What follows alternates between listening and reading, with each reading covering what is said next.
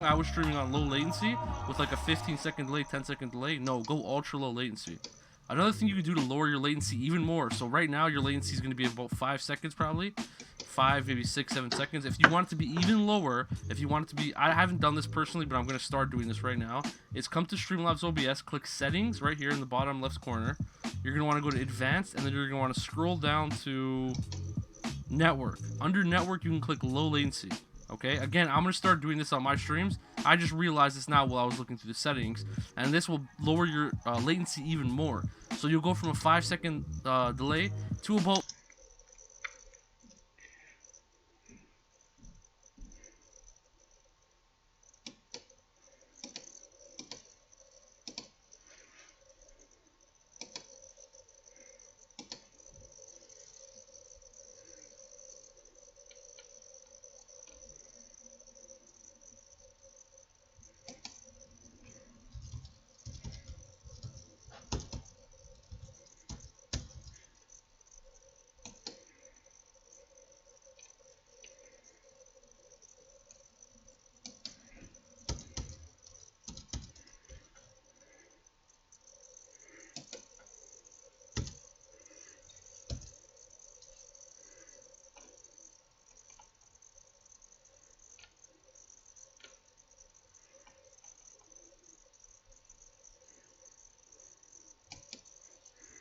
like a 3-second, 2-second, maybe even a 1-second delay, which is pretty cool. When someone comments, you're gonna respond to it, they're gonna hear it immediately.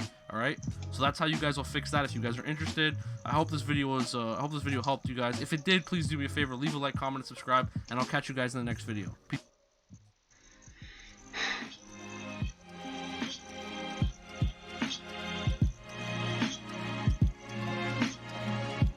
Alright.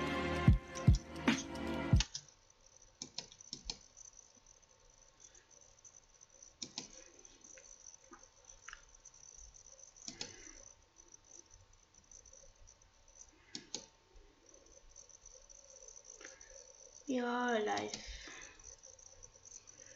Your life.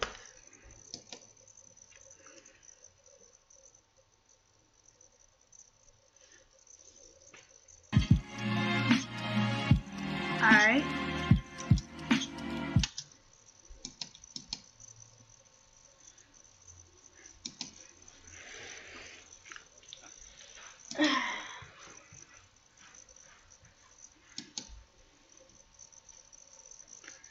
Your life. Your life. Yes.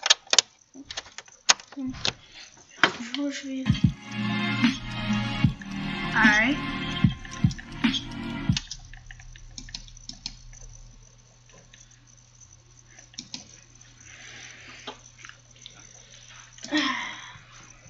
On for the headset. Your life. Your life. Yes.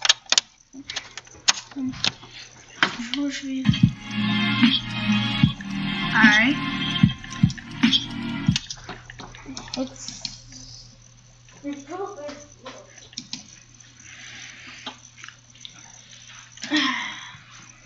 on for the headset. Yeah, I'm not looking at Streamlabs. Your life. This didn't fix my latency at all. It's still very latent. Alright, like, Jesus, dang it.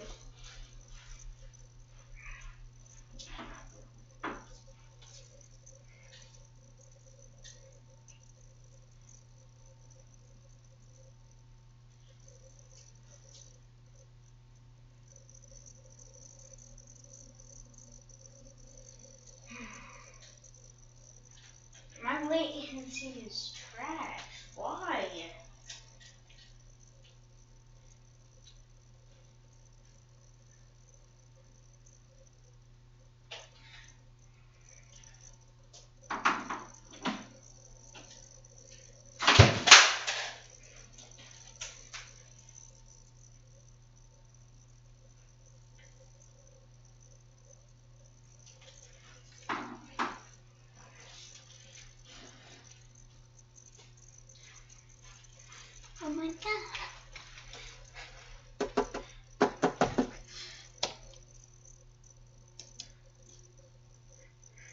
Yo, what is going on, guys? Welcome back to the channel. Today we have a crazy video as usual. The biggest and most successful players in the entire game are going off on Twitter today. We're talking about Bugha, Tfue, Ninja, Clix, Aiden, and more. We all know aim assist and controllers have been a big topic in the community for a very, very long time, and I've talked about it a ton on my channel. Recently I haven't. I've been trying to avoid the topic, but literally, guys, today and yesterday it just blew up. It has gotten so bad to the point that Tfue has come out saying that he needs to look for a new game. He said this on Twitter yesterday night. Aim assist ruined Fortnite for mouse and keyboard players. Looks like we need to find a new game. Unlucky. And we got much more drama to cover, guys. Crazy tweets and videos coming out from pro players. I'm gonna keep you guys updated with everything that went down yesterday and this morning. Now, guys, Tfue or many other pros may be considering quitting Fortnite, but Fortnite's not going anywhere, and I'm looking to sign that next generation of young pros who are trying to make it, grinding every single day, who are super hungry, to my pro team, Kungarna. We're offering some awesome contracts that are super player friendly that you will not find on most pro teams. And if you guys want a chance to prove yourselves and maybe get a hold of one of these contracts, the absolute best way to do that is through my stream, the TFG Open Customs, which are live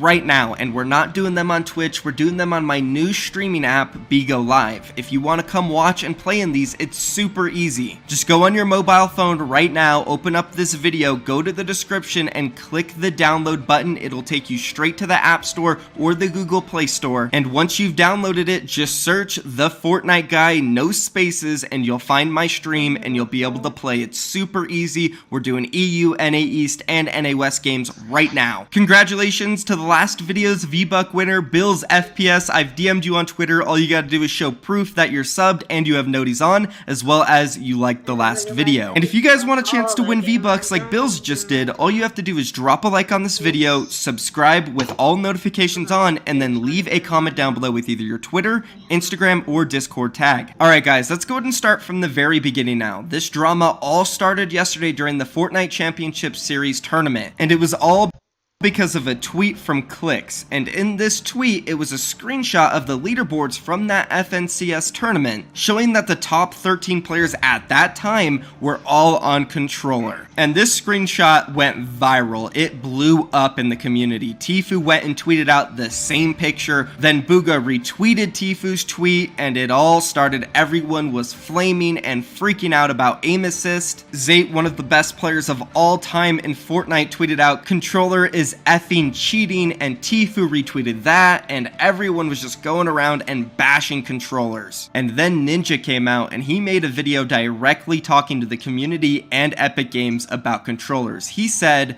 "Bunch of Fortnite gamers talking about controller aim assist. On PC, not console. Wanted to leave my 2 cents. Please watch the whole video before commenting or leaving hate." And as you guys can see, this has almost 900k views and 31k likes on Twitter. Roll the video. What's up, guys? Another video, Ninja talking about Fortnite aim assist. We get it. I don't really have anything to say about it in terms of what should happen. I'm reading Twitter, I've been checking and always following up on competitive. And apparently in North America, NA East, the top 15 or top 14 players, all controller, on PC, of course. And that's what we're talking about when we ever talk about aim assist. We're not talking about players on console. We're always talking about on PC with a controller plugged in. It's going to be up to you guys. Like, I can't do anything. I don't use it. It's going to be up to credible, top, competitive controller players who have a huge influence, who, you know, to reach out to Epic, and be vocal about it, and be honest about it. If we want it to, or if you guys, we all as a unit want it to be more balanced. Controller aim assist is more, you know, it's performing way better than it does on Xbox and PlayStation and shit when you're on PC. So yeah, guys, I mean, people have to be vocal about it, especially the players who are using it. And I see a lot of players, obviously even Aiden and a couple others are, you know, talking about how it is extremely broken, it is extremely overpowered right now on PC. And, you know, if we get more people speaking up like that and being honest about it, I think we can actually get, you know, a nerf or a change and make it more balanced and healthy, man. I want everyone to play together. Controller players are amazing. It's an incredible talent. I was a professional Halo player and competed on controller for years, so I get it. You know, just want everyone to be happy, and I want the game to thrive. So, love you guys. So Ninja says it's not going to be on him, there's nothing he can do about it, but it's going to be on the shoulders of the top tier professional controller players out there to reach out to Epic Games and let them know, hey, I'm a controller player, I'm really good at the game, I'm making a lot of money right now, but still, it's broken and you guys need to make some changes. But one thing I also want to make clear in this video that Ninja had to make clear in his little video there is that we are talking about controller on PC. We are absolutely not talking about controller on console. Controller on console needs aim assist 100%. Anybody out there saying that we're talking about console or that console aim assist needs to be changed, they don't know what we're talking about. We can all 100% agree right now that console needs aim assist and it doesn't need to be changed. Now Ninja actually did reach out to one of the most famous pro controller players in all of Fortnite, Aiden, and Ninja asked him what his honest opinion about controllers was, and he answered. I'm going to show you guys that soon. Real quick though, G Fuel is so excited with how many orders we've been doing with code KNG, they decided to give us one more day with 30% discounts. But today will definitely be the last day, so if you do want to try G Fuel or you really do enjoy G Fuel, go get 30% off your entire order using code KNG or the link in the description. Shout out to G Fuel guys, they're an incredible sponsor, but let's go ahead and jump back into the video. So Aiden tweeted out, controller is broken LMAO. This got almost 10k likes, and Ninja replied to it saying,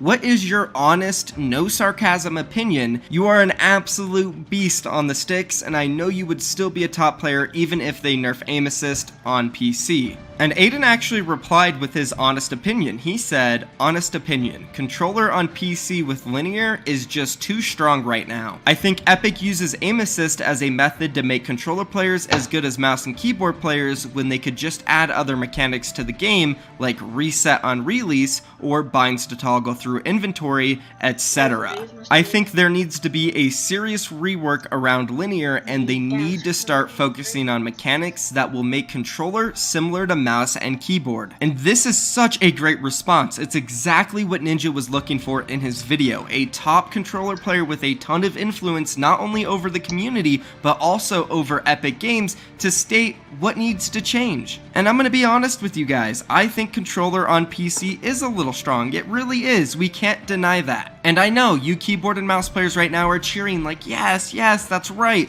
But also, you guys need to understand that there still needs to be a good, strong form of aim assist on PC for controller players to compete. Because at the end of the day, guess what? These tournaments are still being dominated by keyboard and mouse players. I know, it's a little shocking to hear that because of how these keyboard and mouse pros are reacting, which is understandable, controller is broken, but it's only really broken for the top of the top of the top controller players. Because as I said, let's take a look at the actual input distribution from the top players in the FNCS. In week 2, the top 300 players in EU, 211 of them were on keyboard and mouse. That's 70% of the total. Then 88 were on controller and 1 was on mobile. Then week 3, the top 80, very similar, 72% on keyboard and mouse, and then only 27% on controller. Now moving on to NA East, it's a little bit different. There's slightly more controller players, but still not an outrageous amount. In week 2, top 300, 64% were on keyboard and mouse. Then week 3's top 80, there was a little boost. We had 41% on controller, but still the majority, 58%, sitting on keyboard and mouse. So again, everyone needs to realize, yes, aim assist is really strong, but it's not overly powered for everyone. It's only overly powered for those who are insane at the game already on controller. For example, players like Unknown Army, CRR, Scoped, Aiden, and more. Those are the players that are really getting the benefits of controller and aim assist being strong right now. The average Joes are the players who are just improving right now. It's not too OP for them, because if it was, there would be all controller players, or at least the majority of controller players. So Epic Games is in a very hard position right now. Yes, they do need to nerf aim assist slightly. I said slightly, because if they go and nerf aim assist a ton, guess what? The average controller player is going to become like 75% worse, and it's going to hurt them super bad. Fortnite is the first esport in history to introduce crossplay at a professional level where we have controller and keyboard and mouse players competing against each other. No game has ever done that in the past. And without them doing that, this game would not nearly be close to as big as it is. So we need to right now sit here and say hashtag thank you Epic Games for doing that. No matter what you play on, keyboard and mouse, mobile, PC, console, Switch, whatever it is, you need to say thank you to Epic Games for that, because it was an incredible decision for marketing and promotion in order to get us to the point where we are right now. And we need to continue to have crossplay, because if it is abolished, it'll hurt the game in the long run no matter what. So props to Aiden for having a great outlook on the situation and providing solutions on how we can improve controller by maybe also taking away some aim assist. I think he's got good insight, guys. What about you? Let me know. Leave a comment down below. That's going to be the end of the video though, guys. If you enjoyed it, don't forget to like it. Don't forget to subscribe. And if you want a chance to join Congarna as a pro, come tune into my stream right now, guys. Again, it's super easy. Go download the app in the description. Search up the Fortnite guy. Way too young, way too young. I had those goosebumps every time you're not around. You change my mind, you make everything feel fine. You turn that just higher. Way too, this way too, this way too, this way too.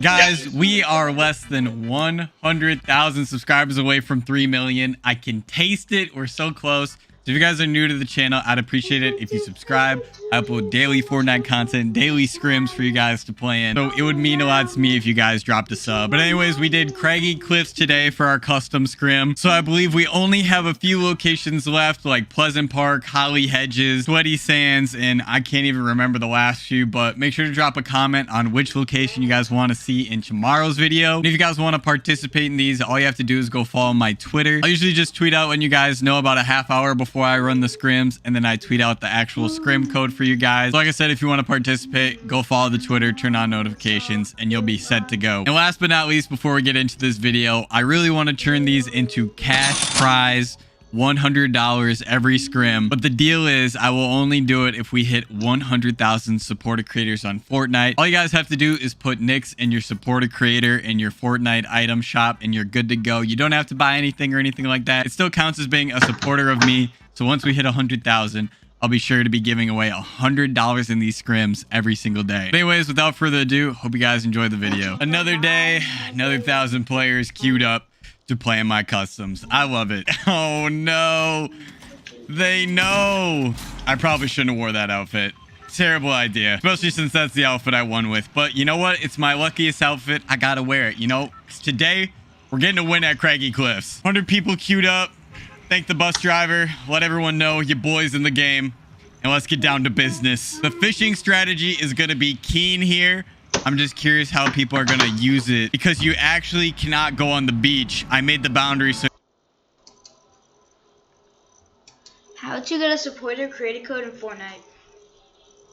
How to get a supporter creator code in Fortnite. It's way too young. Way too dumb.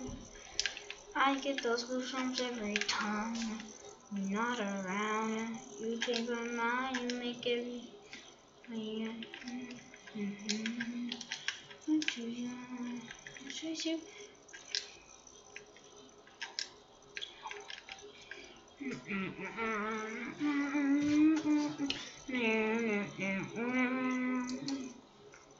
way too young. I get those goosebumps every time you're not around. You change my mind, you make everything feel fine.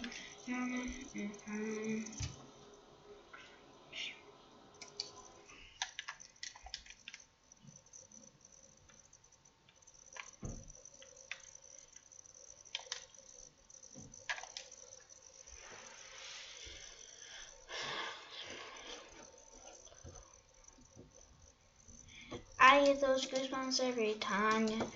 So you have to stay within the boundary of Craggy Cliffs. But you can go out on the pier, so people will be out on the pier fishing. There's a llama there, but no one's allowed to get it because it... Oh, your boy's got the alpha drop. Where am I going? Isn't there a chest in the roof or something? I need a fishing pole. That's all I want. Is there a gun somewhere? I'm dead here. I'm 100% dead. I got a pump. Oh.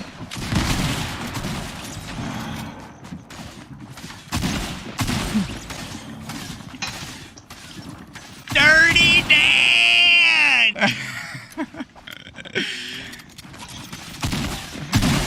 Bro.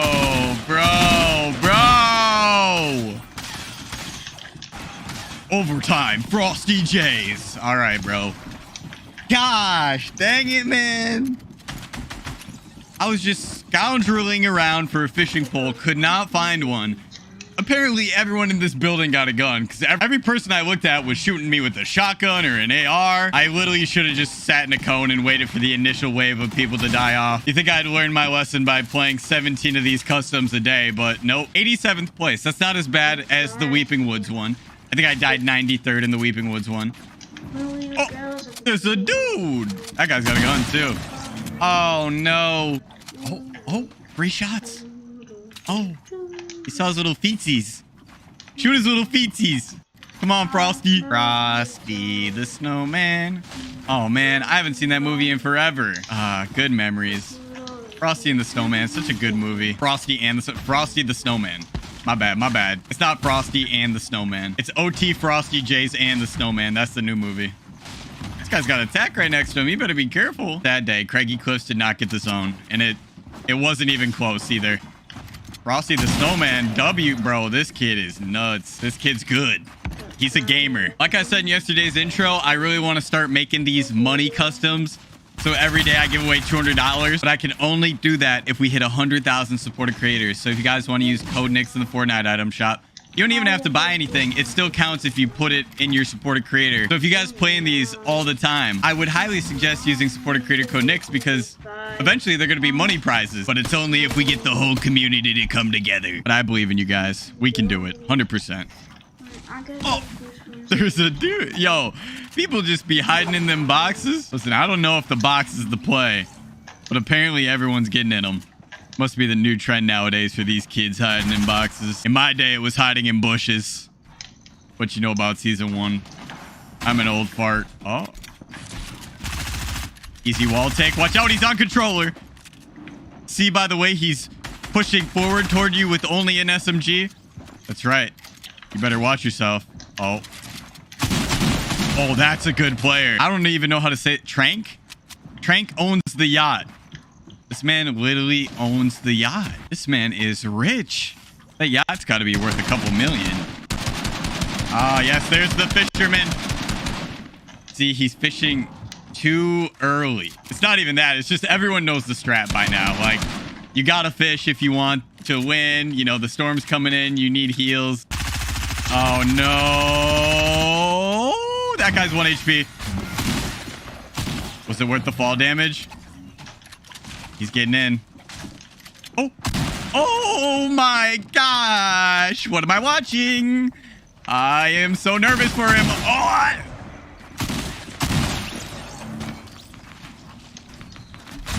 That was a close one. He's out of mats. There's mats under the ramp. There you go. There you go, kiddo. Not even enough for one build. Rest in pickles, my guy. There's a guy still fishing. Push. Push the fish. My man just was fishing with an open wall. He thought no one was down here. Our boy Trank might win this after all. He's sitting in a box with fish. What I say, these kids nowadays, they're on to new methods. See, I'm an old fart. I only know the bushes. Uh-oh. Someone's getting in. At least trying to. Oh my gosh, the outplay by Trank. He is dumpstering kids right now. This is his cliffside right now. He owns it. Not only does he own the yacht, but he owns the cliffs. Why do I hear the grappler? Run, Trank, run. Run, that Sky's assault rifle. Get out of there, Trank. Bro, the...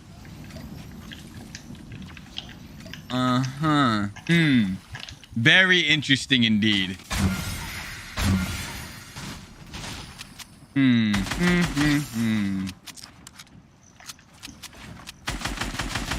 No comment. No comment. I didn't know there was a campfire here. I mean, it is safe. It is indeed in the safe area.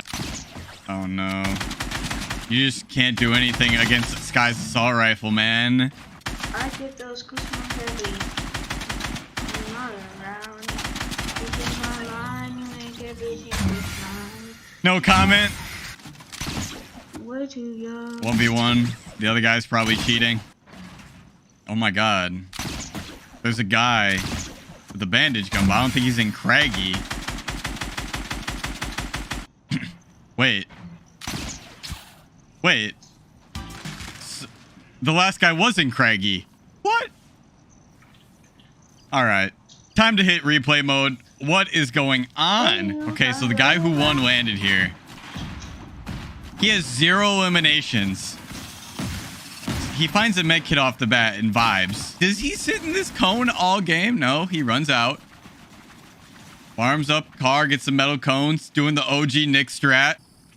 Oh my. He's so lucky. That guy didn't even notice him.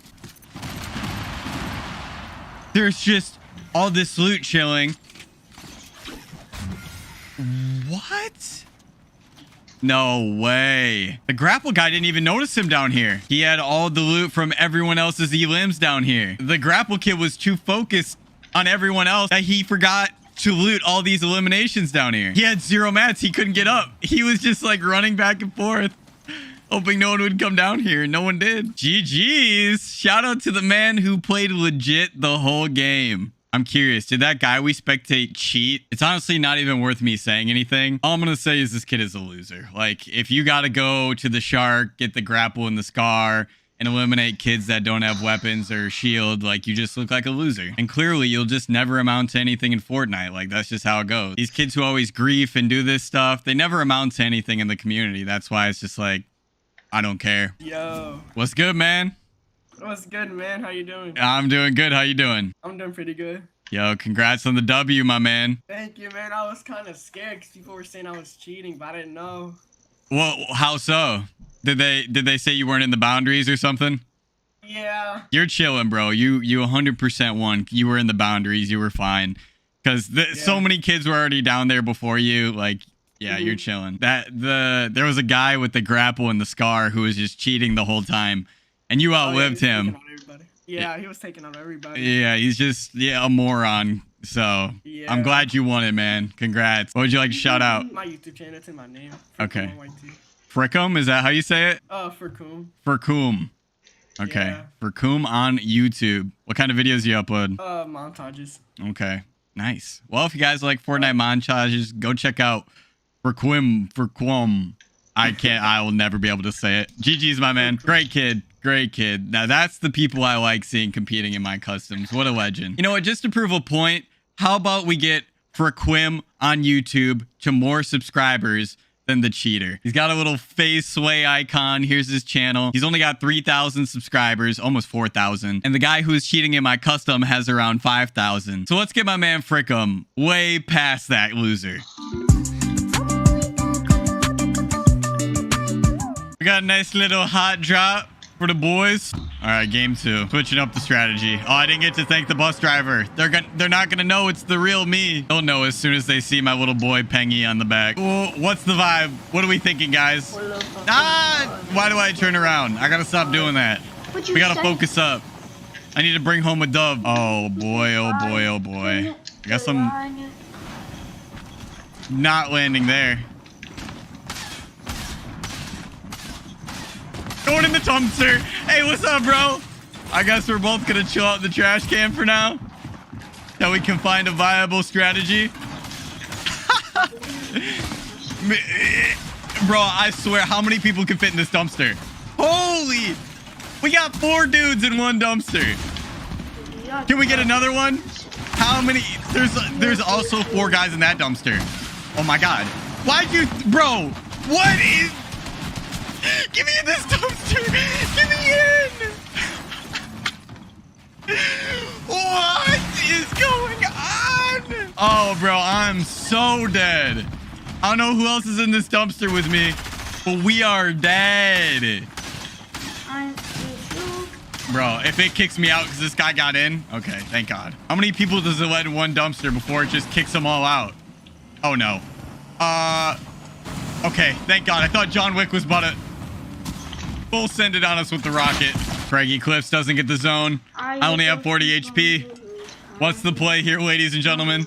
I don't know. I'm probably just going to hide it out for as long as possible. This guy's hitting the dash. Spider-Man? Was that you? That was Spider-Man. Bro, like, what do you think you're going to accomplish by getting the grapple in Sky's Assault Rifle? I don't know. People are dumb. What is that horrendous sound I'm hearing? Over and over and over and over and over and over again. Again. Again. No, no, no, no, no. Oh, hit the dash. Run, gentlemen. Oh, my God. I'm the best dasher. NA East. Best dasher in NA East. Oh my God. I have no loot.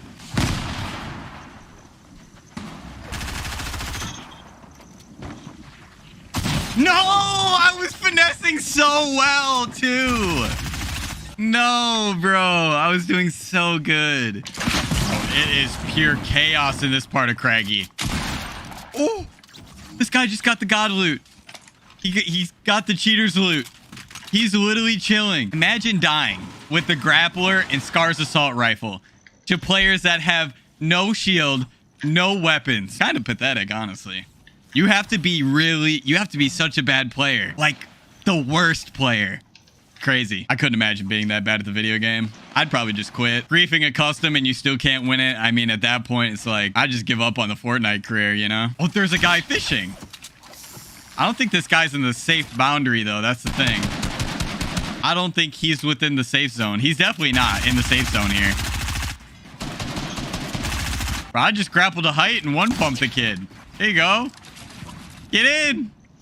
SMG. Pump him. You have to. He's got no time. Oh, that's rip, bro. Bro, are you kidding me? Wait, this guy is actually vibing. This guy's within the boundaries, I think. The other two weren't over there. Those guys were out. Charlie. Come on now, Charlie. Let's get a fat W for the boys. Oh, is it a 5-tick now? It is a 5-tick. Oh, no. Come on, Charlie. You win these, boss. Oh, that's rip. That's rip. Who's going to live the longest, though? Who's going to outlive? Oh, my God. They all died at the same time, except for this guy. What? All right, let's go check the replay to make sure everyone stayed within the boundaries that won it. So it looks like our guy that won is within the boundaries here. Did he stay within the boundaries the whole time, though? No way my boy found a llama. No way my boy found a llama within the boundaries. Is this in the boundaries? Oh, boy, is that close. I don't know. Do we give it to him? Do we give it to him, ladies and gentlemen? Oh, my God. What is wrong with this game? Bro, it's right here. I should just honestly give it to him. If he played legit the whole rest of the game, I'll give it to him because he's so close to the boundary. And what are the odds there's a llama in Craggy? It was meant to be. It was meant to be for my man. He launch pads up. He sees a guy with the grapple. Beams him. He's so low right there. Oh my God. Look at how close it came down to. Every bandage timing, every med kit timing. It comes down to the very seconds. Like, he had like 10 HP here. I'm pretty sure this guy has won one of my customs before, too. I think I have him added. Sure enough, I do. We're going to go in and scare him like he didn't win. Well. Yo. What's good? So you know the llama wasn't in the boundaries. It wasn't? No. Damn. But I'll still give it to you. It was so close. Oh, thank you, bro. Of course. GG's, That's my man. fault. You're good. It was like, I'm looking and it's like borderline. It's right on the line. And I was like, it's basically in Craggy Cliffs. So I was like, you know what? I'll give it to him. Alright, thank you. Of course, my man. What would you like to shout out? I would like to shout out my YouTube again. Okay, Bloomy. But how come your YouTube channel's named Bloomy and your name Ezra? Because I couldn't change it again. Oh, That okay. was my original name. So yeah. Oh, so you're stuck with Bloomy? Yeah. All right. Well, GG's, my man. Congratulations. I'll talk to you later, boss. And that wraps up Craggy Cliffs, ladies and gentlemen. We only have a few spots left. I believe Sweaty Sands, Pleasant Park, Holly Hedges. I know I'm forgetting. That's definitely.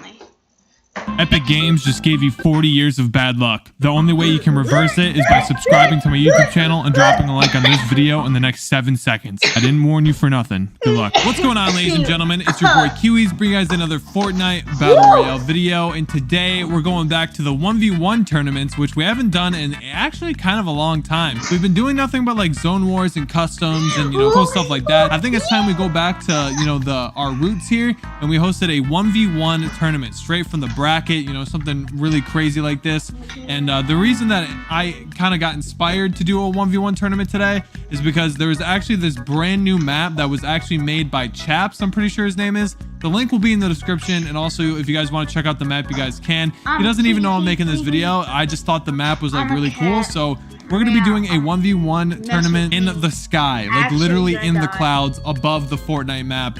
It's really cool. You guys are seeing some cinematics on the screen right now. Literally, this map is actually in the sky, and it's really cool. Kind of wanted to make a video on it because I thought it would be pretty cool for you guys to see. I picked out 8 random people from my Twitter. All you guys have to do is follow my Twitter at Kiwis if you guys ever want to be a part of these. Put post notifications on if you guys never want to miss a tournament, you know what I mean? And also, if you guys want to support me a little bit more and help me put more money into my tournaments and eventually maybe another Kiwis Cup, all you have to do is go into the item shop, go to support a creator, type Kiwis and hit accept. All the money I make from my support a creator goes straight into, you know, my tournaments and stuff. So anyways, guys, thank you so much for watching. I'll see you guys at the end of the video. It's been your boy Kiwis, and I'm out.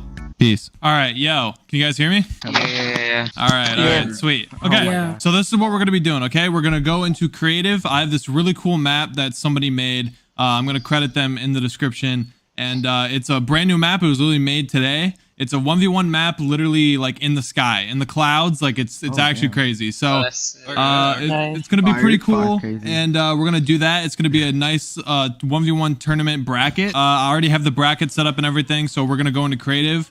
So everybody's already readied up, which is good. I'm gonna tell you guys what the bracket is right now. For round 1, we got Endo against Slam, and then we got Eclism against Brands, then we got Honor against Violet, I think that's how you say your name, and then we got Risk up against Lock. So for the first people going in, Endo and Slam, you guys go into the map real quick. Ty Zero Ping, who are you, by the way? I'm Endo.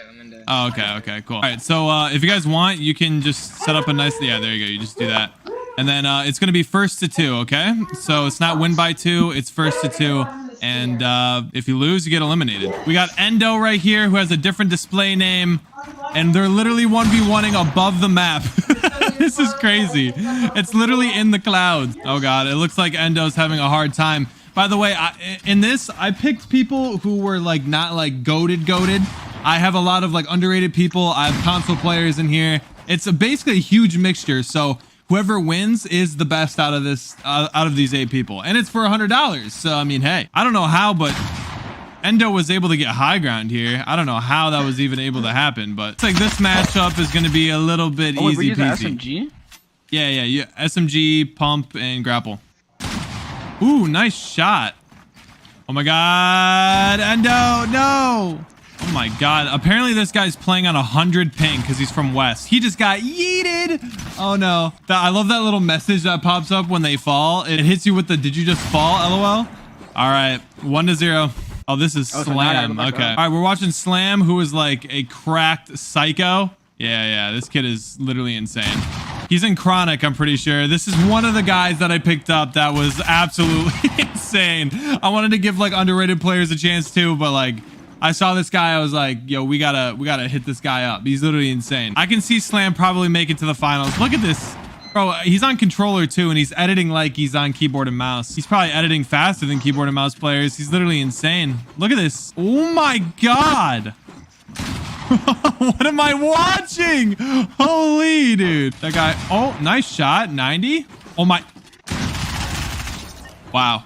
Okay. Well, there it is. Yo, 2-0. It's so unfair, I'm sorry, Endo. GG's. Okay, so now we got Eclism going up against Brands. All right, we got Brands on 60 hertz. Looks like he is a console player. Let's see if he's cracked.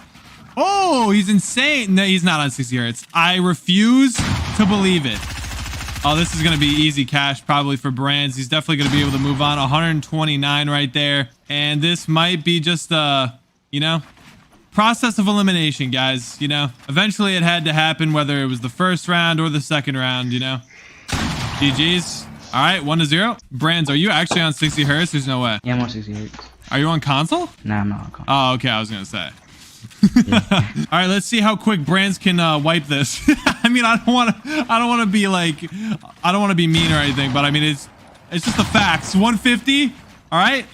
Oh, look at him. He's showing off for the video, guys. Look at this. The other player's having such a hard time. I genuinely feel bad. Oh, this is... Come on, bro. Just kill him, man. Where is he? Where'd he go? Wait. Oh, he took height. What the heck? Oh, my God. Brands, it's time for you to do a retake or something, bro. This is crazy. I don't even know how that other kid got up. Nice edits here. This kid is cracked. Looks like we got another cracked Psycho in the tournament. Oh my God. Yup, there it is, ladies and gentlemen. He's doing this on 60 hertz, 60 FPS. Nice, 38. That kid is literally like 12 HP. I think it's time to just send it. Oh, he missed. Uh-oh, uh-oh, uh-oh. Is he gonna make the edit? What am I watching? Oh my God, come on. Oh, nice cone. Oh, oh. Oh my God! What did I just see? No way. There's no way I just watched that, bro. There's no way. All right, yo, 1-1, 1-1. Holy. All right, yo. All right, that was great. That was great. Holy crap. I don't know. All right, whoever, that was crazy. That was one of the craziest things I've ever seen. We're watching Eclism, who was the guy who was having a little bit of trouble last time. Oh, I think this is a GG now. He's 8 HP. All right, GG's. 2-0 or 2-1. Brands, you move on. And now we got Honor going up against Violet. So we're gonna have to go back to Hub again. All right, we're watching Violet here. Ooh, interesting start to the 1v1s. Nice. Oh, he's trying to do some edit clips. The other guy's 90ing. All right, let's see. These guys seem to be like kind of evenly matched, you know? Both seem to know what they're kind of doing here. Oh, 49. Oh, that sucks. Violet's getting kind of beasted right here, but it's all good. He just needs to manage to either get on height or, I mean, either way, like, it's still not over. Like, he could hit like a 200 pump for all we know. Nice, 26 tag, but traded some HP for that tag. Don't think it was worth. Oh, he coned him. He just has to get up. He's in the same box. 50-50. That was a crazy 50-50. All right. GG's 1-0. We got FH Sneaky up in here. This is Honor, by the way. They just have different display names. You just get a running head start? I think he did, but I'm not even gonna trip over it. Oh, he missed that. He needed that tag. Oh, 100. That was big. This is it for the 2-0. Sneaky needs this. This is gonna be big. Edit. Oh, that wall blocked it off perfectly. Oh my God. They're literally getting each other's face. Oh, that was it. Oh my God. Oh my God. Oh my God. Oh, that was close. That was close. Oh my God. All right, 2-0. Honor, you move on to the next round. Now we got Risk and Lock. This is the last matchup in round 1, and then we're moving on to the semifinals. We got Locks WTF, who is actually pretty nuts as well. This is going to be an interesting semifinals. We got some really good players up in there, to be honest. Ooh, 38 to the head. Oh my God, those edits are crazy. Yo, he's insane. What did I just see? Oh my God, the semifinals are going to be insane. It's all good. 1-0. Oh, all right, let's see. Ooh, let's see these retakes. Let's see it. Yep, there it is, ladies and gentlemen. He's here. Yep, absolute psychopath McGee. He definitely just took height there. That was crazy, bro. These kids are in creative all day, man. Oh, dude, he should have hit that. That would have been a strong shot. 120. That was cracked. He's so weak, dude. 38 white, dude. He's gonna get pickaxed. He wants to pickaxe him. Oh no. All right, everybody, mental prediction. Is he getting pickaxed? Oh, that was a nice cone. I was gonna say, you're gonna be running forever if you're trying to pickaxe him. All right, GG's, 2-0. So now we're moving on to the semi-finals. We got Slam going up against Brands in the first round. So, all right, let's see it. We got Brands. These two are both very good players. We got Slam going up against Brands. One of them is known for their edits. I think Slam is known for like the craziest edits or something. At least that's what I saw on his Twitter. I don't know. This could be going on for a while. Having both insane players, you know, it could go on for a little bit. Oh, that was a good shot. 110. Slam has the advantage right now, but Brands does have high ground. This is a crazy matchup, guys. I honestly, like, they're both pretty, like, evenly matched. Like, oh my God. Brands' 90s are so fast, bro. What is that edit? Yo, those edits. What the heck? That was confusing. That was confusing. All right. 1-0. 1-0. We're watching Slam, who is the probable most cracked individual in this lobby, but that doesn't necessarily mean just because, you know, you're super flashy with the edits and the builds doesn't necessarily mean that you're going to win the competition, right? It's all about who can kill you, right? It is hard to kill somebody like Slam, though, who's very protected with his builds and very unpredictable and clean with those kind of edits. You know what I mean? Nice right there. That was crazy. Nice shots. 46. Oh my God. What are these edits? Yo. Breaking them down. Nice. GG's. 2-0. That was crazy. Now we're moving on. We got Honor up against Lox. Yeah, Honor. We're watching Lox up against Honor right now. Lox is another insanely cracked individual here. I think what we're going to end up seeing, and I don't want to rush too quick here. I think we're going to see Lox up against Slam in the finals. No, he's already white. Oh, yo, GG's 1-0. All right, Lox, if you win this, you move on to the finals, bro. All right, let's see. Watch him do these 90s, bro. He's so quick. Like, he's already on height. Nice shot, dude.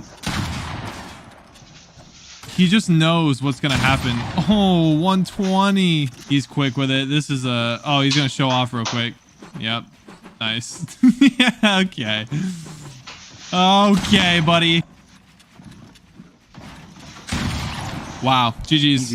2-0. That was crazy. All right, now for the finals, we got Lox going up against Slam for the $100. Let's go. Yo, Slam, how's your day, bro? Pretty good. How's yours? I'm pretty good, thank you.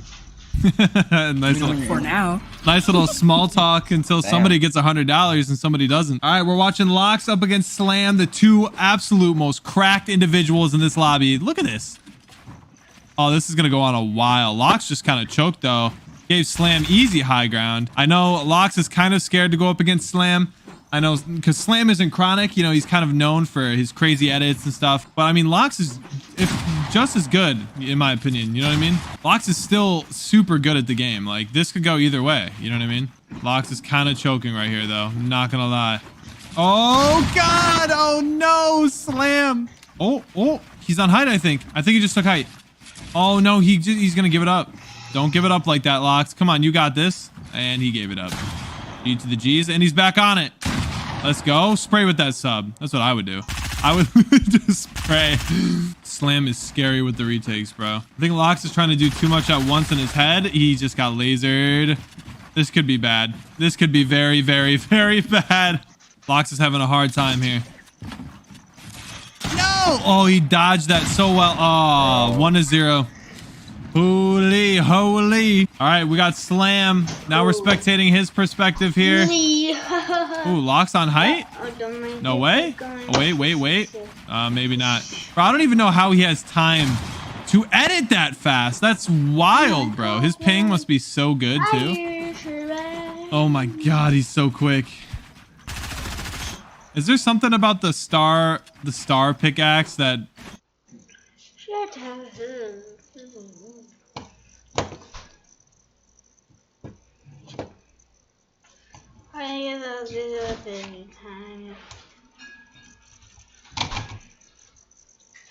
make everything home.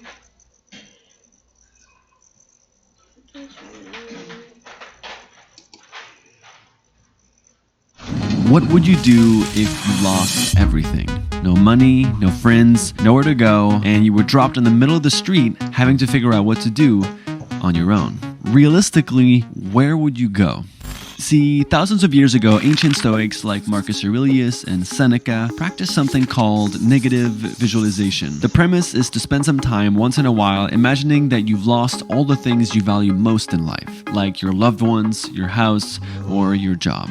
The idea behind the exercise is not to torture yourself for no reason, but instead to remind yourself that everything in life is loaned to us, and that any or all of it can be taken away at any moment. As a result, it wakes you up to how fortunate your life really is and pushes you to live every moment with more intensity, higher significance, and greater awareness. So today, Amar wanted to take that philosophy to the extreme by living 48 hours with absolutely nothing in the streets of Los Angeles. All he'd have is a small camera and some pepper spray for safety, but other than that, he's completely on his own.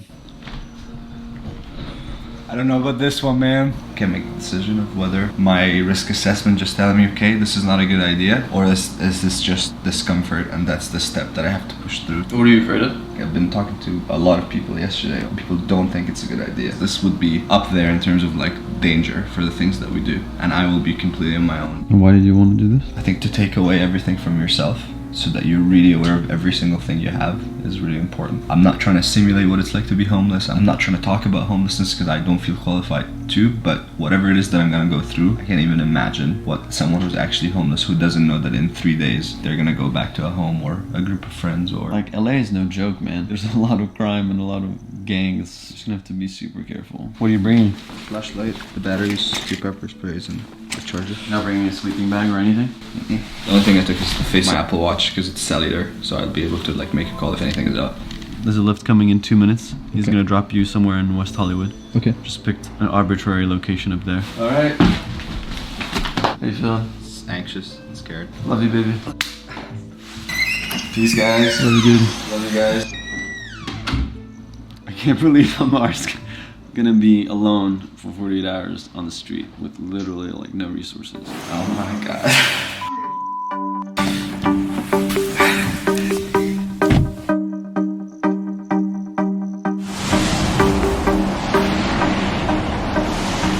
Thank you. Bye. And the 48 hours officially begun. What do you do? I guess I can explain what the rules are. I'm gonna find a place to sit and we'll do this. I haven't been walking for long or anything. I was gonna try and take it easy during the day so I can be up in the first part of the night, make sure that I'm safe, and then just figure it out. I honestly, I have no idea how this video is gonna go. I'm not going out with the intention of making a video. I'm going out with the intention to actually live the experience, and it's not fun and it's dangerous. I wanna make sure that I just got out of the experience the most I can, and hopefully go back into my daily life with a new perspective.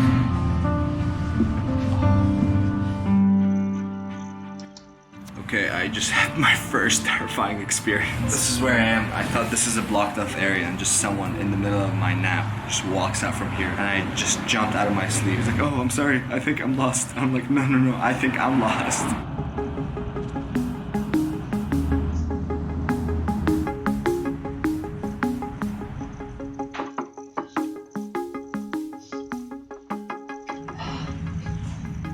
I feel very lonely. I think the withdrawals of interacting with people is just hitting me. This is the longest I've spent not talking to people voluntarily. I'm just tired and starting to get a little hungry. Wow, I think I slept for like an hour and a half. Woke up to a convoy of ambulances heading up Beverly Hills. The temperature dropped significantly. I'm like shivering, which terrible news for tonight. It's cold and my pants are pretty thin and I'm just wearing a t-shirt under here, like nothing underneath. There's just so much time to kill. I'm like 6 hours out of 48 hours and I'm fucking going crazy. Where do I get water? Step 1, plastic bottle from the dumpster. Sure. Step 2, find public access for any kind of water. I've passed by 2 trash cans that had bottles of water that I need, but it's like every time I stepped near the trash can to reach out with my hand, there was just this part of me that, maybe it's just my pride, feeling the shame of doing something like this, but f*** it. I need to drink water.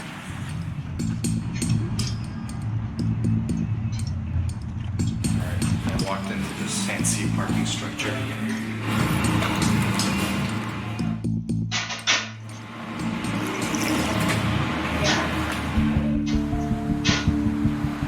Been walking around for about an hour now around Beverly Hills, still looking at the trash for food. Cheesecake Factory smells really fucking good. I recognize this from when I ran the marathon. I think if I walk all the way down this way, I can actually get to Santa Monica, and then I'll be able to sleep on the beach. I'm afraid that there will be like patrol on the beach, but that's still better than sleeping somewhere on the streets when it's literally raining as I'm speaking right now. The long ass trek to Santa Monica starts, and hopefully on the way, I find some food in the trash.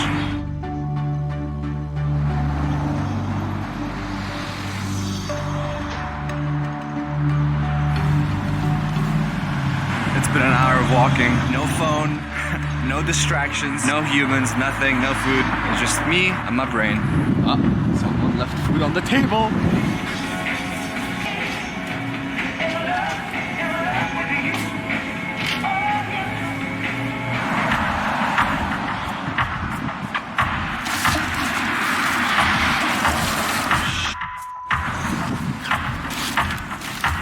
I probably looked in 20 trash cans for food, not a single bite.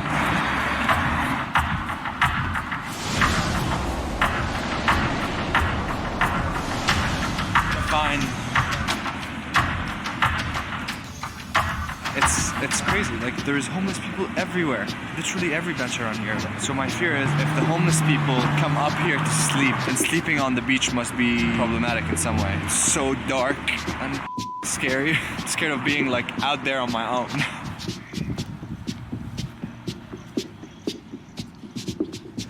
I see other homeless people also heading out towards the beach, so this should be a little more comforting.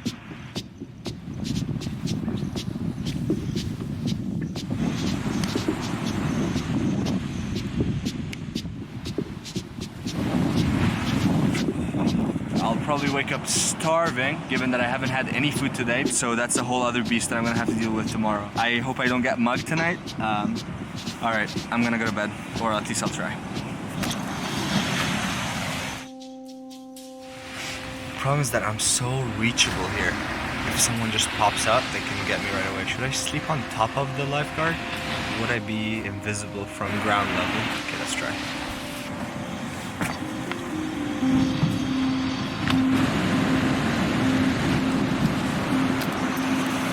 Okay, this is either very smart or extremely stupid. I should just stop complaining and go to bed. I'll see you for sunrise.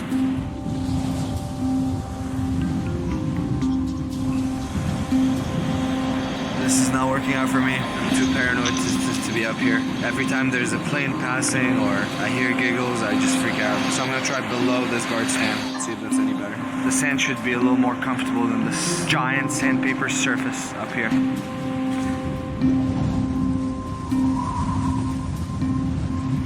Okay, it's 1 a.m. and I'm really cold. I can't fall asleep. I'm really hungry. Really tired, and I think my body is just exerting a lot of energy right now, keeping me warm. I thought the beach was gonna be a good idea.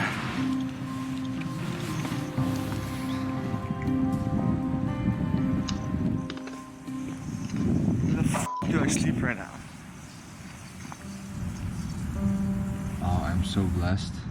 And you truly appreciate what you have until it's taken from you. The idea of just connecting with another human when you want, like today was so fucking lonely, and it's a very extreme switch from being like extremely social extroverted to being I can't even ask anyone for help.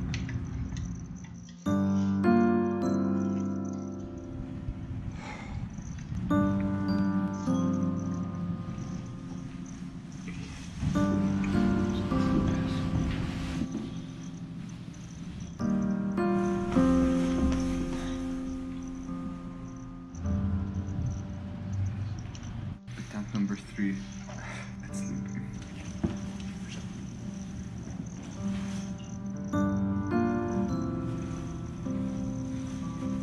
I take my bed for granted. I take everything for granted. I've got a full day, empty stomach, not a single bite. I gotta go to sleep.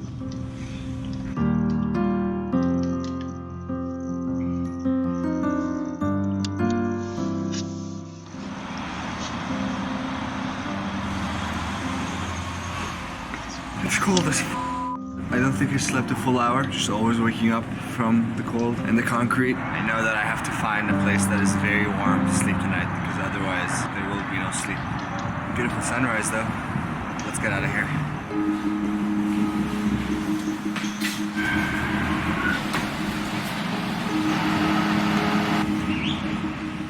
A combination of being freezing cold and extremely hungry got me to sleep probably a total of 2.5 hours. This is one of the biggest realizations from last time. When you're sleeping in the streets, the amount of fear that you fall asleep with every night is just unbelievable. I was so scared last night. You just don't know who's gonna show up. You're just scared the whole time and you need to be alert. So even though I slept, I was still very aware of my surroundings.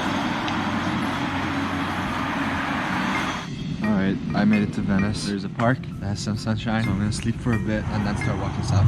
Whoa, chair. Should I sleep on that chair? Should I just... honestly?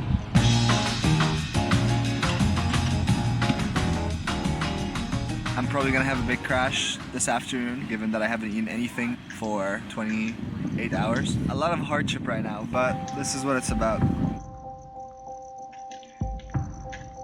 Wow, I managed to sleep. Oh, I feel so weak.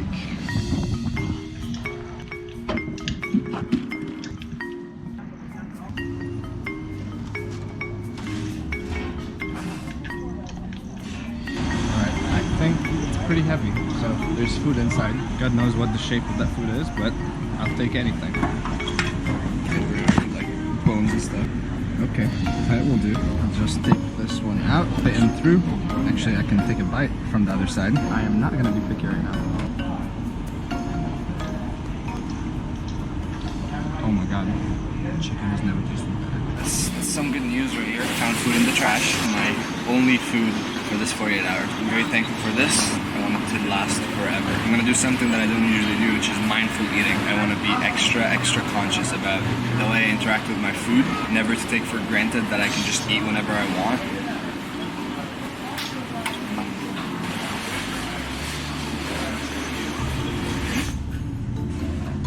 That ended a lot faster than I wanted it to. It wasn't much. It was just like 6 potatoes and a drumstick.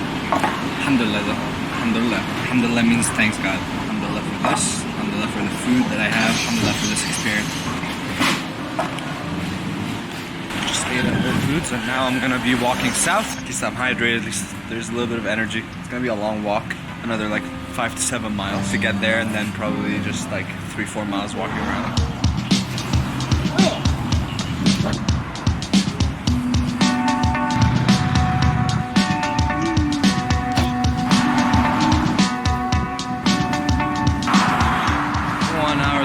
Headed to Marina del Rey. I'm gonna watch the sunset on the beach, try and just like rest there for a sec before the night temperature is gonna drop. Just like go on the adventure and figure out where the hell I'm gonna sleep tonight.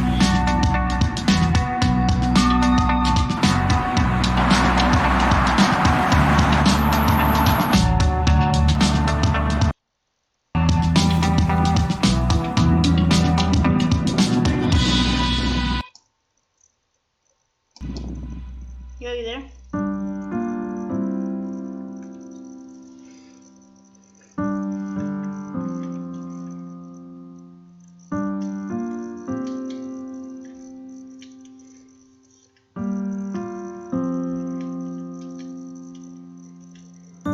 I'm making my way back up to Playa Vista. I just want to find a sheltered place that I can just like force myself to pass out in and then wake up to the sunshine.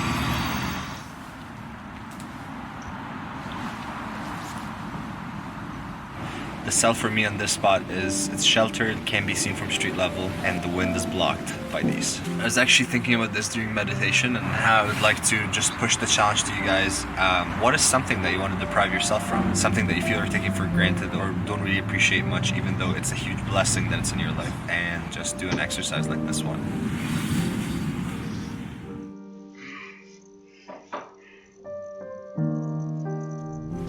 Okay, it's 11:15. I've been here for 2 hours and 15 minutes, unable to sleep because of the cold. The temperature dropped again to below 40 degrees, and it's f***ing freezing. This has not been easy, my friends. The harder it is, the more valuable the lesson, and I think I'm learning a really, really valuable lesson. Okay, so I either came up with the most brilliant idea or the dumbest idea ever. I'm thinking of walking to the airport, which is 70 to 80 minute walk, but I would much rather walk there knowing that I'm gonna have a guaranteed spot to sleep in, which is just on the floor, because I can just say that I'm flying early and I didn't want to miss my flight. That's going to be my motivation for the next 70 minutes walking. The warmth that I'm gonna experience once I am inside the premise. Look at this beautiful road ahead. Night walks on the highway.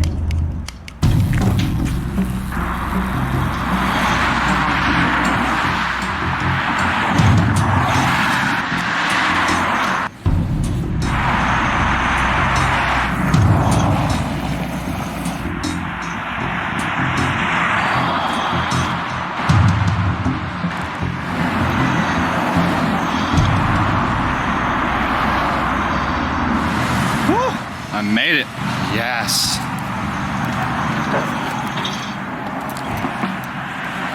Yes, it's so warm. I have been on the streets for 42 hours. Oh, I'm so thankful right now. May this be a reminder never, ever to take anything for granted. This, to me, is like a 5-star hotel right now. Just everything is relative. That was the core to the Stoic practice that inspired me to do this. Imagining the worst case scenario and forcing yourself to think that you're able to cope with it and you're actually able to live through the worst case scenario. And for me, the last 42 hours and the next 6 were exactly that. I lost everyone, I lost everything, and I can do it. I didn't die, I didn't get stabbed, I didn't get arrested.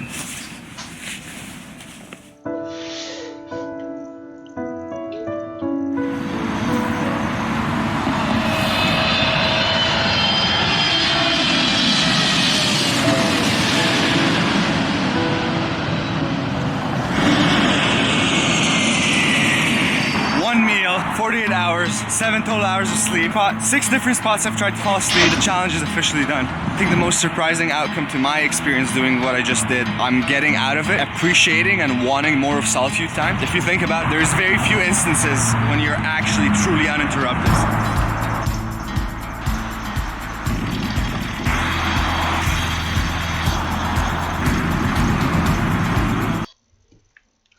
Before today's episode starts, I'd like to remind everyone that there's 48 hours left in our Seek Discomfort drop, which is currently live on our website, seekdiscomfort.com. And as a reminder, any orders of $20 or more, you get this flag for free. Alright, enjoy today's video. What's this for? Whenever we've gotten our flights canceled and had to stay overnight at an airport, it's always left us wondering, did anybody notice? If we hadn't arranged a new flight and decided to just stay inside the airport, would anybody kick us out? Well, after watching the movie The Terminal, a story inspired by the real life of a man that under terrible circumstances ended up living in the Paris airport for 18 years until as recently as 2006, it truly left us wondering, are the rules still the same? And what would happen if we tried? So we decided to become the human guinea pigs of this experiment and test how long we could go for without going crazy while living in the confinements of an airport. And so, on our way back from Australia, we decided to fly through Singapore and live in what is currently ranked the #1 airport in the world. We booked a flight we were not intending to board to get inside the airport and only had a ticket heading back to Los Angeles booked for 4 days later. So the goal is to spend 72 hours inside this airport and see if it's actually possible to stay inside of an airport without being noticed. Do they keep track of who's in the airport? And if they notice, can they do anything? Technically, you're not in a country, right? You're So like we just we just exited. So we're in no man's land right now. Is it a neutral zone? I don't know. I'm making all of this up. Yeah.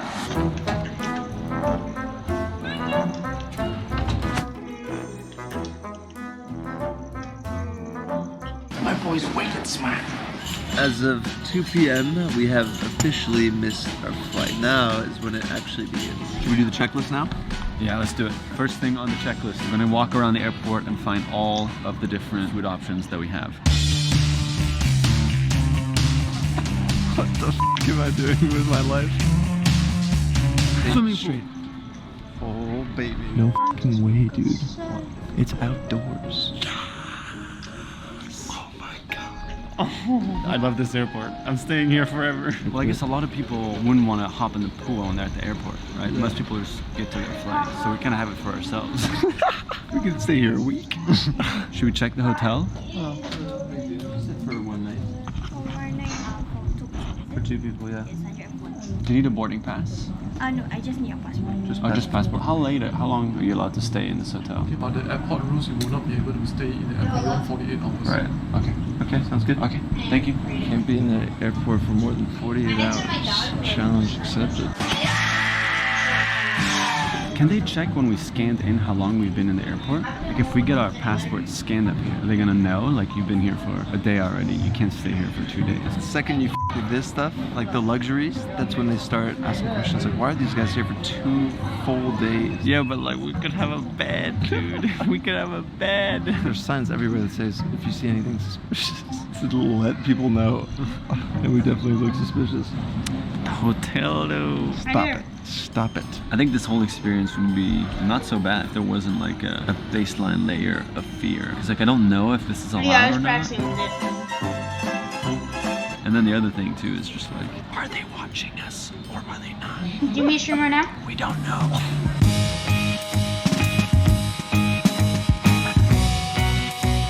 What's this? That looks extremely interesting. That looks interesting. What the hell is entertainment deck? Dude, it's a movie theater. I'll tell you where all the guns are. It's a movie theater. This is the good one. There's Pirates of Caribbean playing right now. Dude, movie screenings 24 hours daily. 24 hours? It's French. I found them on the pump. I'm chilling. Alright.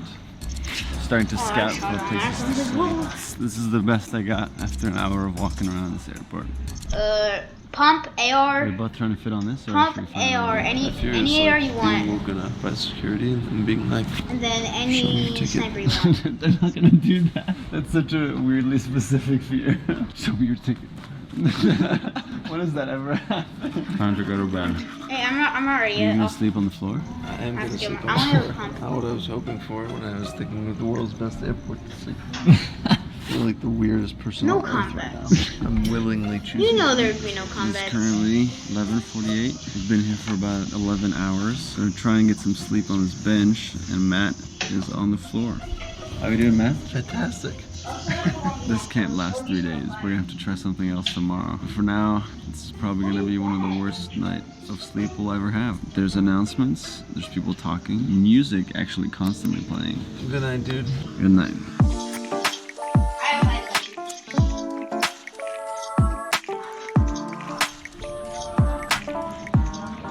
6:15. This is what's waking us up, or at least me. This is worse than any alarm.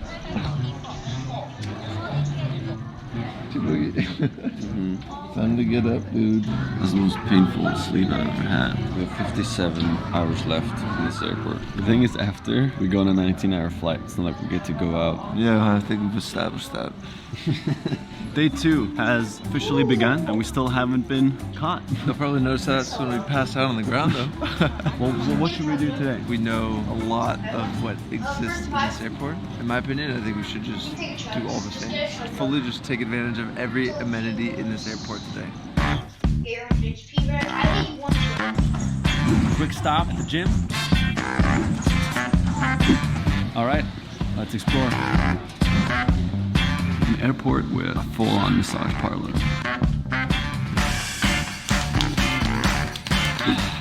You were like moaning. I was hearing Matt going like,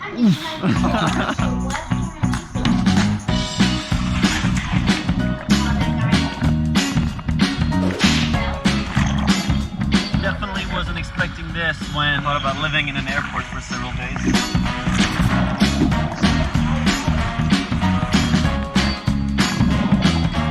Burgers and fries by the pool. Not bad. Cheers.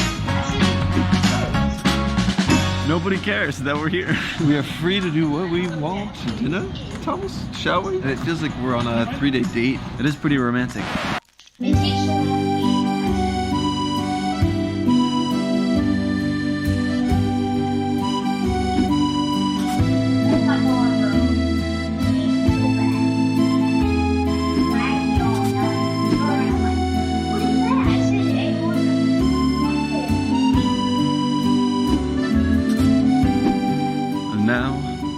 back to hell.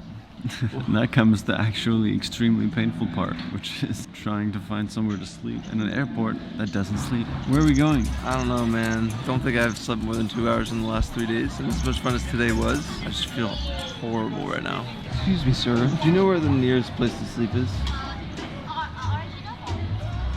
Sir? The nearest place to sleep. What is he saying? Yes. I don't. Matt's lost his mind. Rest area.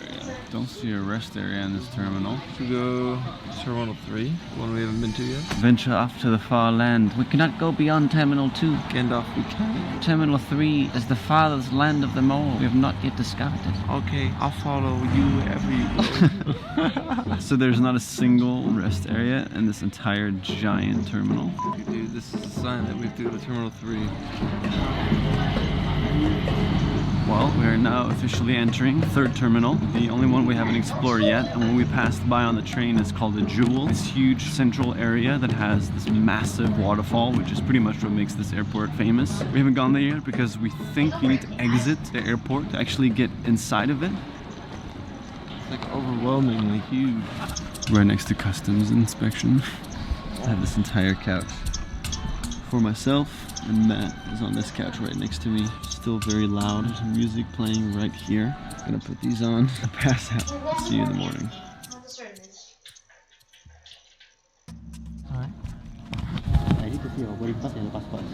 What's this for? We missed our flight. Have you rebooted your flight? Yeah. No, you broke me. I don't want to go down. Are you kidding me? Where are you going to? Los Angeles. Yeah. There you go. Oh. Thank you. Thank you very much. Thank you, sir. Thank you. Oh my god. I was so scared. Cut to 2 minutes later, we're surrounded. Get the f off the ground. We got so lucky that we didn't get checked last night. It would have been like, your flight is in 3 days. Now, because we got checked at 3:30 a.m., yeah, as you're saying, it's technically tomorrow. It's like, excuse me, sir, security check. And I was like, What are you checking for? Fear is like being woken up by security and being like, show me your ticket. they're not gonna do that. That's such a weirdly specific fear. Congratulations, you played yourself. They've got eyes on us. I know it. I was so freaking scared. These dramatic fall to sleep.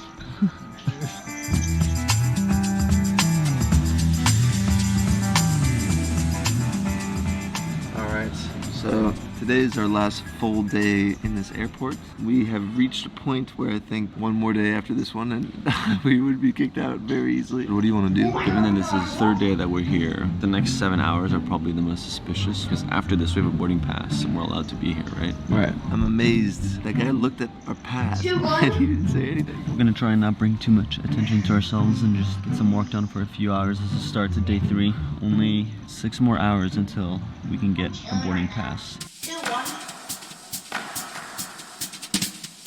I think we should try to check into one of the freaking hotels tonight. I don't think it says how long we've been here, right? We should just avoid, in general, anybody scanning our passports. That's like the last thing we want to do. But if we have a boarding pass, which we're going to get at 3 p.m., we can show them we're leaving tomorrow. And then, do they really have a reason to not let us try it? Yeah, the reason is can't be in this airport for more than 48 hours. I don't want to sleep on a fucking bench again. Please, let's try it. Yeah, fair. F it, dude, let's do it. You want to try it? Is there other options? Stand outside and sleep? Like at this point, sleeping outside is almost sketchier. I guess worst case scenario is they kick us out and then penalize us and don't let us back in so we miss our flight. No, worst case scenario is we go to jail. What? There's nowhere, it doesn't say anywhere. We don't know if we're breaking any rules. So tonight, once we get our boarding passes, we shall attempt to check in to a hotel. You know what that also marks? 24 more hours left once we get the boarding pass. Cool, man. Thanks. What am I supposed to say? Okay, we're gonna try and give a shot at showing up at the transfer lounge and seeing if they would let us check in. At this point, dude, kick me out. I don't give a shit. I'll be happy to go. Do you have any nap rooms left? Or how many persons? 2. Yeah, there is. Can we do 11 to 7 a.m.? So paying separately or paying together? Together, please. We got 2 nap rooms. I want to sleep on a couch tonight. Don't have to sleep on a couch.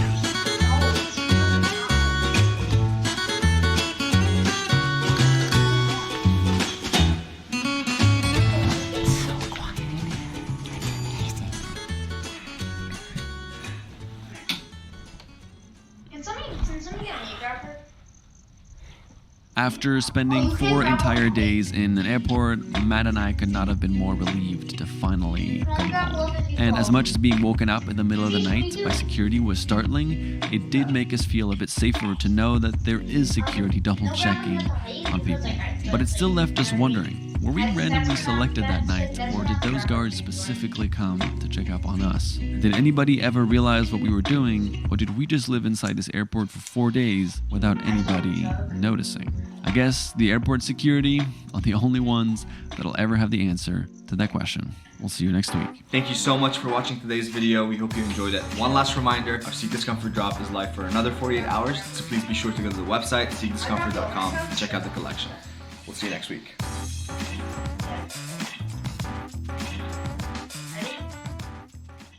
What side do you want? Alright. Oh, that was Anthony. 3, 2, 1. Yeah. Anthony, yeah.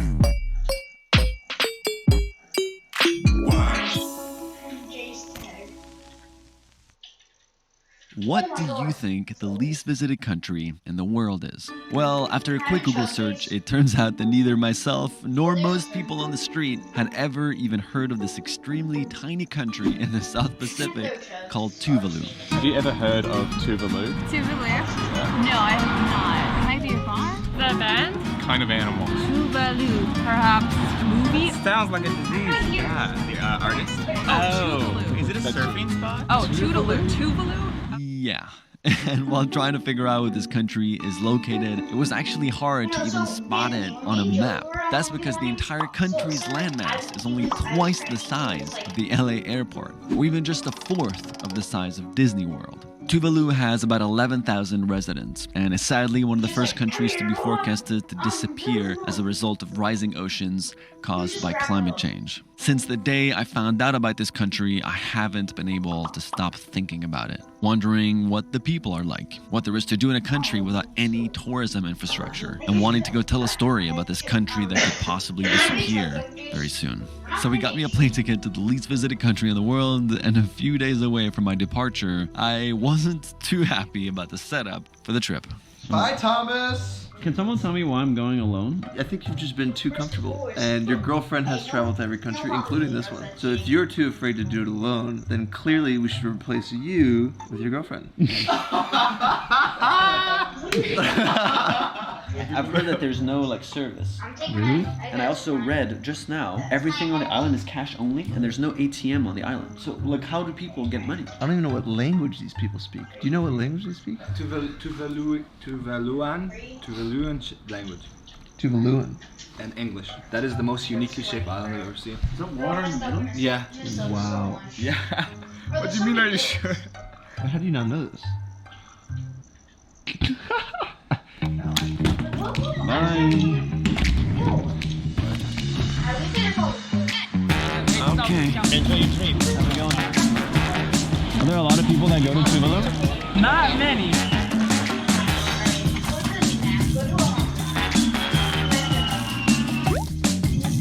Just a quick stop in Fiji, and the domestic airport is pretty small. Boarding flight number 2. Hello.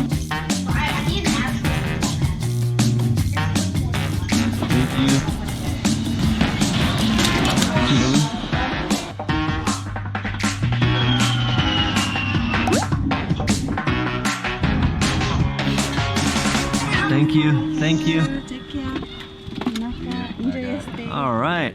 This is it. Looks like we've officially landed in Tuvalu. The white roof? Yeah. That's the hotel right there. Thank you. Appreciate it. Nice to meet you. Nice to meet you too. At first thought, oh wow, there's a lot more people coming to visit Tuvalu than I thought when I boarded the plane. And then as I slowly started having a conversation with all these people, every single one of them is here to work with the UN, not here for tourism. So looks like I might be the only one. Let's go see what this hotel is all about. Is this the reception? Yes.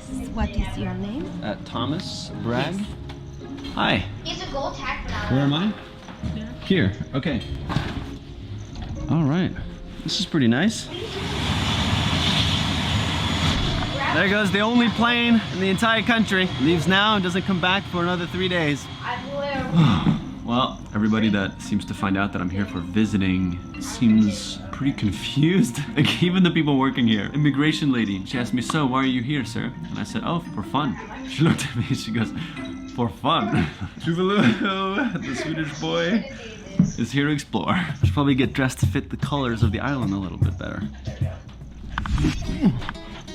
All right, this is a whole lot better. Time to head out. Is there anywhere I can rent a bike? Oh, we have one bike, yeah. Oh, you have a bike here? Okay, great.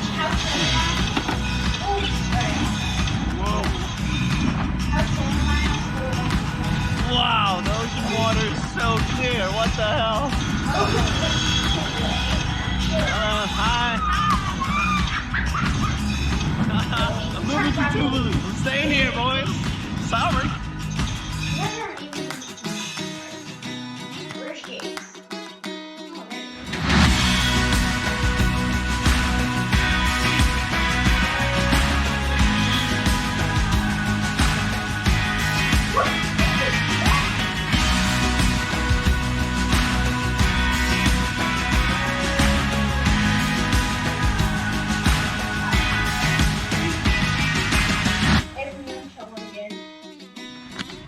This country is so thin, you can literally see both sides of the water pretty much at any point. So you see there's the lagoon, and then there's the open water right here. Pretty much every single person that I have crossed so far, walking, is waving and saying hi. Already just first impressions, like, love this place. Are there a lot of tourists here? Hey, are you a tourist? Yeah. Today? Yeah. Is that funny to you? But how did you get... How did I find Tuvalu? Yeah. I googled what's the least visited country in the world, and then I found Tuvalu, so I was like, oh, I have to go and see it. I've been on this island for about 4 hours now, and I still haven't seen a single other tourist. Half a chicken. Wow, thank you. It is sunset time, which means the locals have taken over the airstrip and turned it into their soccer field, their volleyball field, and all sorts of different activities going on right now.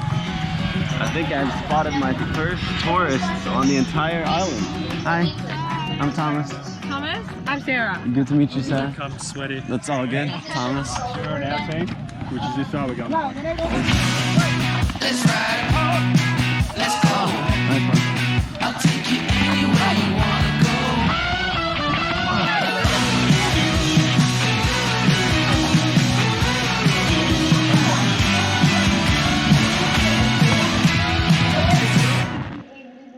Why are you here? I'm half Tuvaluan. So. You're half Tuvaluan? Yeah. Wow. Yeah. And then half what? Half Australian. Wow. I've joined a little local soccer game right now. Turns out that the Australian guys that I saw here are half Tuvaluan as well. What is it to do during the day? I think the best thing you probably do is try to get out to the other islands. Ah. My new Australian Tuvaluan friends later invited me to go have dinner with them. Have you guys ordered already? Yes. Okay. They then invited me over to their grandparents' house where some of their family still lives and explained to me a bit more what growing up on the island was like. Do people sleep on this? Yes, correct. There's mattresses, but most of us prefer the mat. It's so crazy to imagine that you grew up here. For how long? How much of your life? On and off till I was about 16, yeah. So, wow. Tuvalu was the language I thought and spoke it. But it took a long time to get used to mattresses. Are you serious? How many people live in this house? 9. But then we have like visitors everywhere. The boys out there, Yeah. they like to come and hang out here quite a fair bit. So sometimes they just pass out wherever they want. Wow. There's sort of no boundaries. You live here, I live here. It's just kind of wow. That wraps up day 1 in Tuvalu. Seeing how communal they all live together was awesome. See how tomorrow goes. Good night.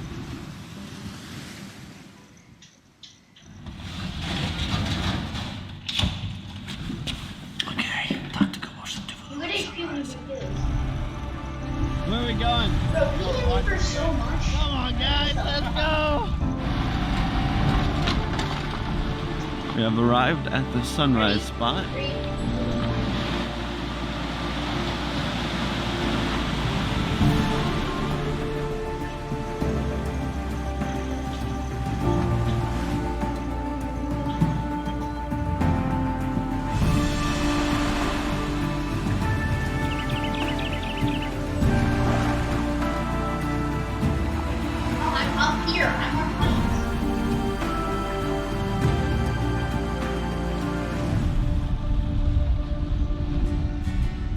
Okay, we're about to go check out a local bakery / market. Let's go see what fresh Tuvaluan bakeries look like.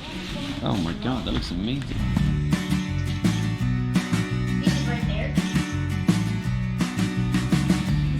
Did we just arrive in heaven, or what? What is this place? Where's the jackpot? Hell yeah. Oh my god.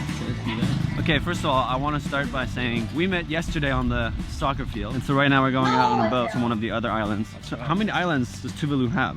So Tuvalu has 8 islands. We are on Funafuti, which is the capital. Yeah, well, thank you for letting me tag along. This is like, I don't know what I'd be doing today if I hadn't met you guys. Yeah, but no worries, man. That's awesome. There he is. That's our boat.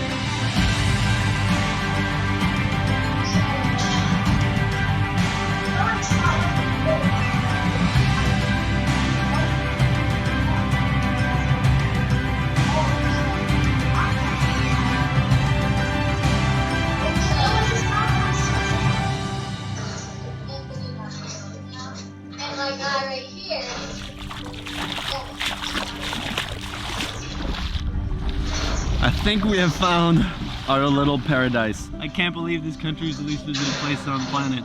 I mean, look at this. This is like out of a dream. Like when you picture like a deserted paradise island, this is it. This is apparently one of their grandfather's old compound. I don't know if anybody still lives here. Yeah. What? Yeah. Are you from Tuvalu? Yeah. You watched Yes Theory? Yeah. What? What's up, man? That's amazing. Yeah. Did you live here on this island? Yeah, I live here. That's awesome. Oh, man. Damn, cool, man. Dude, you're probably the only like Tuvaluan Yes Theories. I'm pretty sure it's just me. Yeah. This is your house right here? Or This one. that one? Yeah. So you live here with your mom? Yeah, mom, my dad, my sister. This is it? Pretty much just a simple life. That's all we need, though. You grew up here? This is your childhood home right here? That's amazing. Who would have thunk it, man? These are beautiful. They make the necklace and then sell it. It's communal living everywhere, right? Yeah. Everybody shares? Yeah. Whenever one family go fishing, when they come back, they distribute it. So you went to study in Taiwan. What did you study? Software engineer.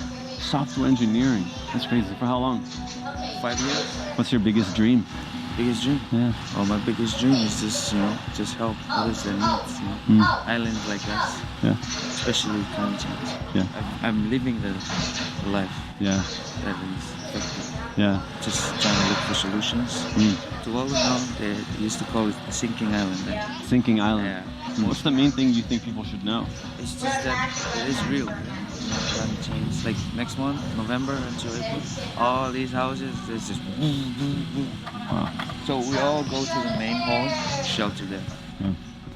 This is like meeting hall, dining hall. Thanks for the tour, man. No problem. I was not expecting to meet a Yes Theory subscriber in the middle of Tuvalu. YouTube really does reach the world, eh?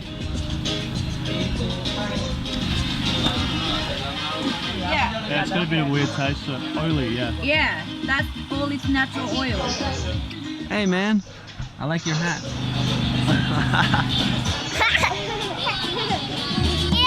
Yeah, show me. Oh! Oh! Oh!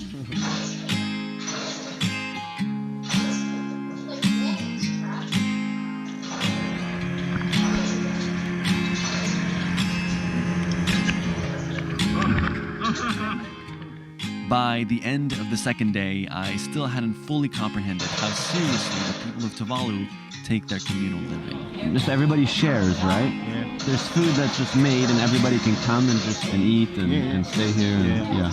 Wow. This local ended up explaining to me something really interesting about Tuvalu. That at some point along your upbringing, you can end up calling one of your best friends your brother or your sister. And at that point, that person literally becomes a part of your family. And when you both grow up to have kids with your separate partners, you then all move in together in interconnected houses and raise all the kids as a community. And so did you have a friend growing up that you called your brother and then he became your brother? Yeah. You have that? I have. Wow. I went home that night feeling grateful and amazed by everything I had just learned.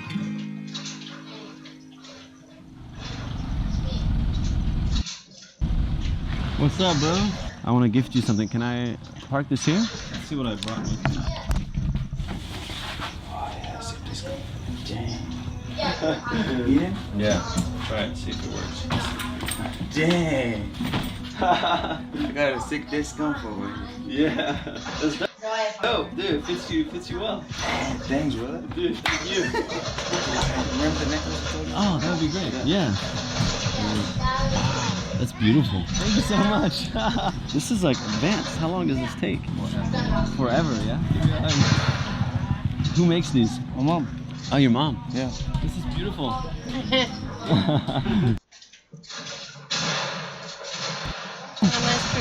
Thank you so much. I'm very happy. Dude, man. Yes, fam. Oh, what a hit! Yes, ma'am, let's I'm go. all the way up here, bro. I need more people around me. Yeah, you want people to come visit here? He didn't even jump. What a hit! Ah! I'm so good at the game. I'm good at the game.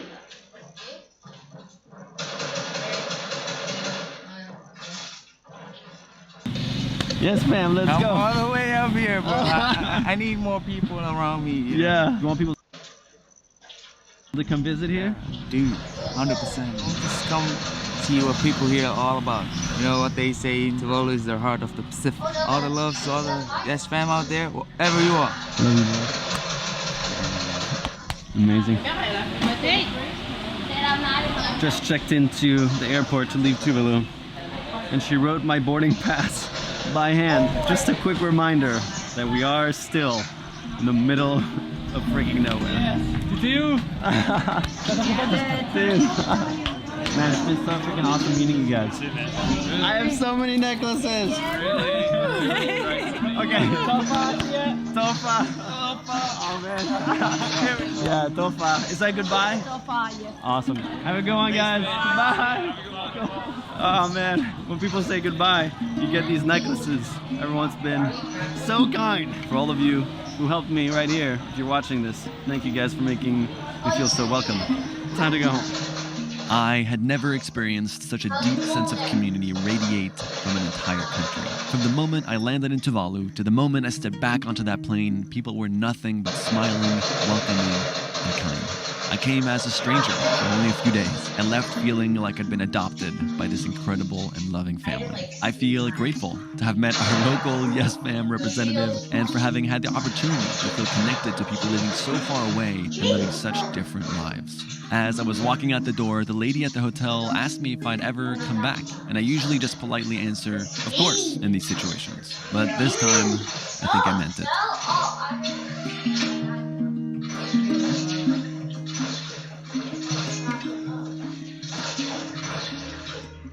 But before we go, I just want to thank the sponsor for this video, Skillshare. Skillshare is a website where you can learn new skills instantly, like entrepreneurship, photo, film, and even coding. We've been using Skillshare for the past few years to learn skills ranging from Adobe Illustrator to business strategy, and we'll keep using it to continuously grow.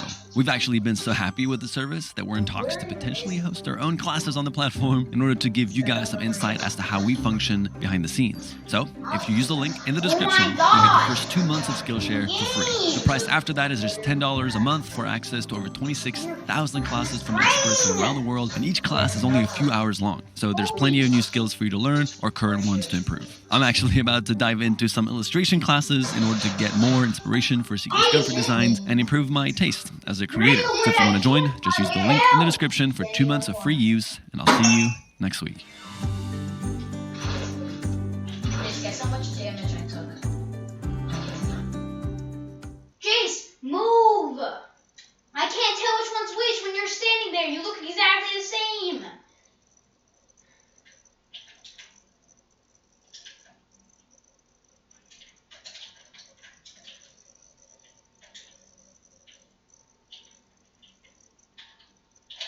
You needed the health, so I'm giving you the dang health. You get siphon, you should be... No, it doesn't count, Jace. Just move. You look exactly the same. I lost because of you.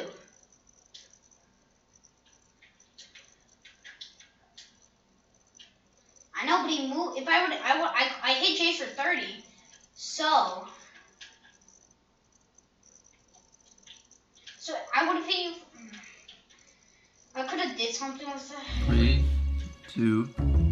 No, that right. 3. Oh my god! When I was a kid, I had a globe on my desk, and I used to love spinning it. Close my eyes, point my finger somewhere random, and then open them up to see where I landed, letting my imagination run free about what that country would be like and if I'd ever get to visit it. And the answer was almost always that I'd probably never get to. But 15 years have passed, and I've realized how life-changing of an experience seeing other parts of the world and experiencing new cultures truly is.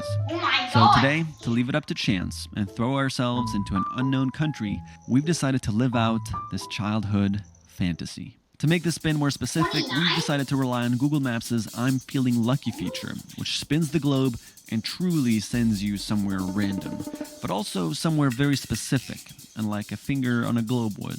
Matt and I are the ones going on this adventure because Amar's Egyptian passport requires him to have a visa for most countries, so unfortunately a last-minute trip isn't possible for him. And given that Matt hasn't been able to travel for months because of his Ironman training, the hype to go on this trip was high.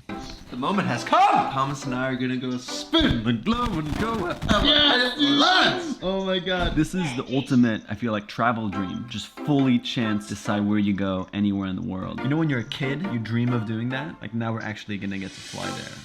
Let's do it. Alright. Oh my god. I am feeling lucky right here. Whoa! The power is in the hand. Wait, so we're only doing one click and then we just fly there? I think so, my friend. I think so. Oh boy, it's actually shockingly nerve-wracking. 3, 2. Wow! Oh my god! Yes! Australia is so far, man. Go to the Great Barrier Reef. We've never been. No, I know. We've never to go forever. I'm aware. I'm aware. This is like a dream of mine. Yeah. I wanted to go so bad to Australia. Oh, this is gonna be so fun! Yes! Yes! Yes! This could have literally sent us anywhere, and we're ending up in freaking Australia. Time to reveal to the boys where we're going. Ah! We have an exciting announcement to make. We will be leaving town. Oh, thank God. So funny. We are going to the Great Barrier Reef. Hey! Heartland! Wow! You're gonna love it. Cam, what do we have to expect? Wild animals, crocodiles, mosquitoes the size of your face. We are booking the flights to Brisbane right now, and here is a little secret for all you people who want to travel. We have a website, YesTheory.com. On that website, there is a tab called Book an Adventure. If you click this, it is freaking crazy what it does. We are saving $400 because our friend Guillaume, who's a travel hacker, set up this plugin on our website to find the cheapest flights. I have not found anything cheaper than what is on YesTheory.com. Where are we going? Going to one of the most incredible places on the freaking planet. But to make this more interesting, we've added a twist to it, but we'll explain at the airport. Vamos! It says Brisbane. I still can't believe it. Thank you. We have decided that once we arrive in Brisbane, it's a 2.5-hour flight to get to the actual Great Barrier Reef. We are going to find two very, very lucky strangers who have never been to the Great Barrier Reef and who are from Australia, and we're going to ask them if they want to join us. If we're going to go to the most iconic place of a certain continent, we got to take people who have never been, who live in that continent.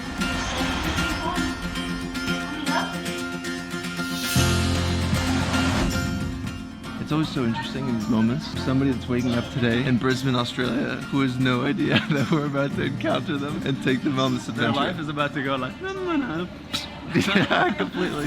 All right, we're in the central of the city. Wow. just got real fast. Yeah, there's like nobody here right now. It's Saturday morning. Hello, I have a quick question. Have you ever been to the Great Barrier Reef by any chance? No, not really. We just got in this morning and we spun a globe to decide where it would take us. So it picked the Great Barrier Reef. We decided that we'd come to Brisbane and find somebody to come with us.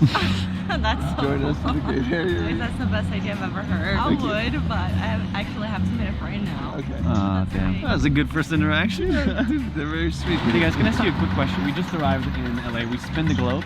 In LA? From LA. Sorry, I'm trying to find two people to come with us from Brisbane to go up to the Great Barrier Reef that have never been there before. We've been there. Oh, you've been there? Yeah. Thank you guys. Have a good one. We gotta find somebody that has never been there before. That's the goal. Should we ask this guy? Oh, where you going? How are you? What are you doing? Luke. Thomas. Where are you from? Good to meet you, bro. Los Angeles. We just flew in this morning. Really? Yeah. Fucking hell. You happy? You liking it? Yeah, dude, I mean, we've been here for 2 hours, but so far everybody's been so nice. Good to meet you, You'll bro. have to get a photo. Aussie traffic controller. Luke, I got a question for you. Yeah. So the reason we're actually here is Yeah. because we spun a globe and Google's I'm Feeling Lucky and it said the Great Barrier Reef. So we're gonna go up to Cairns tonight. That was pretty quick. Really? Yeah, and we don't want to just go us two because Yeah. we've done a bunch of these adventures before. Yeah, yeah. And each time we bring strangers with us and it's Yeah. always amazing. So if any chance you'd be down. Have you ever been to the Great Barrier Reef? Nah. You never been? I'm gonna go, yeah. Would you be down to come? Yeah, probably. How much is it? Well, we would cover it. Yeah. Yeah, it's pretty good. Why not? How often do you get to travel? Mate, never. Do you have like a friend or somebody that you'd want to bring too? Like, Yeah. He's actually been serious? Yeah, 100% serious. This is what we do for a living. Yeah. Oh, So you really? can- That's so good. Hey, bro, you just have to cross the road there. Yeah, all good. That's right, baby. Tell him. Yeah, you got to do my job. Dude, immediately great vibes. It's all about peaceful vibe. I'll give you a call when I'm finished. Okay, sounds Yeah. good. Alright, See you so later, dude. see you in a bit.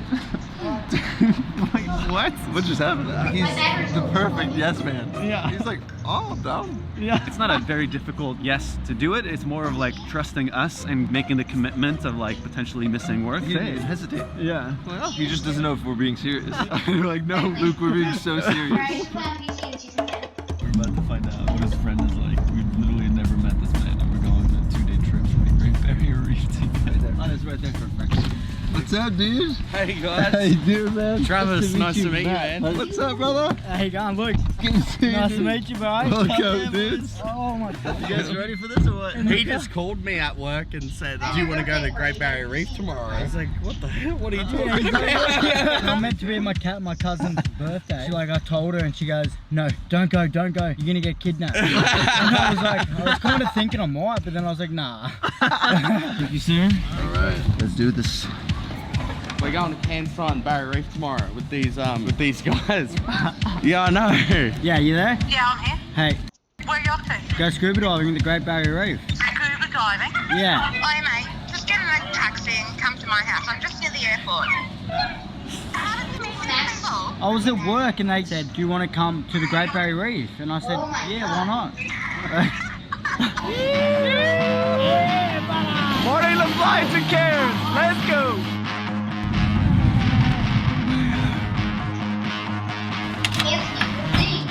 Sorry. Home sweet home, boys. Good night, boys. 6:30. All right, we're gonna pass out. Waking up at 6:30 to head out on our boat excursion. The next day, as we were getting ready to head out to the reef, Luke decided to tell us a bit about his past. All right, Luke, I'm ready to hear it. How you going? My name's Luke. I had a skateboarding accident in 2013. Going down a hill, you know what I mean? No helmet on. Fell off, hit my head, ended up in a coma for 5 weeks, and yeah, hospital for 6.5 months. I was given a 3% chance to live. Well, they said if I woke up from that coma, I was going to be completely brain dead and in a wheelchair for the rest of my life. Like, my family was coming up to say, say bye to me when I woke up. Yeah, like I get emotional, sorry. But the 3 side effects from the injury is I have short-term memory, so which is like you forget the stuff you did like the day before yesterday kind of thing. I lost my sense of smell because I hit it in that spot. I hit my right side of my head, so it damages the left side of your body. So my left arm is damaged, my leg is damaged. I can move it, but it's getting better. Like it used to be all the way up there. So I'm like always positive about things. Like, Do you remember anything before the accident? No, I lost complete memory. Like, it was what? When I was in hospital, like I had a heart monitor on, and like when my family members and my friends would come in, it was going like that, like it would just go straight, and then as soon as they come in, it would go up. That's why I'm here, because I had so much support like around me, like with my family and my dad would come up every day to the Gold Coast, same with my family.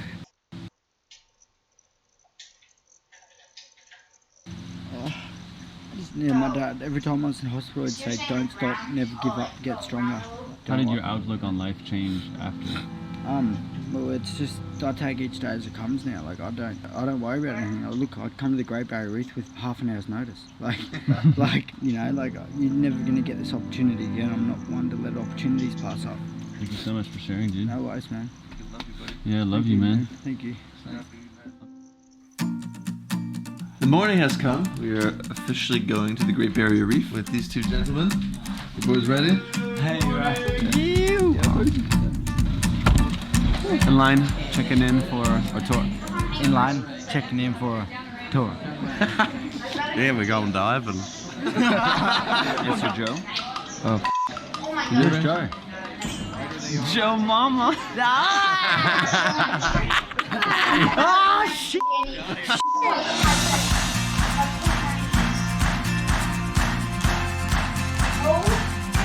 You guys boys ready? They're not boys, these are men. These are men ready for diving.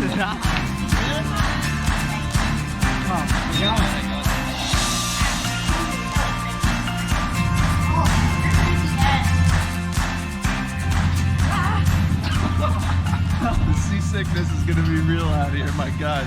We have arrived at the Great Barrier Reef.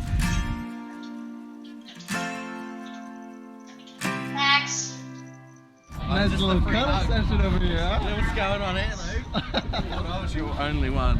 Yeah, I'm ready, bro. I'm ready. Luke is going in for his first dive ever. Woo! This is the spot on the map, right here. Yesterday I was at work, now I'm at the Great Barrier Reef. What the hell, man? I'll get Rule and Ben to help you out. And he's off. Ready to look in the water, buddy? Alright, off they go. Oh my God, man.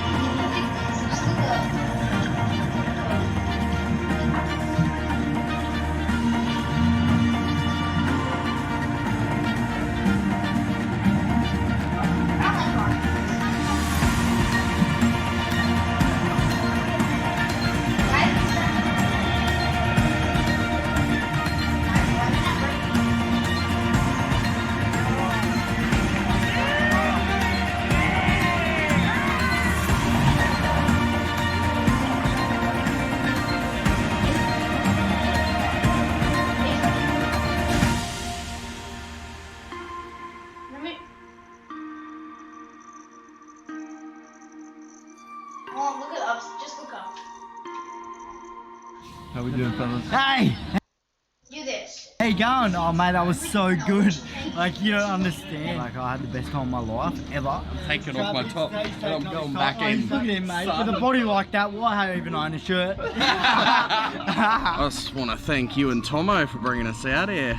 Doing something me and Luke would have never done before if it wasn't for you. Thanks for coming, dude. Thanks for paying, man. I was broke as shit before coming here. Like nearly zero on my bank account. But I'll come. Same as him too. Yeah. And you guys are two of the happiest fellas I've ever met, so. Yeah, we stay pretty positive. Give off positive energy comes back to you. That's what Luke believes anyway. It's obviously worked for him. Look at him. How you going, mate? Nice to meet you, Luke. Cheers. There's so much quicker.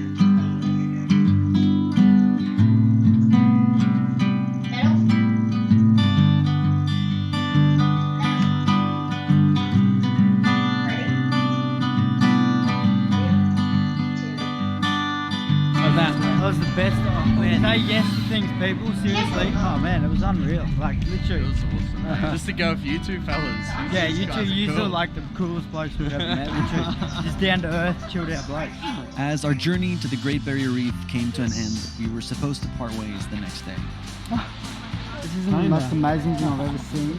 But after having had such an amazing time with Luke and Travis, Luke decided to stay with us to explore the area, its rainforest, and massive waterfalls.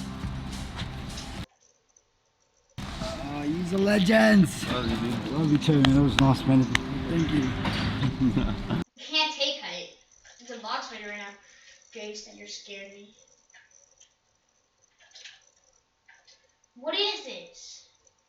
Bro, I don't like box fights. I'm not a box fight person. We can't do anything. Do you want to go to the...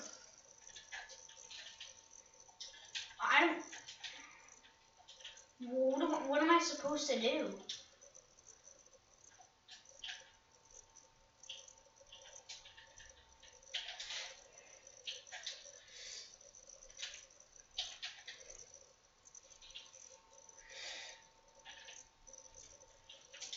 Load, good. Whoa.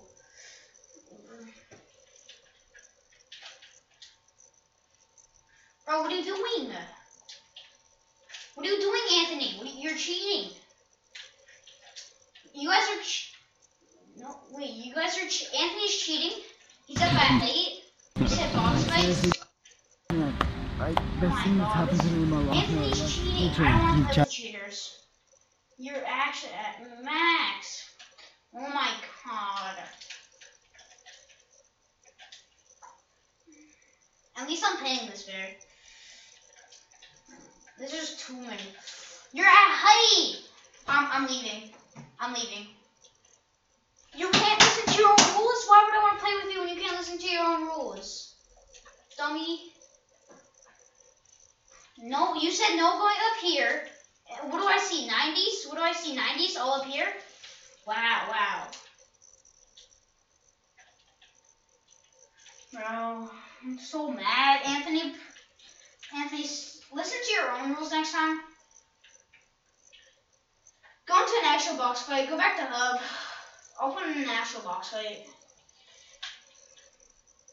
Because that only makes sense when you make your own dumb rules. You say, no going at fight, no going at fight. What do you do? What do you do, Anthony? You want to fight. So why would I want to play with you? When you... Box fight EPs. Get in. Get in. Box fight EPs.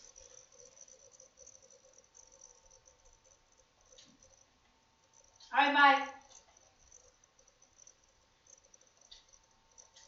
Then let's play a squad. You should have said that.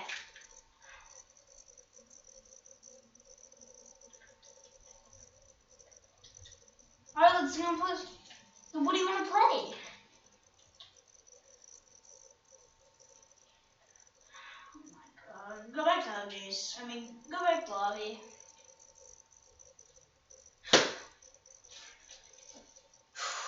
Never mind. Nothing's not going right today.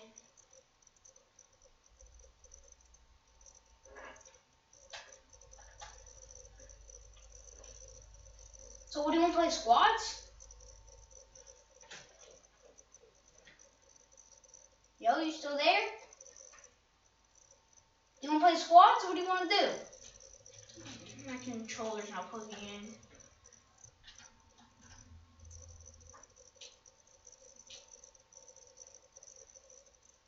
Is that you, Jace?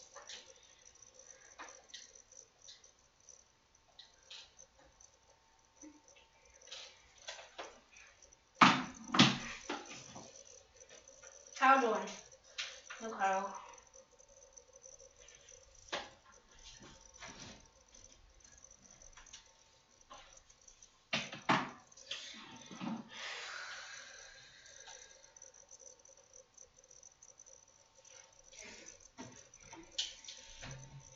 Bro. It's Vicks. Bro, this item shop is trash. It's basically the exact same thing. Look. He's disconnected. He's leaving and can do it again. What? Oh, bro. Bro, I can't believe that happened. A dual player sent you a video.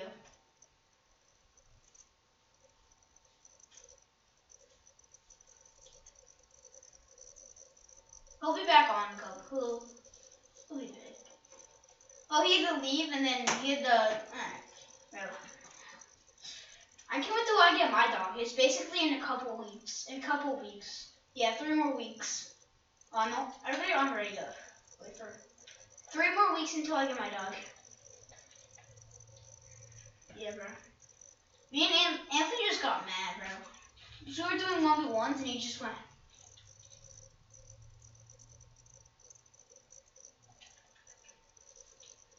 Yeah, we were playing both. We were playing boss fights and I was staying on the first level. He went up to the second level. I was like, you said only first level only, and I cracked him. And I said, let's just go in an actual boss fight. And he was like, that's fine though. I'll turn it out.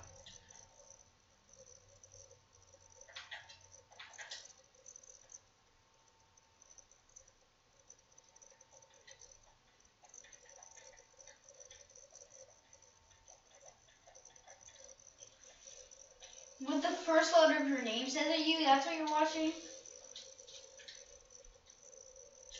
Bro, what is he watching? Everybody invite Anthony.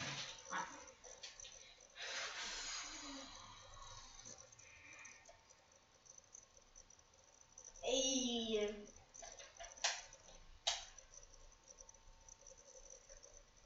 Oh, he's watching Tic Tacs. D. A. Alright.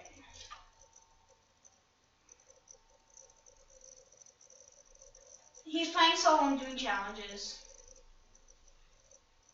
Don't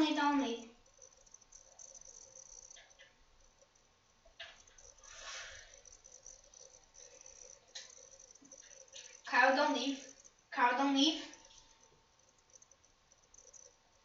Kyle.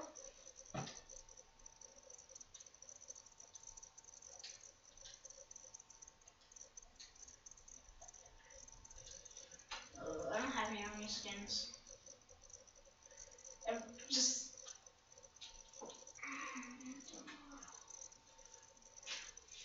don't have a lot of male skins.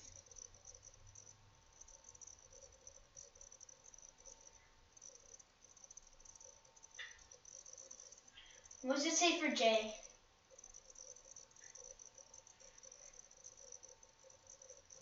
The king? You're a king? They don't want with me. Colin's streaming.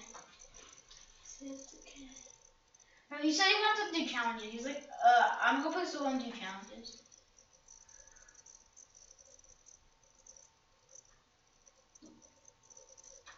Bro, why? Yeah, we're all in. Alright, what do you guys want to land? You guys want to land Frenzy? Because that's Kyle's pop-up place. And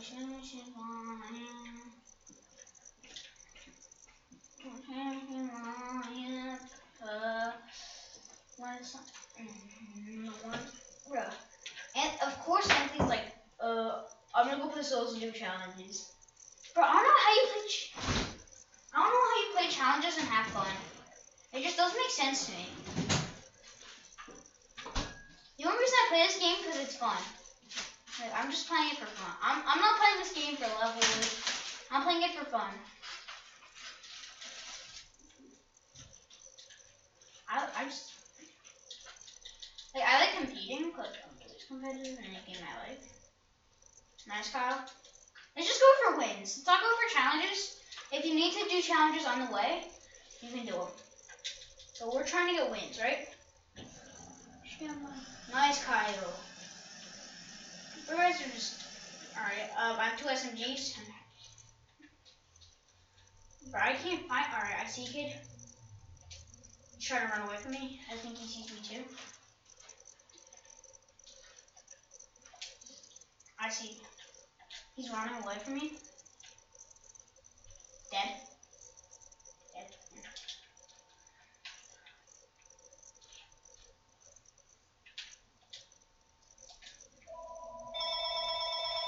I'm at 1 right now.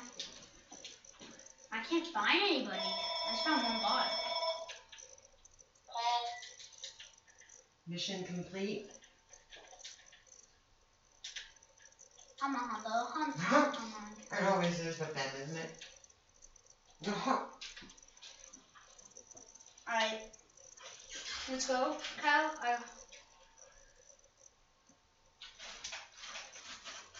where is he? And does it make sense to you? Just these kids are bots. There's just one. Dead. One pushing me. There's 14 on me. These guys are triple teaming me. Kyle, this kid's 3.5. You can. There's a kid boxed up. Kid dead right there. He just healed. Bro, this kid's a sweat. He's so low and he's a sweat.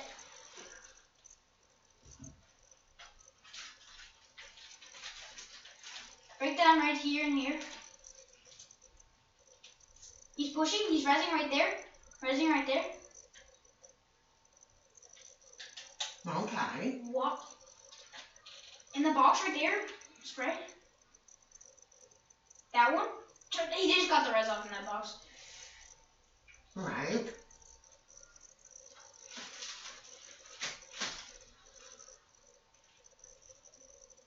Of course I laser this kid.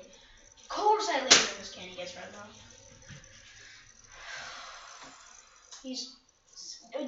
You have so many free shots. Okie dokie. You can't hit from there.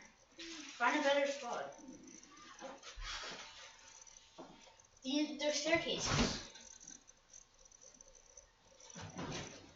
Wait, what'd you do? You went inside? Go up. You're getting out of there. You can't believe Anthony left the place. Oh, so you just yelled in. Challenges. Alright, they might take them on. If you can try getting close to us, just run. I think you should stick it. I think they're open for you. I have 35 seconds, 33. Jason has 2 seconds on his card. Can you get my 20 second card?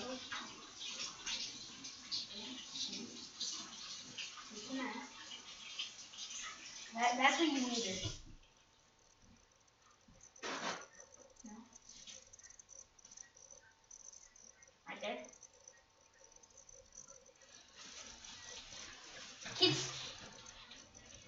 Bro, I hit that kid for like 95. Strange. Anthony, he said, I can't believe he left us to play challenges. Is he still there? Well, I want to say hi to Joey. Isn't that kind of crazy, Kyle? He left us to play challenges. Okay. Who played challenges? So I guess Matthias is taking care of that. Wait, what was that? Look how sweaty these guys are. Oh, with the meatloaf? 66?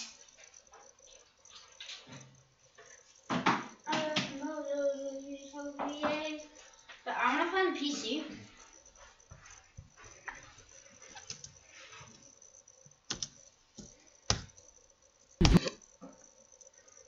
Put faith back in my life, you know what I mean? Like, I wasn't very happy. I was happy, but I wasn't. He's a legend. Just stash it. Go sit in for a brook has a skirt. Bad. Does she have a gate on the porch? Alright, so the kid can go in and out and run in the street? Alright, ready guys? Where'd Jace go? What the? They go play challenge here. What happened to Jace, Kyle?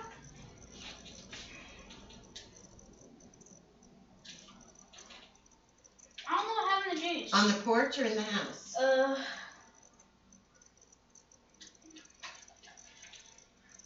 We're going in. Slurpee? Well, what's that supposed to do? Why can't we land the same place? I don't know how hard that is.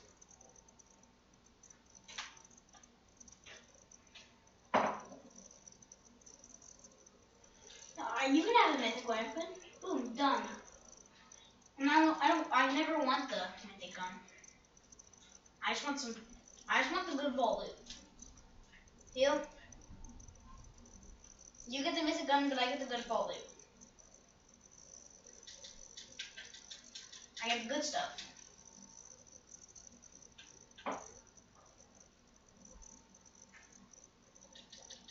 You literally just said so we don't fight over the. So we don't fight over the fight. So Well, that's you know my what? deal In is. the summertime, you can't I get get in. the good ball loot. I get. And on the weekends, you can't get in. So, I don't think it's that easy to get a reservation unless you're the in crowd. I have a loot pack I brought up.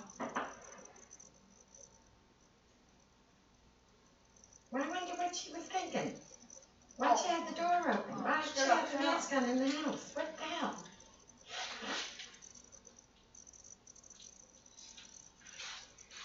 There's a chest right here. Shut off the power. I just gotta go, dog. I see a mini. No, I wouldn't do that. There's.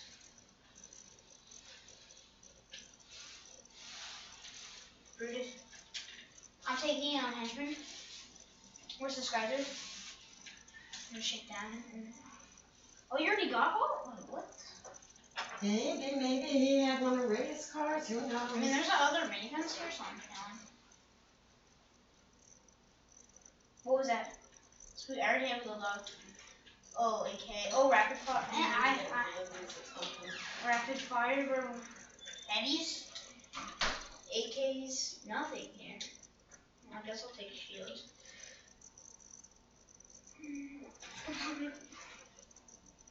I have one mini.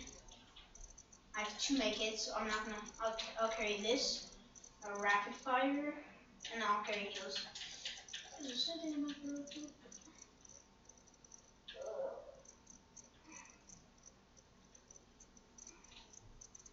I was gonna take. Bro, I'll take heals, dude.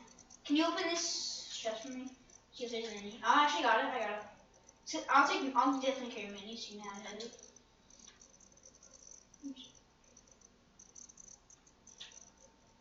Try and get some. Nah, bro, I don't carry minis. Minis are better bigs. Now I'm gonna take crashes. Very little. I have enough to like, you know.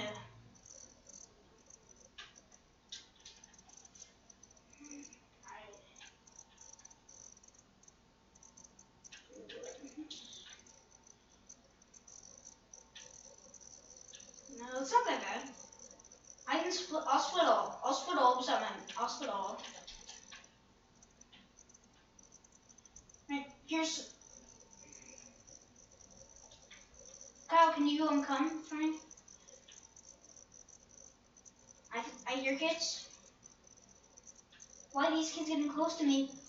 Bro, they're saying the things are getting close. The people are getting close to me. Kyle, where are you? I'm trying to come help. Would you let me?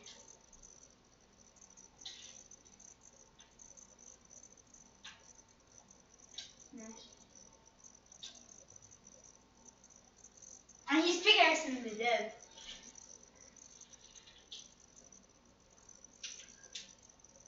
Oh, I shot something. Now I don't have the Skylos. Crap, we have to deal with all these dumb henchmen. Let's see how good this gun. The rapid fire is one of the best guns in that game. I can't lie. It's so good. It does 23 hit from this. It does 15, but it's so quick. So it does like 90. Yeah, here I'll split all. Kids, up here.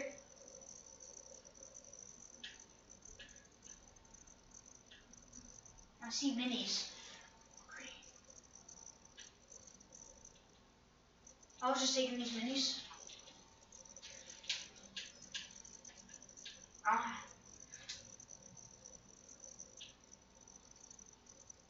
Good. Sweet. I take a shotgun. Bro, what do I take for my shotgun? These crashes? I have no shoddy shells.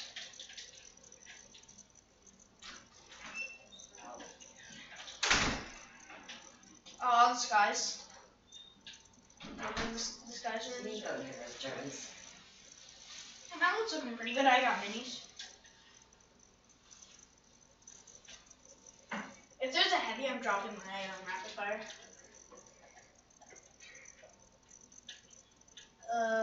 I have. Yeah, but she doesn't get anybody else's germs. Doesn't mean she can't get it.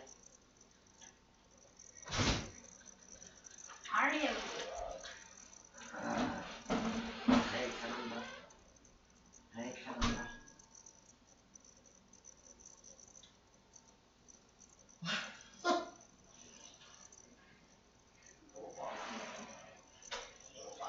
See, you can still have money and be crazy.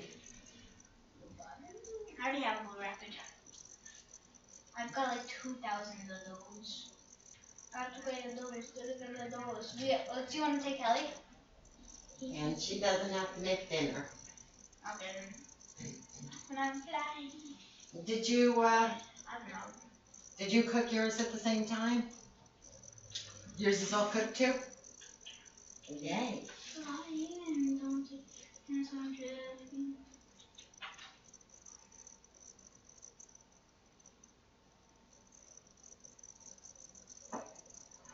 There.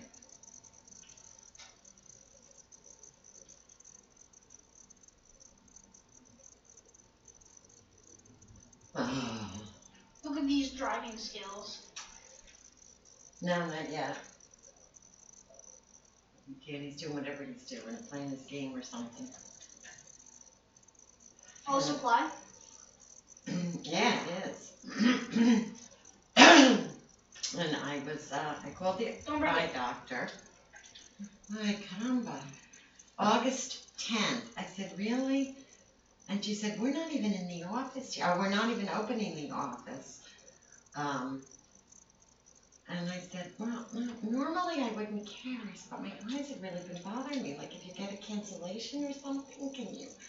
I don't know. Or people, I feel like we gotta take that. Oh, I'm sorry, but that's the best I can do unless you want to see one of the Oh other yeah, I have doctors. minis. I said, no, I really want to see McDonald. And she said, we've got no. 300 patients that we have to reschedule. Okay, well, I know there's nothing we can do about it. I already have 6. So,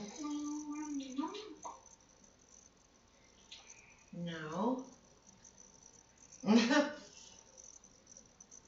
If there's a double RPG, I'll drop my rapid. I mean, I suppose I could see one of the other people, but that last time I saw that girl, she couldn't find the thing in my eye. Let's see what the supply drops at. We could go all the way to Misty and get the supply and hope for an RPG. No, I started going to him because I didn't have one. I'm trying to see what that next I don't know what happened to Dr. Actually, Cass. I have an I don't think RPG. he's around anymore. And I kind of do. Kids? I'm not sure, but he's got to be 100 by now. Bro, I'm just waiting for ones up here. And the guy I saw after him, I forget what his name was, but he had a stroke or something awful, and he had to stop practicing. Oh, I see kids on unzip. Okay.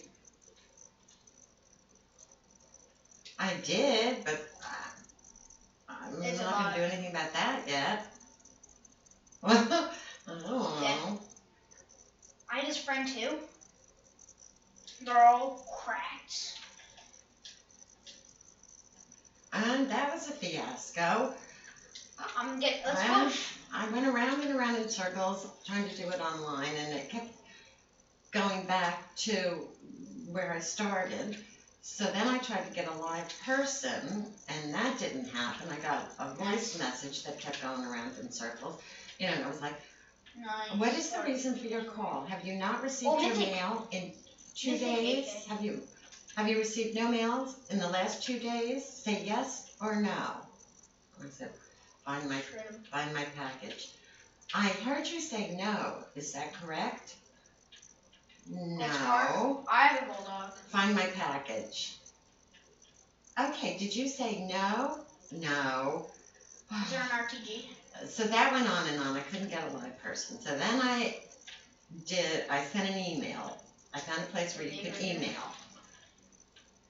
So that was a big movie hop too, because you have to go through this whole big one, your name, your address, the name and the address of where the package is coming from. I have 4.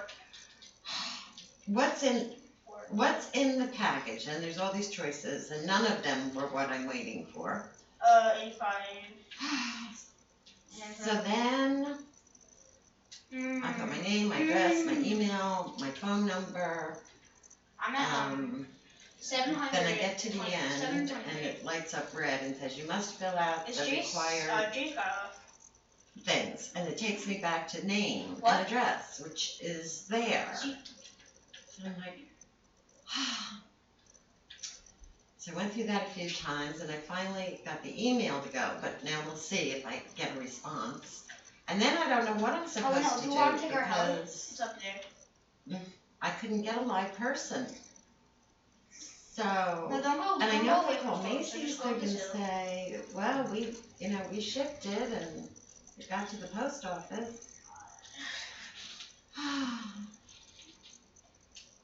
And they're good. Maybe, I don't know. You're not gonna build? And he blocked me. Oh my Well, god. yeah, if I don't hear How- back from the post office, I mean, that's the only choice I have left, I think. I don't know. I don't know. I just call him and say, don't bill me. I don't care if you find it or not, just don't bill me. I'm build fighting. And build fighting if you want to help. And I'm getting laser from the side. Can you kill one? Like kill multiple? So, that was a waste of time. I'm getting laser. This kid sucks. He's just sitting there. He's a camper. He sucks at the game. He's no life right there. No life right there. He sucks. God, this kid sucks. No. Oh my god, you're running. But like I said, that's not the part that's bothering me. At It's least the calm. reading. I'm trying. I'll climb all the way. I'll climb. I'll start running. But they're running. Just break Yeah, them. I spend a lot of time looking on the internet doing nothing. But it's like I get these. I'm close to. I get these sharp If you want to pains, come. like Right now, you probably can't. somebody's poking me in the eye with a needle.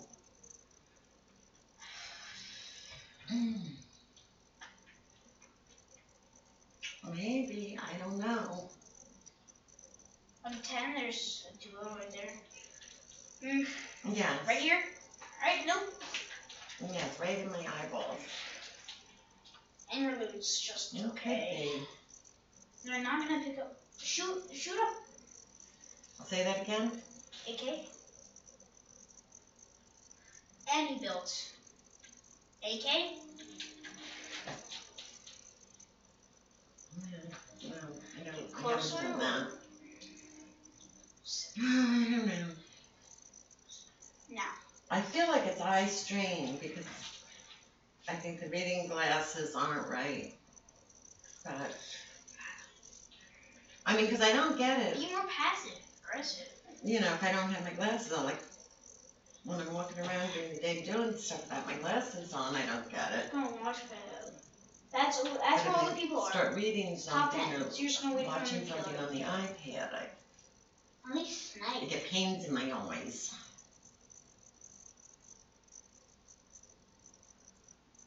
You have no heels. I think about it, but Drop your heavy for heels next time. Once you get a kill that guy's heels, drop your heavy. I don't know. But You're not I gonna guess need my your eyes heavy won't when fall you're out this closer to between the now and circle. August.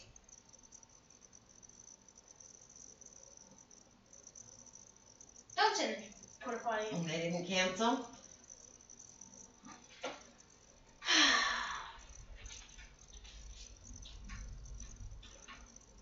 He knows where you are. Oh, why can't I'm having trouble hearing you? He knows where you are. You gotta land on you. You're They're gonna fading in and out. Nope, they know where you are. I don't know either.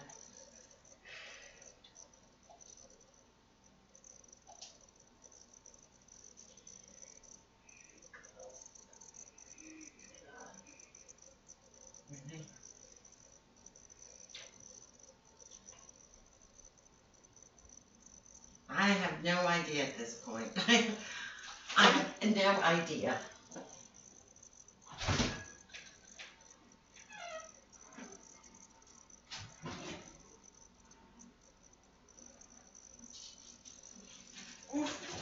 God, you can't do that because then you look like an absolute bot, and I know you're not. You just sit there.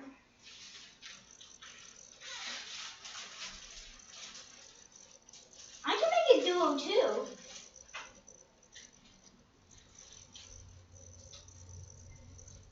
What's the difference? Yeah. It takes you 10. Weird. Maybe she saw you pull up and open the door?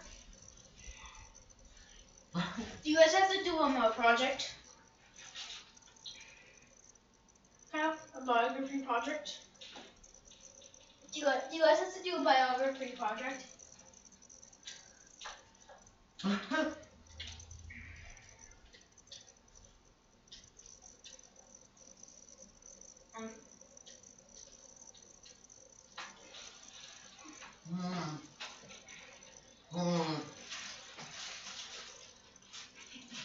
Maybe she got the crazy gene. Well, you want the game? You're an alright. I'm not. Oh.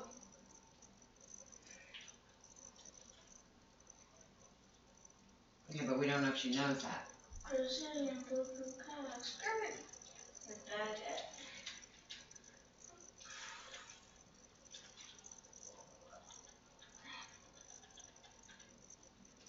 Alright, bro. You gonna come back or not?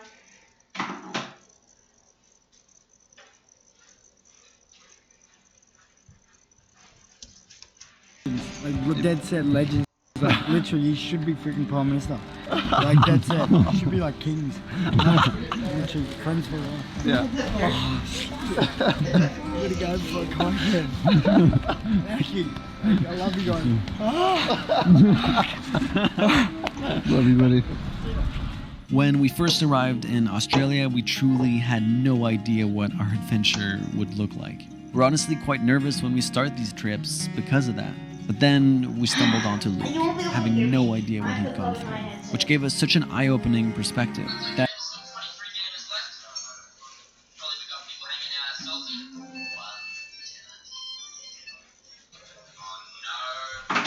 Why?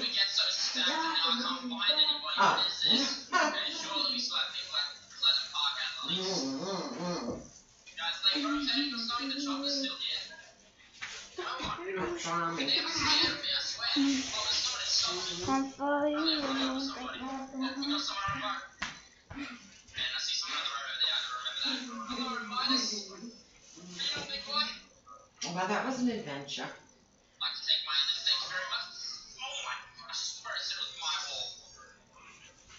Yeah, you probably went to put him down for his nap after he got through doing everything else he had to do.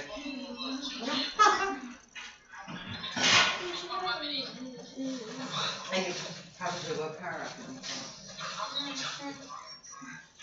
Alright, you probably woke her up and you texted. I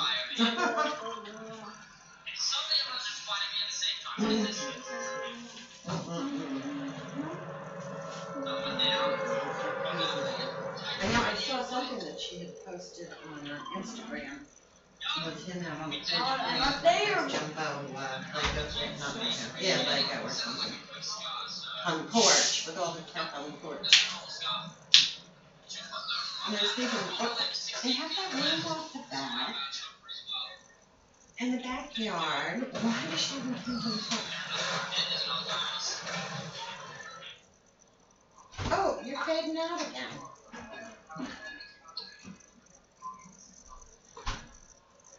You moving around? Oh. I don't know, you keep fading in and out. Of course you lay in there, you little. But when I saw that picture, I was thinking, why does she have a planner there?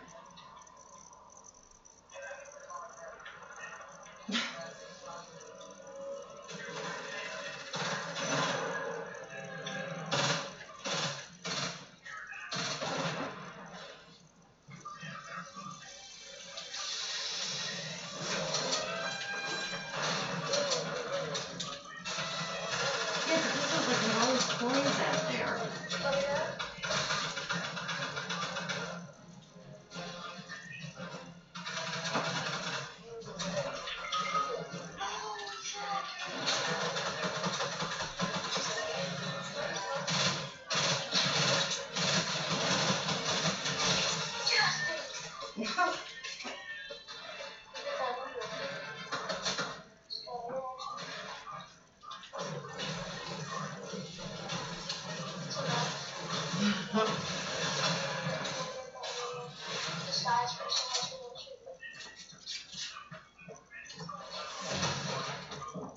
She can figure out what she's gonna have with it.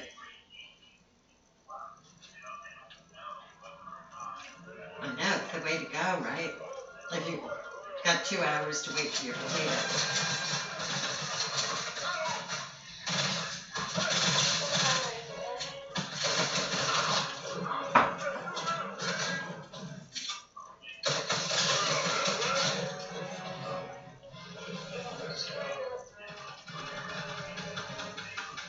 Yes, indeed. What does he have? Okay then.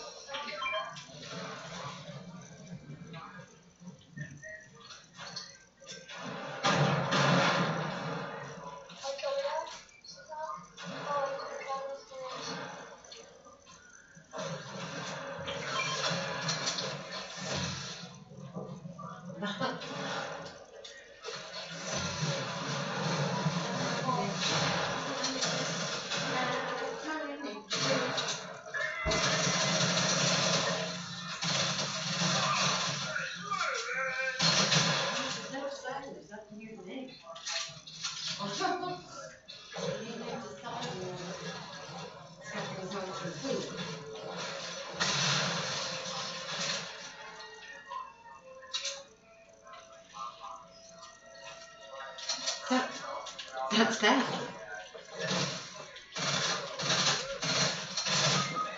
I know, right?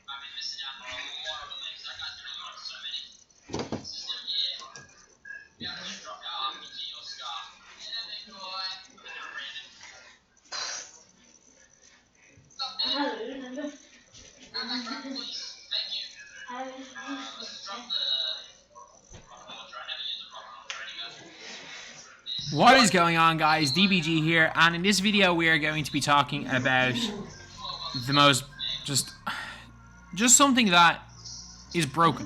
A broken product. A product that does not work as intended. And it's NBA 2K20 My Team. So first,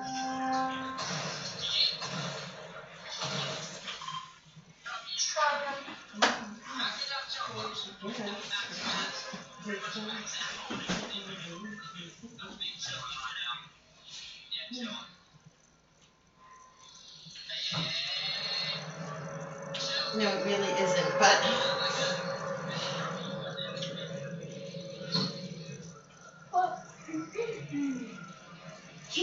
I'm moving now.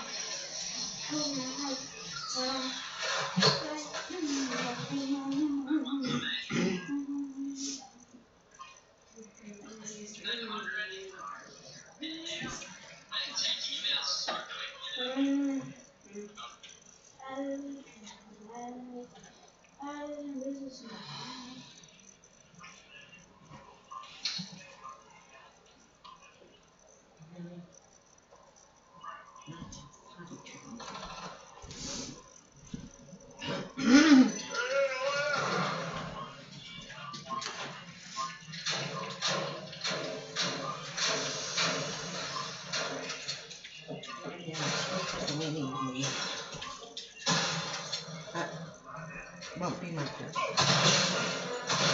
Won't be my turn.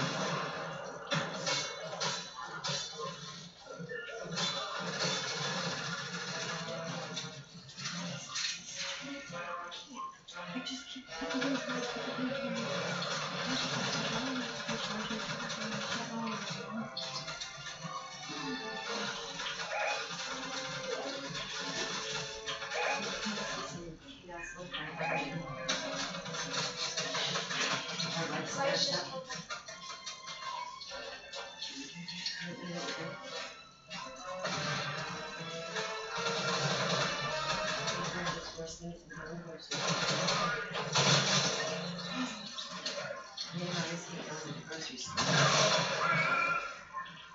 not going to the grocery store is worse.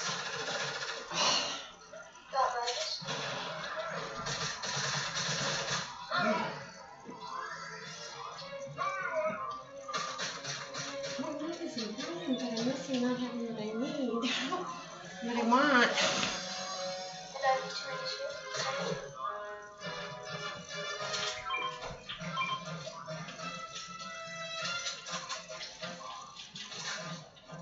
Yes, but also nothing to eat.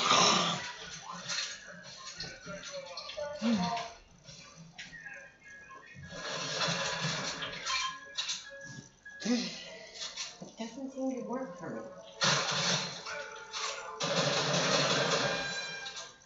Well, I haven't tried that yet, and now that I see that living close to I feel like there's a trade off.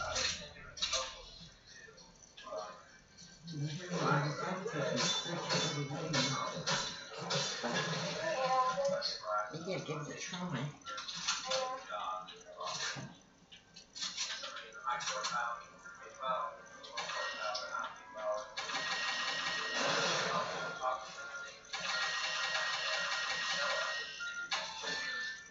And they put Jessie's head.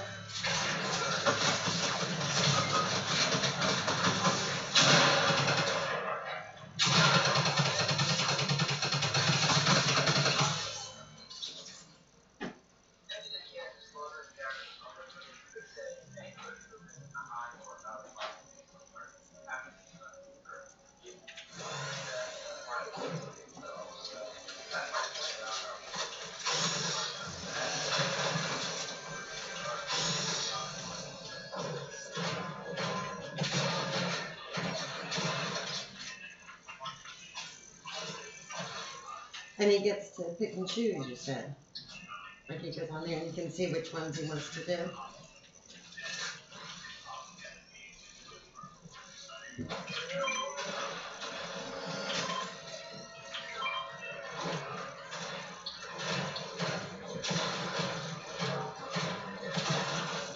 Oh, nice.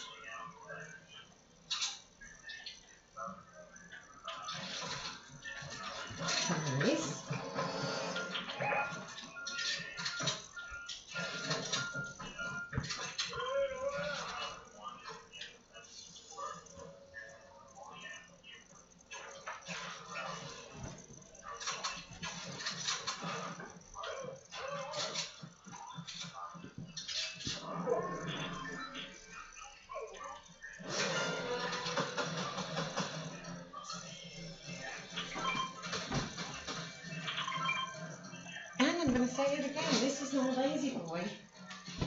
Yeah.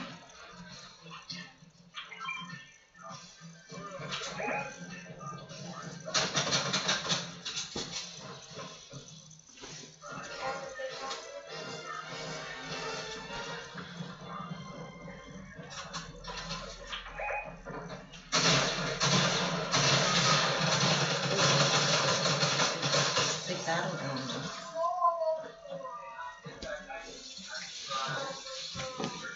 I'm gonna have to go to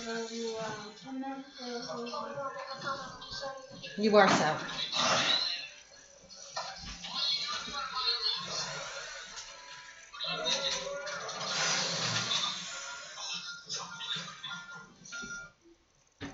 He tagged me for so much.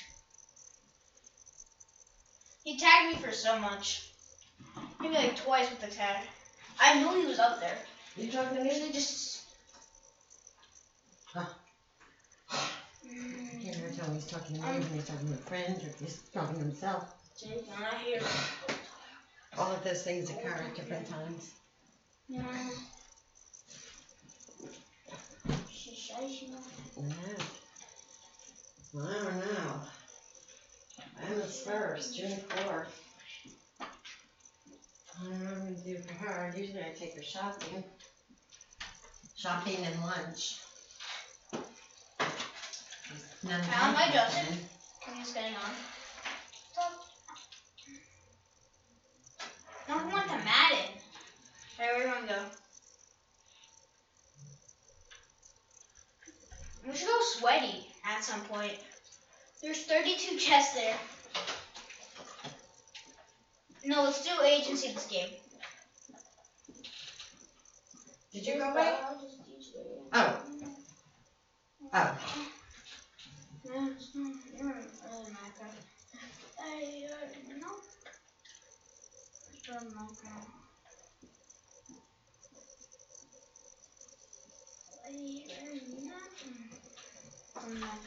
Well, that doesn't seem to matter these days.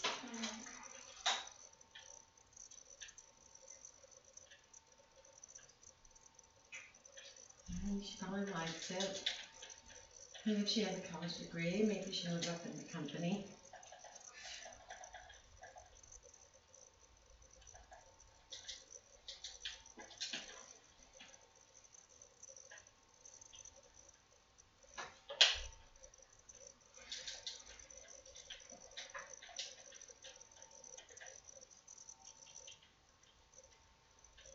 Yeah, why would that?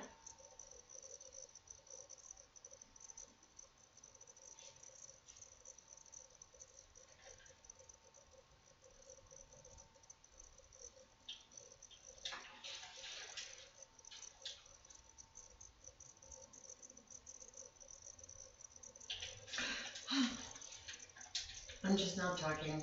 I'm just sighing.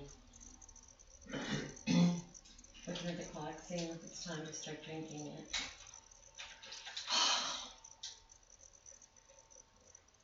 Looking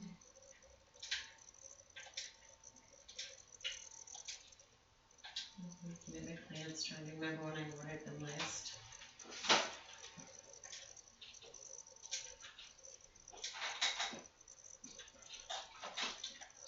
Well, these things, they're so old, and the pot's mangled, and they've outgrown the pot, and they don't die. When I start looking wilty, I water them. Oof, oh my god, I'm tapped. I just gotta take one more bandy. I just have to pop one more bandy, that's it. I can Either pop that or one they more try to for 2 commit weeks. suicide. Sometimes if they forget to order them, they jump off the mantle. I see a kid. And 30. That's the other thing, there's not even enough dirt in the pots, because Hit every on time me. they jump, they lose some of their dirt. Dead. An attack for me. Where are you? Right there. Yeah, I'm chilling. I have attack now. I'm at 19 right now. Oh, there you Oh go. my god, there you go. I'm getting shot at. Real kid, I can't drop ammo when I'm in a fight. Right there, right there, right there. He sucks at the game. He sucks at the game. His aim.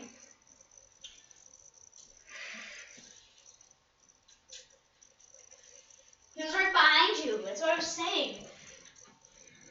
Oh, is it gonna bury him alive? Bro, turn your sound up. Turn your sound up. A little chilly for shorts. Your headphone sound on.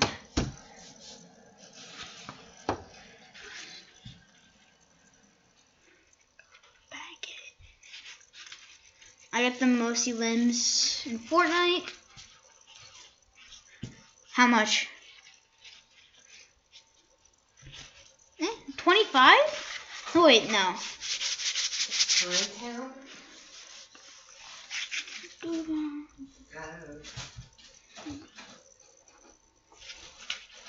I'm not. Are they okay? No. Oh, wait a minute, now I can't hear you again. I don't know, you're covering the phone with your mouth or something? I can hear you now. Unlike a fair amount of people who move to Los Angeles, becoming Hollywood actors is actually not one of our dreams. But making a cameo in a massive Hollywood blockbuster for just a few seconds, on the other hand, is absolutely...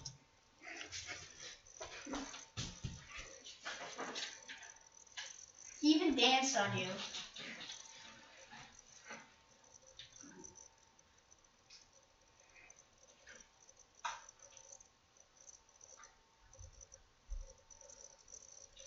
My job's good. See if I can mark a gun. This is my. I usually land right there. There's usually a gun. Oh, but that's all that's in Providence. There's a gun right there. Let's see. No one's contested. See, no one can test that gun. So it was a free gun. And then Joey's like, "This is my loot path now." Get right under me. Almost died because I did emote. I have the best loot path. I have two. I get 2 guns off spawn. Oh. I might get 3 sometimes. 4 if I'm 5 if I'm lucky. You have a henchman sponsor? Yeah, my loot is pretty good right now.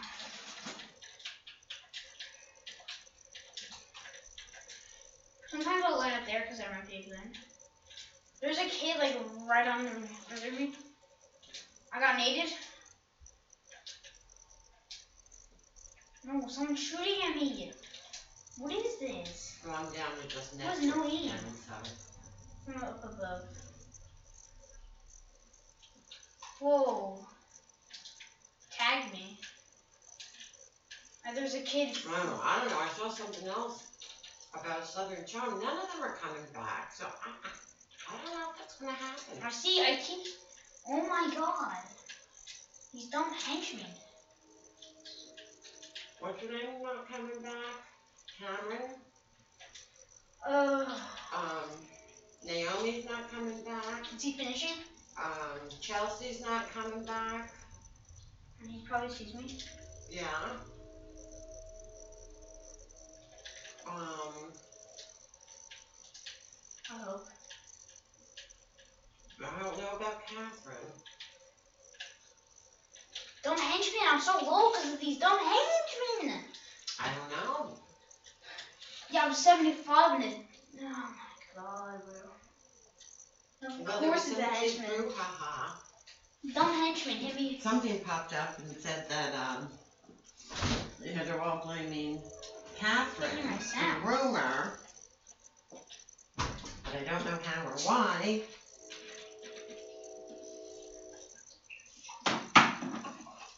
This is so dumb. What's gonna happen? Henchmen have like 99 HP. Let's land shark.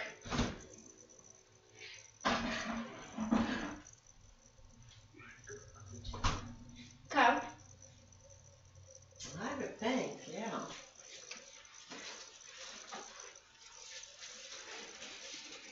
on our bucket list. Getting to spend a day on a movie set to understand how these massive productions are made while also sneaking our faces into one of the biggest movies produced that year would be both an insightful and a hilarious experience to be a part of. Now, 2 years ago, I was supposed to appear and get killed in a movie that my cousin was producing called The Big Break. We filmed an episode about it, and in the end, needless to say, my appearance was extremely memorable. Did you see me? Let's play that again.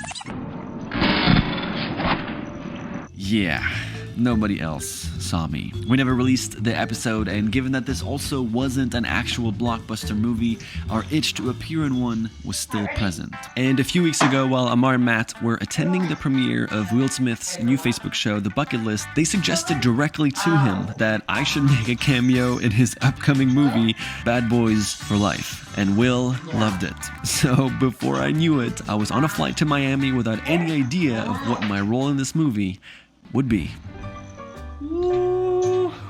I'll take it. La di da. Miami, place where all my dreams of becoming a famous Hollywood actor are gonna come true. Move over, Will Smith. I'm the next guy. Sure, Avengers. I'll be Iron Man in the next movie. No photos, please. No photos.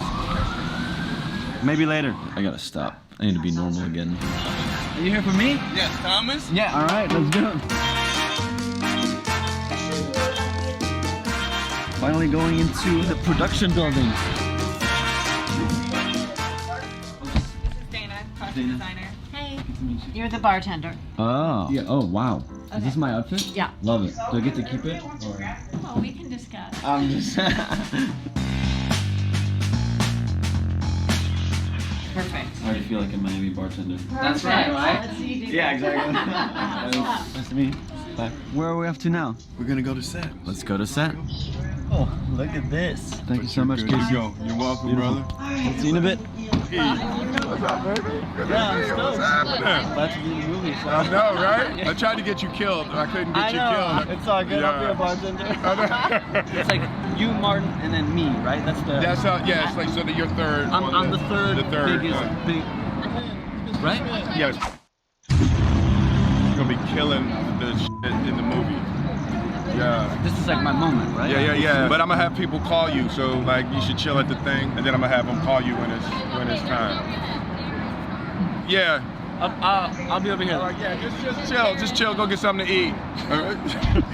All right, my big moment, getting a pep talk from the director. I'm pretty sure I'm like the third most important person in this movie. Bartender, right? That's right. I've never been in like a big movie ever in my life. What should I know? Well, you should know that, every detail in a movie is really important. If you're like a little detail that f***s it up, the whole scene is f***ed up. And if one scene is f***ed up, then the whole sequence is f***ed up. So you can't f*** up. And if the whole sequence is f***ed up, but basically the whole movie is f***ed up, then everything we did is for nothing. If you don't believe that you're a real bartender, it means that you're a faker. It means that you're a liar. And in a movie theater where people, they eat popcorn and they're really in the movie, and then they see one element that's sucked out of the movie, and they feel like, I'm watching a movie. You don't want that. $100 million movies, $100 million on your shoulders. Flush through the toilet. On your shoulders. Flush it through the toilet. What's my name? Do you guys know my name as a bartender? What should my name be? What is the name of the bartender? Jeffrey. Jeffrey? Yeah. Yeah. Just make that up? Yeah, sure. You're like super social, you can talk with anyone. Suavemente. Suavemente. Yeah. Like making love to the drink. No, this is not suave. Hey, we got you, brother. Hey, come on, man. It's gonna be next level. We believe in you. You got this. Thanks, boys. Maybe you should talk with Will too and ask some advice with him. On how to act? Yeah. He's done alright. He's done alright. He's a great career ahead of him. Yeah. That wraps up the first day. Didn't really film anything today. I was just kind of hanging out on set, getting to see how the directors work, how Will acts. See you guys tomorrow.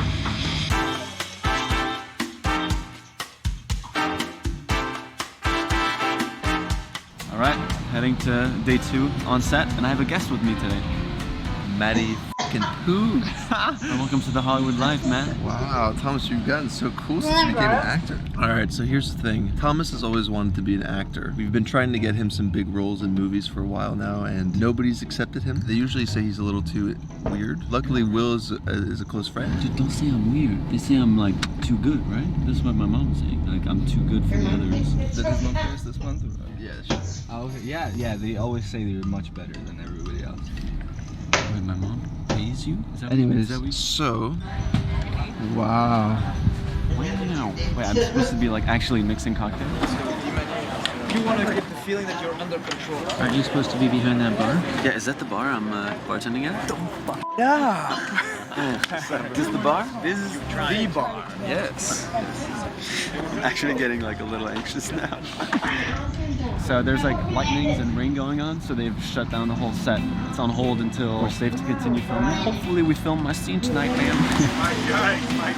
In the building. Everyone's here. Thanks for bringing the ring. Yeah, sorry. You guys met Coach? That's my acting coach. Is there a single piece of advice that he's given you that has changed a lot of things for you? I think the big thing in how he teaches is that acting is not separate from life. A lot of times when we'll sit and talk, we're talking about things in my life that I can relate back to the character, not trying to get me to learn how to make a face that looks like what's in the script. And then once I can tap into what's true for me, then the scene becomes easy. Can you cry on demand? Yes, but that's a mistake that young actors make is trying to cry. Nobody tries to cry. What looks real, you're trying not to cry. You shouldn't be thinking about the physicality of crying or not. There was one day that established Coach's brilliance in my life, right? So I don't remember what the scene was, but it was an expensive scene. Everybody was rushing, and Coach was like, "Hey, I want you to go in there and f this scene up on purpose." And I was like, "Coach, it's 400 people standing around there rushing." Again, it was Hancock, yeah, right? And then what happened is like, I'm like, oh no. So the reality is, if you can't be free in that space, you're not gonna find authentic moments. You're just gonna try to get in the line and say it right so you can move on. And that's not what my character would be thinking. And I f***ed it up. He wasn't happy. He was like, the next one up. But what happens is you get free and you get loose. And then once I got to that free space of ownership of the set, everybody has to back up and move while I find what I need to find to deliver the truth of this character. Be careful what you say in front of me. I just completely No, but on somebody else's set, we'll just have you removed. You do your lines right on my set. Thank you so much. No, it's all good. It's all good. You feeling more prepared now? I mean, I got Will Smith's acting coach and Will Smith's direct advice. I don't think any extra has ever had this many extremely qualified people give advice. You know? We're ready to get you dressed and through hair makeup now. Here we go. Why does he look so clueless? I'm like. Hello everyone, before you tune into this video and watch me suffer, I just wanted to let you know that we have just launched our newest collaboration with Lululemon. We are so stoked on this drop. We've been working on this for months. It's our most exciting collaboration yet. The drop is live for 72 hours until Wednesday at 10 a.m. PST. So go to the link in the description and get yours. This is one of the items, and here is a quick look at some of the others. Right up. It's on the other side of the map. And we get menus. And Patty Wardell, who doesn't own the hair dryer. Alright, I can't get you. Alright, I'm going to see.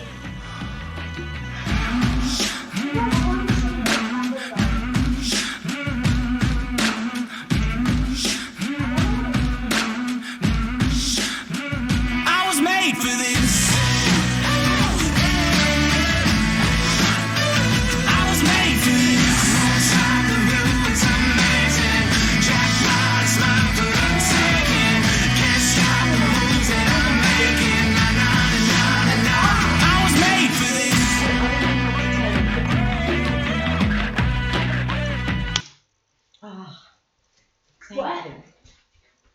Thank you, Jesus.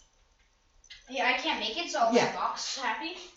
Like, I'll land anywhere. I'll probably have to land crack. So low I am. No, not in the least. I'm 900 meters. I'll try landing. Because I said, I'm about to lose it, and he immediately jumped up and turned it down. Because he knew, right? Because it was obvious. No, I that go was in the blue. computer. I'm only 600 meters. Alright. Just don't die. I'll come to you. Or just go outside. I don't know, it's a little chilly out there. I have to get one gun and I'll be okay. I went to the mailbox, I put my coat on because it was cold. Well, kill him. He doesn't have a gun. He just has mama. Alright, enjoy your meatloaf or your fish or everything. I know there's a shadow Lady base Goodbye. somewhere close.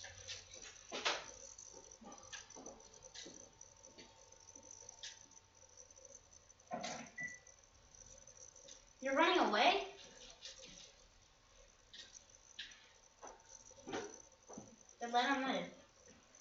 I don't chase.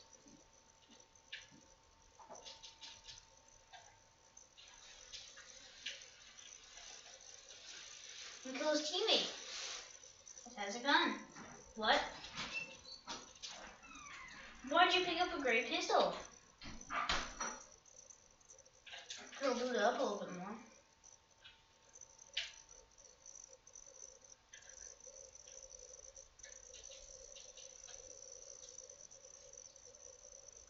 I'm about to come in a heli, cause I can. I know there's a heli here. Don't know where though. Like in here. Where's the heli at this factory? So I know there's a heli here. No way, there's not a heli here. No, there's. It doesn't say. This doesn't say.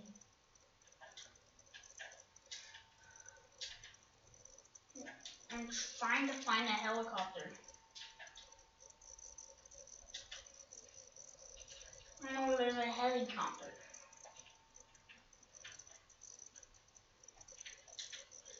Isn't there supposed to be a heli here? I'm gonna have to walk it.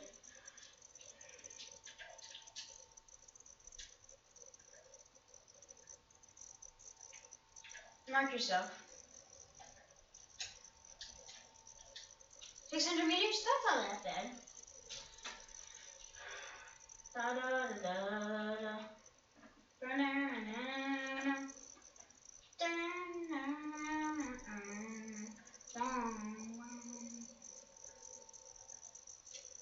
You're going farther?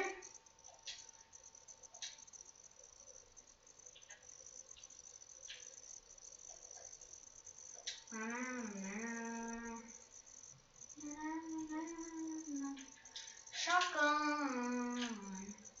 Give me that tag. I'm killing players.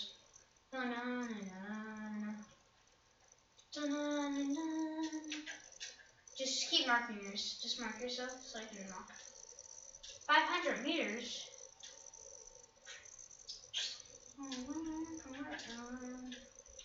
I'm down to knees. Hold the line.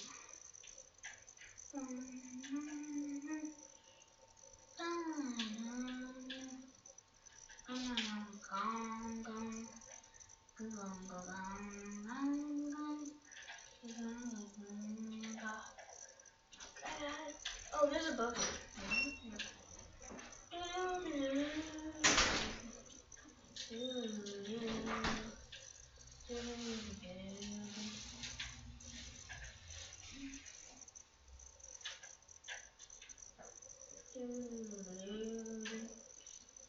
I'm super close. I can see the zips. I'm only 300 meters.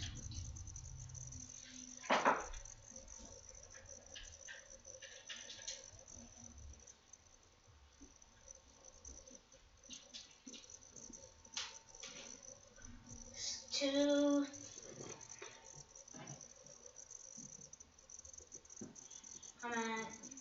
I'm only 200 meters away. And then you're dead.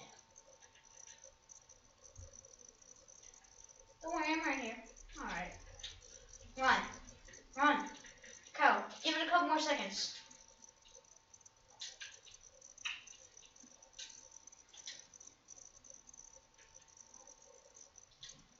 Four seconds. Alright, I'm here.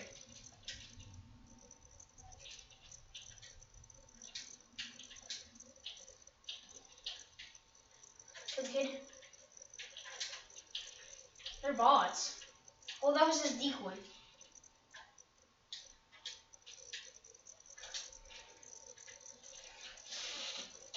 The purple crack, lucky and should've just finished.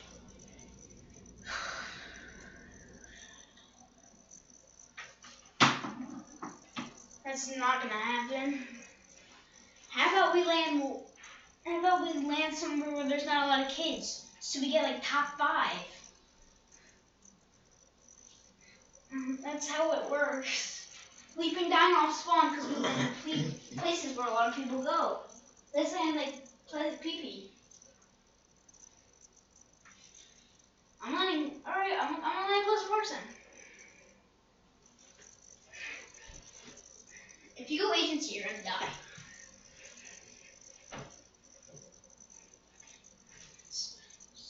I'm not gonna be able to get you if I land PG.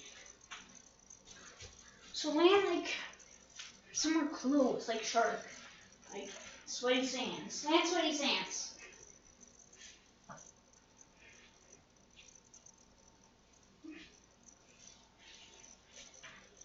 Even though that's across the map. No biggie. Go to this first drop and it's across the map.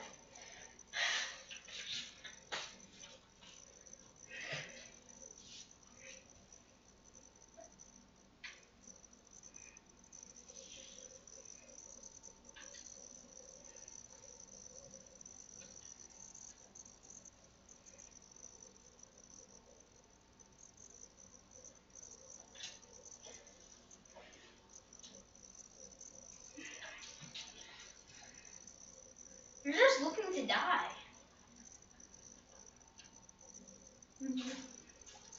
I'm trying to get wins, not trying to die.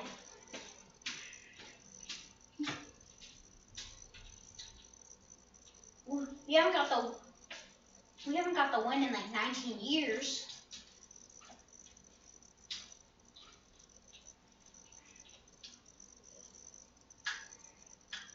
How many times did you die agency and I had to save you? How many times? So, we landed 2 different places.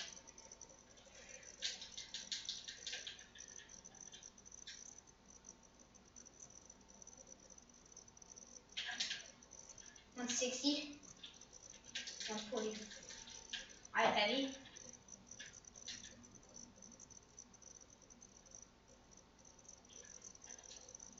Kid.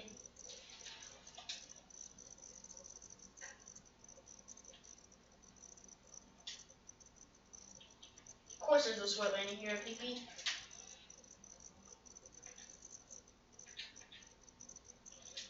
$10, $16, $80.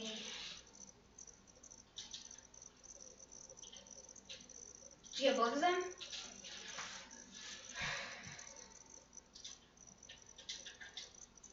There's a whole squad on me. No, I have a duo on me.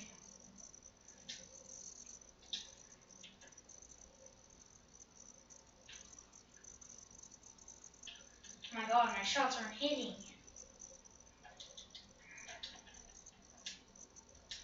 I haven't even looted. I looted like I just started looting.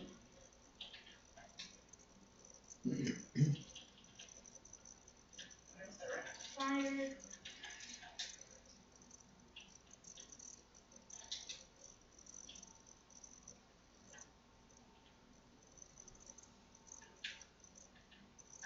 So far, it's working out. I haven't died because I ran somewhere normal. And you haven't died somehow.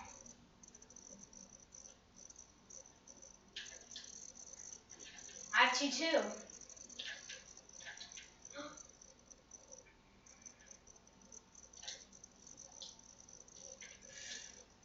No, I'm not gonna. Is there the Disguiser here at PP? Dang it! I didn't get the chester. I'm coming over. With the heavy sniper. And a shotgun. There is a Disguiser here. Let me disguise real quick. Get this chest.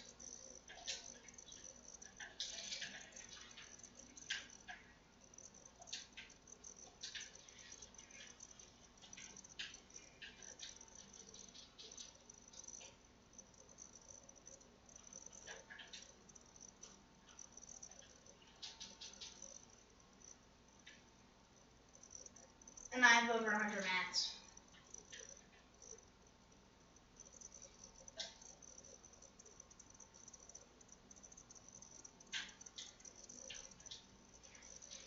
I'll get you. I'll get your boot.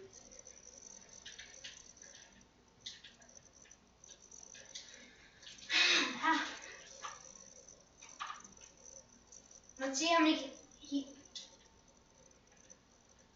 let's see how many kills he gets. I think I'm not gonna be able to get that XP. He's not getting back to back, just killing me, killing. I don't think he's hacking him.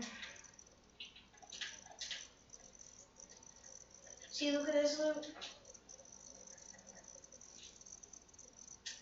I'll definitely get your boot. Where'd you land? Where are you? Agency. In the middle of it too.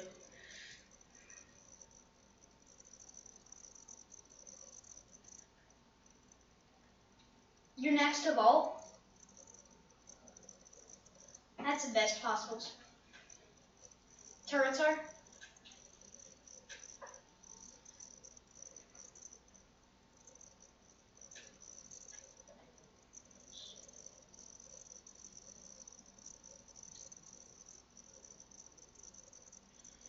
I hear Minnie. I'm not happy.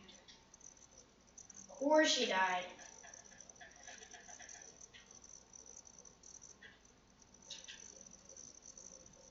This was your. Take my hand to get out here. Alright, where should I reboot you? I'll reboot you, Lazy. Lazy, there's less people.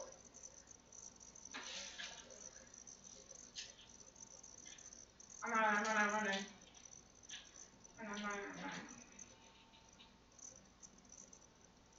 Am I good? Are they chasing after me? Yes.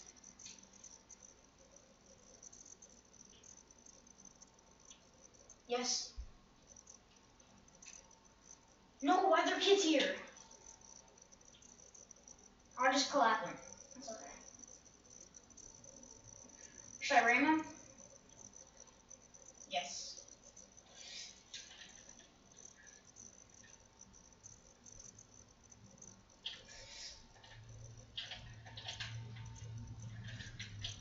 Let's go!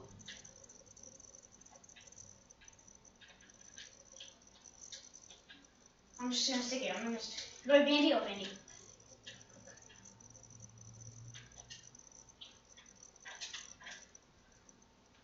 Let's go! 5 HP clutch. Halfway. Yeah.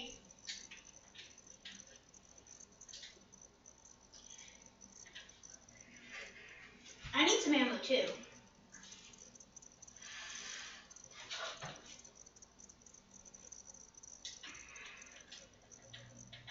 I killed this guy. This guy.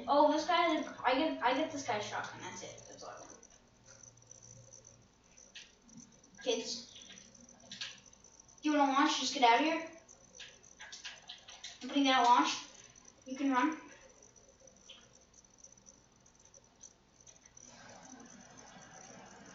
There's kids. Don't worry, I'm trying to kill him. He has a purple lock. I'm dead. These kids have insane loot.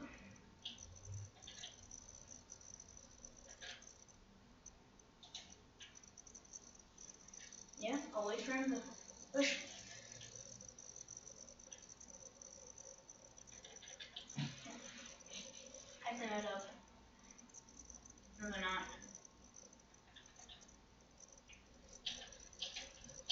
No! He's still alive.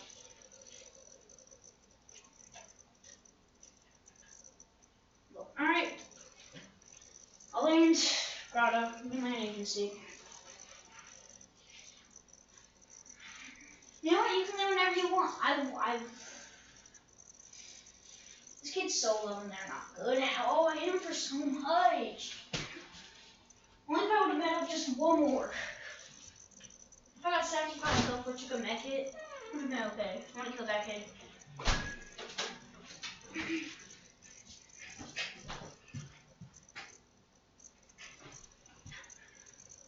All in Box Factory. Alright, Kyle, All in Box Factory. You don't an agency and I'll come over. Because I know Box Factory is the most contested one. Or I should go yacht. Because I like that yacht too. Just like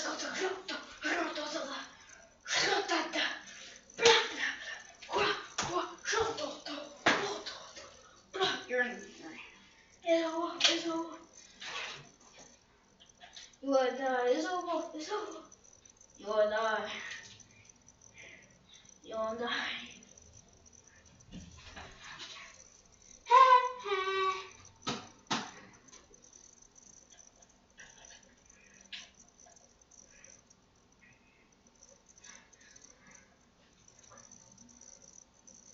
Or you can land Box Factory.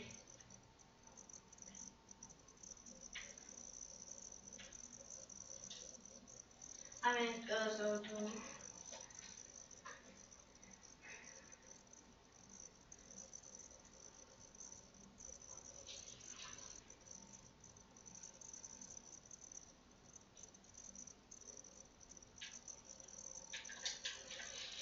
I'm chilling. Of course, the engines are. I have 2 guns. One's a shotgun. Yeah.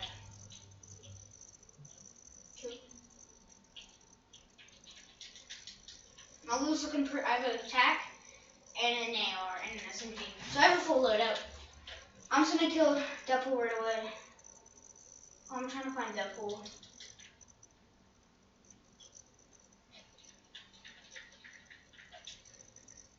The skies. That's why I landed yacht.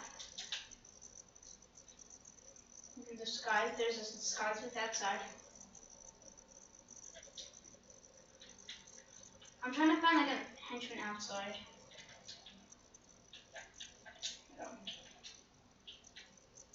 I hit him 30, the attack me hit 30.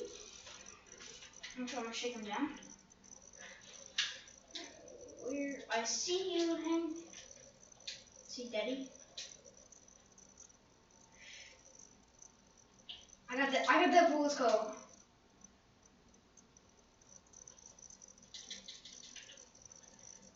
I got that bull, I'm coming to you. Do I get vault? Yeah, I'm gonna get vault. There's a kid. There's another kid.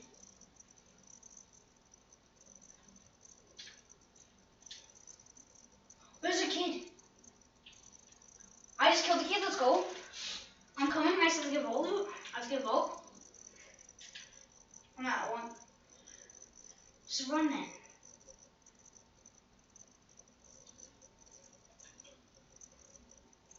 Well, I've been at actually 25 right now.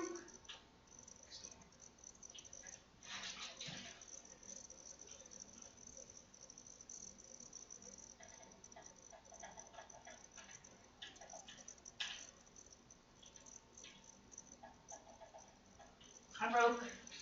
I didn't. Alright, I'm coming. I have to get my key card. I forgot to get a key card.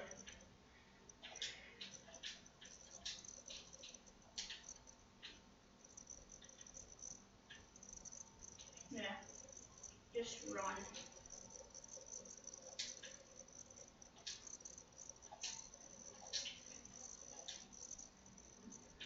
I don't know where key card is. There's key card. I'm chilling. I'm mad chilling. I have Deadpool's dualies. I have guns. I have Deadpool. I have yacht key. I have key card. I'm at 90. I got a kill.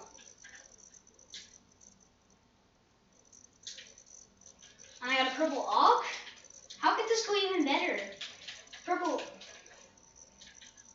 Oh my god, this is so good. I'm grabbing my SMG.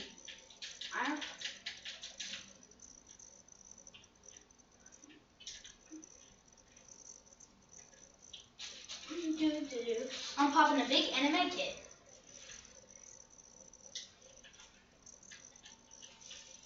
See, I told you it would be okay.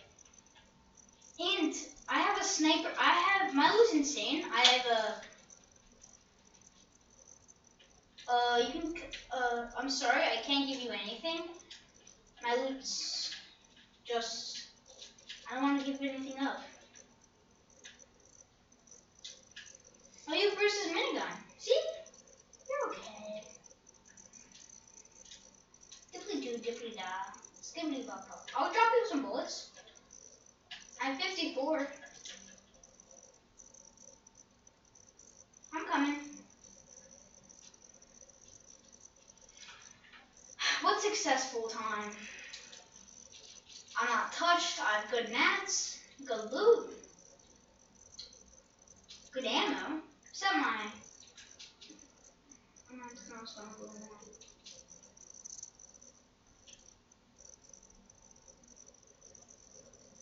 This the hottest DJ in the world right now.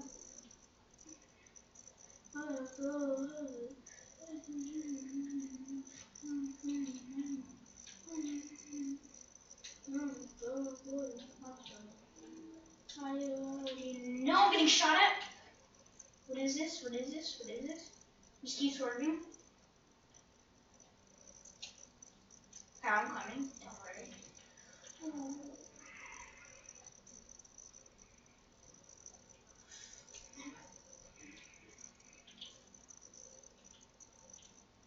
I'm chilling.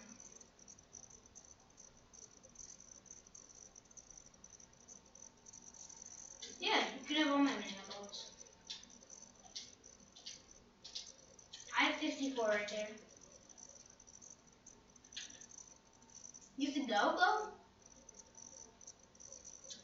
Kids chasing.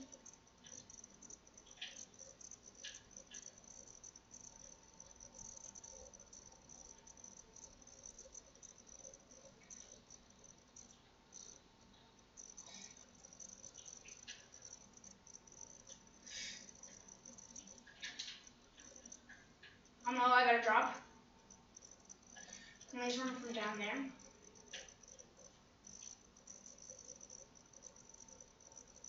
Super low. Only low. Nice. Any of them? Ooh, he had a gold unsuppressed. And a gold scar. I have 300. Here's all of it. Here's 3. Oh, you gotta move. You have to stay near the floor, though. I have, we should have took my launch. Get down, get down, get down. You just get down. Oh my god. No, we're gonna die. Oh, someone just got rebooted? Yeah, frenzy. I'm placing launch. Get in. I'm gonna snipe. Oh, yeah, they're landing. Alright, they're just getting. I just got shot at from behind. Behind. People like right there too. Like I'm getting shot from. No, it's like right there. Nah, bro. I'm chilling. Hit this guy, he's up. I'm just gonna kill this guy real quick. I just killed the kid, yeah, I'm just gonna. I'm sitting here because I know there's a gopher right there. And I have a sniper. Right there, there's a whole gopher.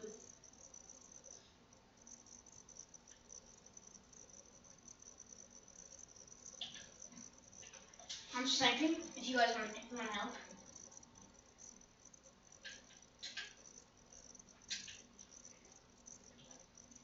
I'll come. Oh, they had some glue. I'm gonna check.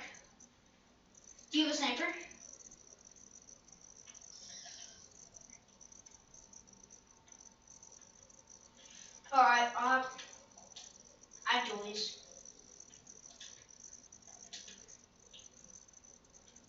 I'm gonna break launch.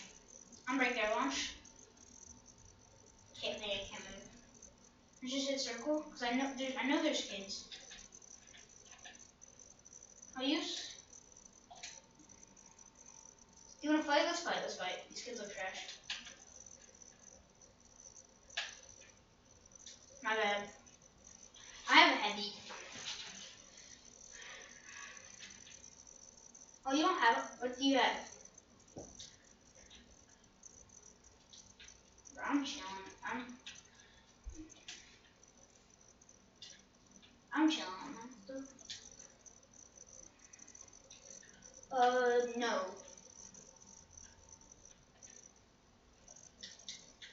I know there's kids back there. They're back there. Yeah, I see them.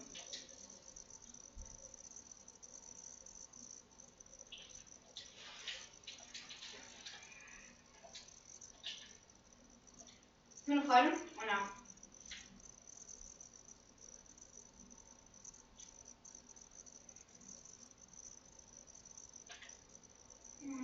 He's pushing me, so yeah, we might have to actually fight. It's a solo. Oh. No, can you come with me? Like, and help? Let's know what to do. They push us, we push them. And they're shooting us, we shoot them. Oh, the storm mob. We both have mythics, right?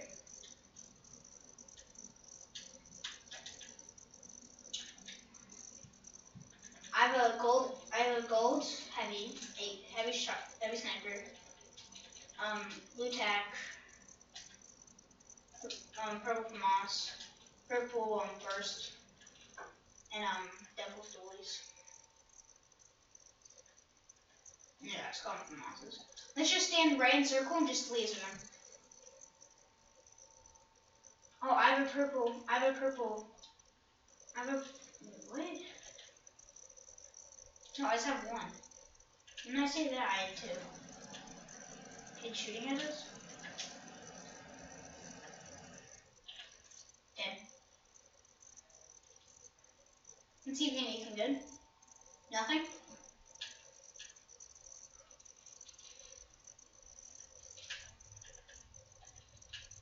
Same, man. I know there's kids back there. I have 4, so if I do get a rocket launcher, I'm okay. I have 93.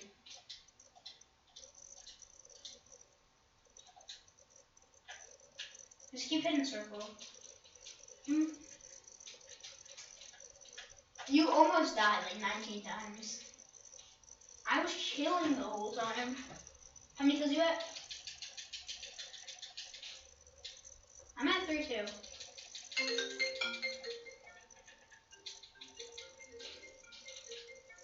Is that you? Telemarketer. I know there's kids behind us. Like, behind us. I just need a couple. How much would you got? I'm at 100. I'm kind of low in wood. No, let's do it in circle. Of course.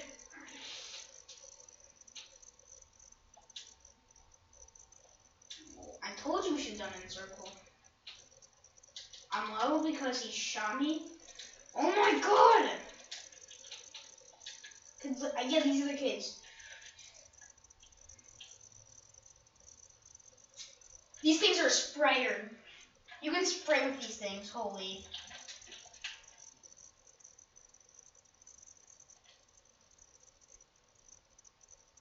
He's sniping at you. I'm RP'd, help. Of course you're dipping.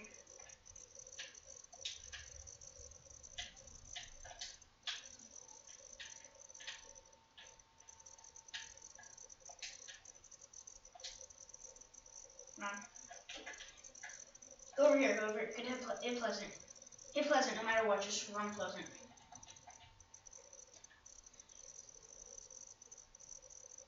We have to move circle. We have to move. No, what do you do? Oh my god, I can't, it's not heavy.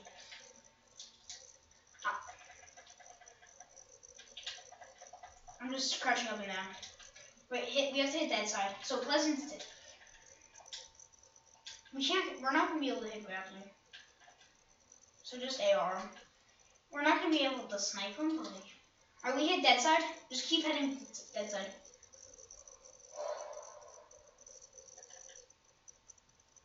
I'm gonna try hitting.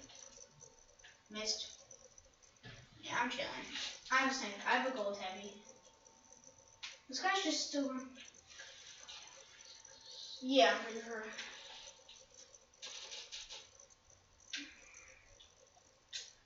But I'll be like 3.5 HP. But I have Vandy. I have 4.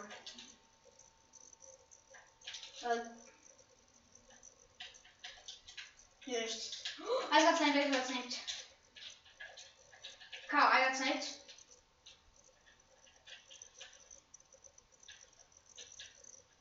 Build this way, because I think, I don't know where I got something.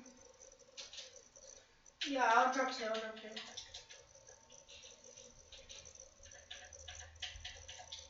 That's all I got.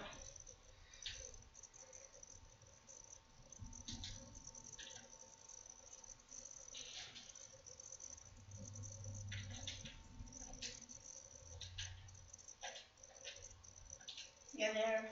Let's base up with brick.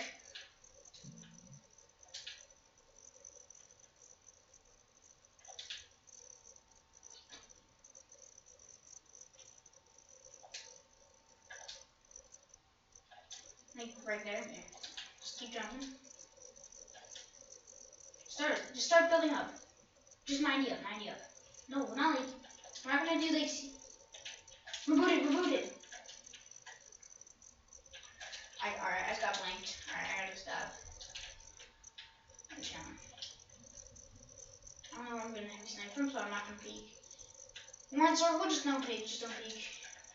Actually, I am. I'm just gonna put it over. Close myself.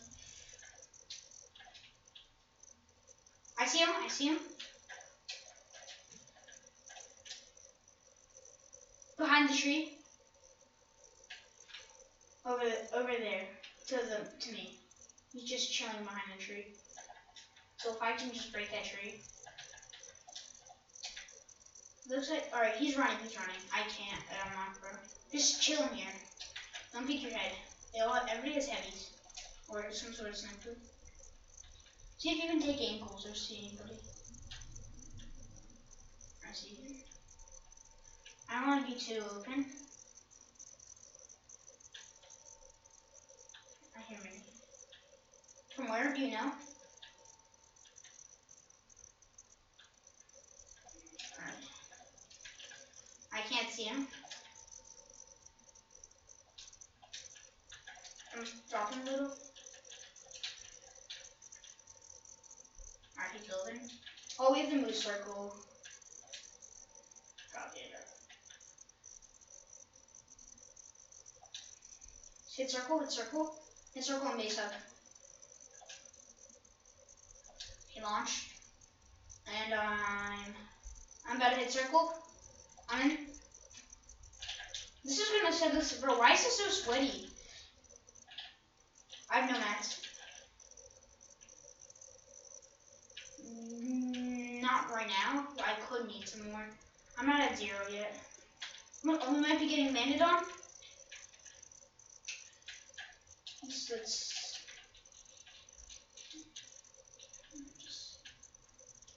I'll build move. Build one to the side. I'll build one here. I'm trying to see.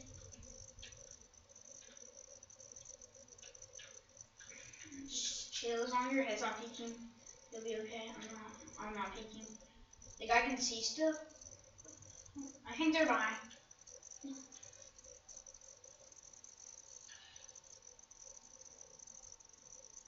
Yeah, let's see. Alright, we're in a circle. Why is this so sweaty? What is this?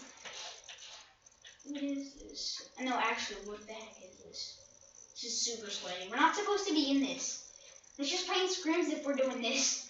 Bro, I think they're below us. Where? Of course. Yeah. Below. Yeah. Look, give it. Let's go. We got circle. We got circle. We're so lucky we got circle. No, don't.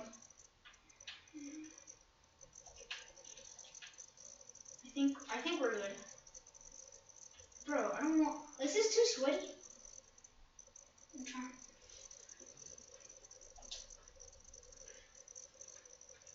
They have to move. We're in circle. Bro, why is this so small? Look how small this is. Are you sure we're not? I don't know, bro. These other kids are. Just, no, don't peek your head. You still got mats? Shot it. We got it. They're fighting. Where? Say AR. Nice! I got laser. I have to band you up. Careful, there's kids. Are we getting broken down? No, broken down. We got broken down. Okay.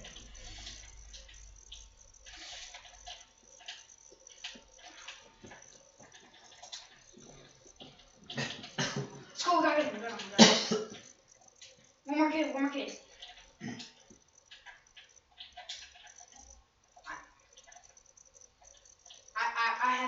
I'm 7 HP.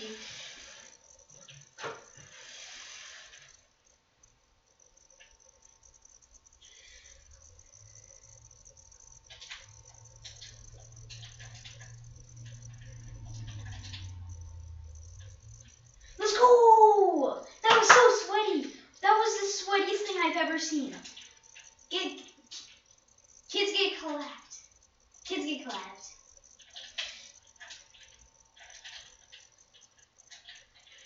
We win because that was the sweatiest pug game I've ever seen. I feel like I'm confident of playing scrims now. After that, like, do you want to play scrims? Bro, I'm just cranking. Let's go.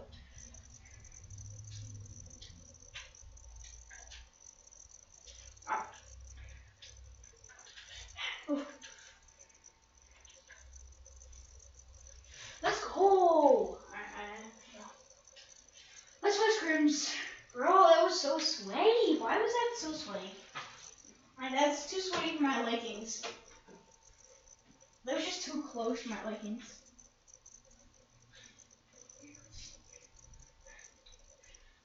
We're almost at last circle. But we were at last circle after that. What do you want, babe? I don't know, I'm looking for something. Daddy's gonna be here soon. Are you sure you didn't have to do any homework, right? I still got work to do. Well, speaking of the devil. Yeah. I just want.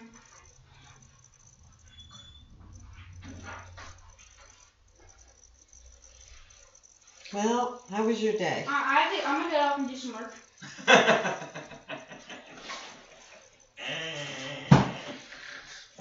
How was your day? I have to work.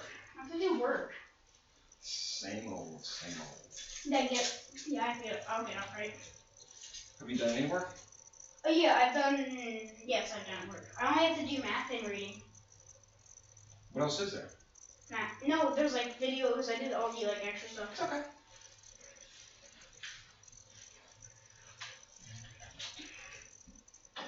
And Dad. Oops. He's in the bathroom. He's lost forever. So hit your shots, kid. Hit your shots, kid. Hit your shots, kid. I'm gonna pick at you. Hit your shots. Pickaxe for 20. Oh, I still have to do work, but I have like an assignment which pickaxe.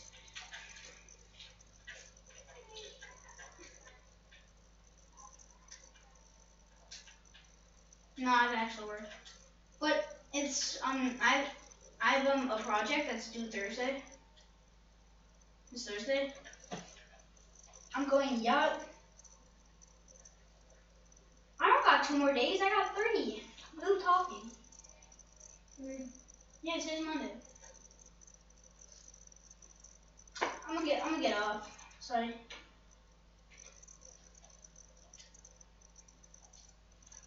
I don't want to. I just want to finish. I just want to start my work. Okay? Alright.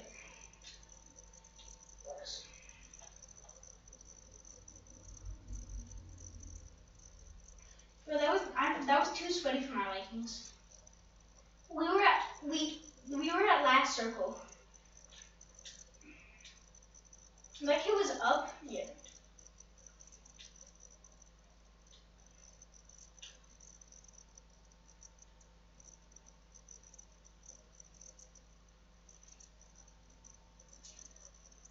And you have to play like that and scream. There's a kid landing there. Crap. There's one kid landing here. Should I just go for the pickaxe or steal his gun?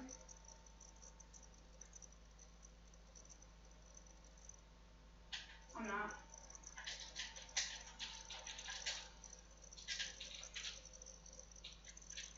I'm dead. I killed him.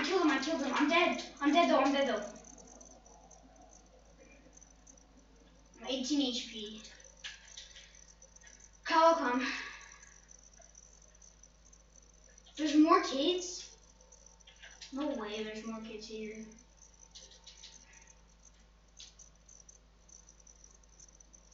Nope, I'm not here.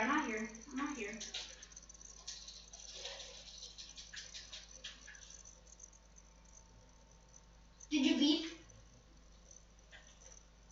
Fuck out. I gotta go. That was it for today's stream. The sweatiest.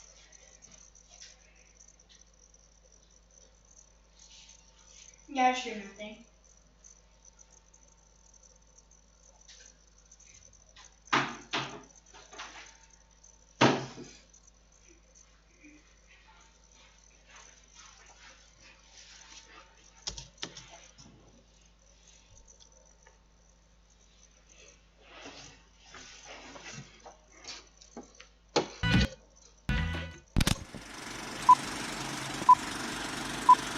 What's the most physically uncomfortable you've ever been for an extended period of time? Cramped in a middle seat on a really long flight, or just a terribly cramped commute in a jam-packed train? Well, today we're going to test our capacity to withstand an extremely uncomfortable environment and taking an opportunity to see America like we've never seen it before by taking the longest bus ride across the entire country.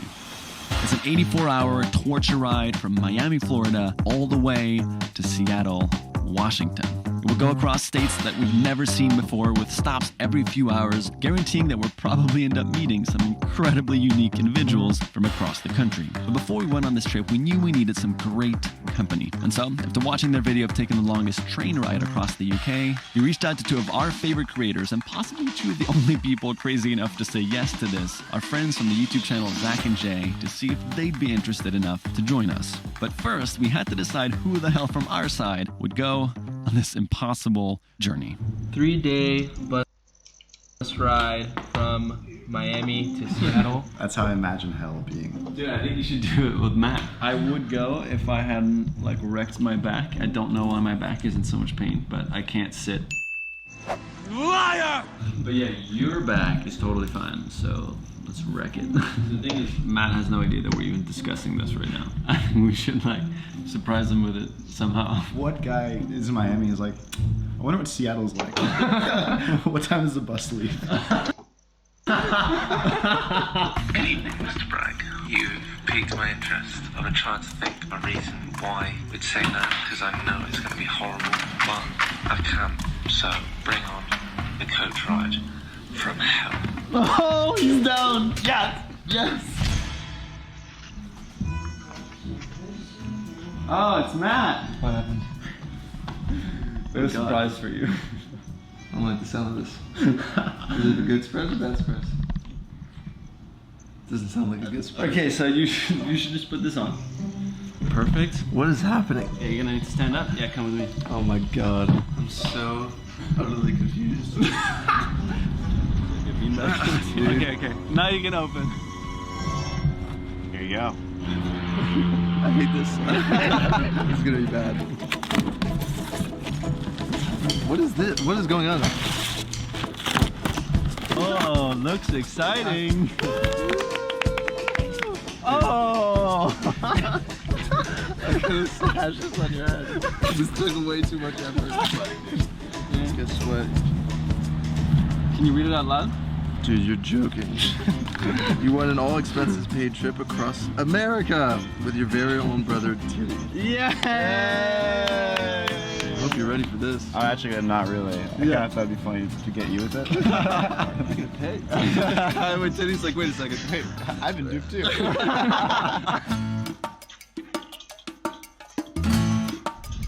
We have arrived in Miami. The point of this trip is when you put yourself through endurance challenges like this, it's actually great practice for life. If you're able to withstand tight, cramped bus for 80 plus hours, I think you can withstand a lot in life. So I really do not enjoy Greyhound buses. So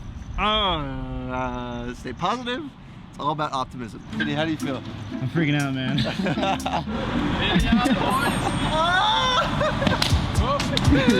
No. Look at the boss. Good to see you, man. How are you? Here we go. Following stop here, it will be Fort Lauderdale, Orlando. All right, we have taken off for Orlando, Florida. Let the journey begin. Let the journey end.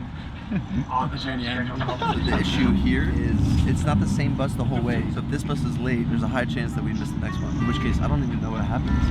What do we do? I have no idea. You booked the journey. Zach's got like a severely damaged back. Dude. Zach's for sure off the map first, but unfortunately for you, Jamie, I am an Iron Man. I knew you'd say that. He doesn't let anyone forget, does he? He doesn't let anyone forget.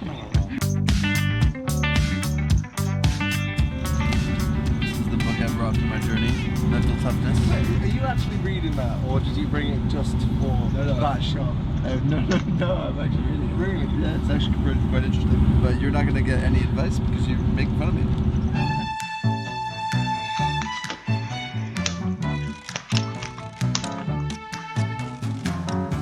What are you doing there? Oh, just reading, you know, mental toughness. You can never read too much for the mind. Oh.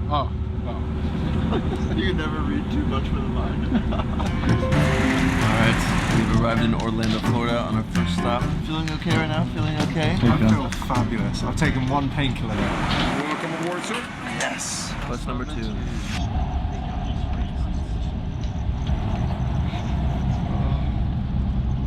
Good night. Sleep tight.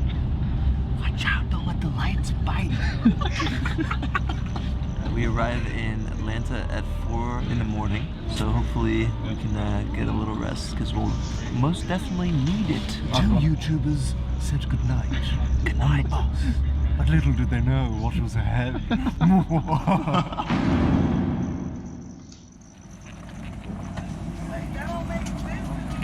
You need to come on and get the seat before I call 911. This lady needs to sit next to you. Yeah, she needs to sit next to you, Zach. Is that what you said? Yeah. Come on, man. I'm thinking tired We aggravate these people up here. Man, I'm pretty sure I'm not. We gonna end your trip. Okay, bye. Bye. Oh, let me get the rest of my stuff. I'm a bus driver. Man, okay. I'm glad I moved up here. Yeah. It's lit over here. Party. If you ask me, you're a battle of laughs. Where are you from? Y'all sound like y'all from England or something. Yeah, England. Yeah. Okay. We're gonna settle down. Everybody's gonna have some peace and quiet, and everybody will be happy. Okay. Thank you. Dad. Oh, so he gonna kick us all off the bus? Yeah. We're threatened to get kicked off the bus.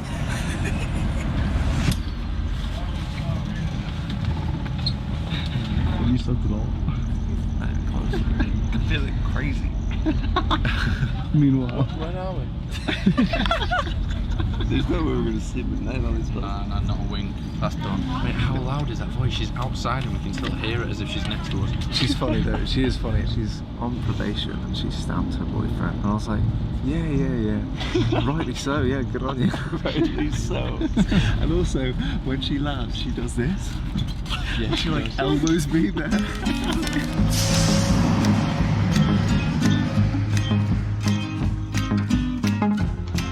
We arrived just as the other bus is leaving, so we have no time. I have to get my luggage and we're up on the next bus. No sleep. We are going straight to St. Louis, Missouri. This is a 12-hour one. And our neighbor from the other bus is in this one too. Right here.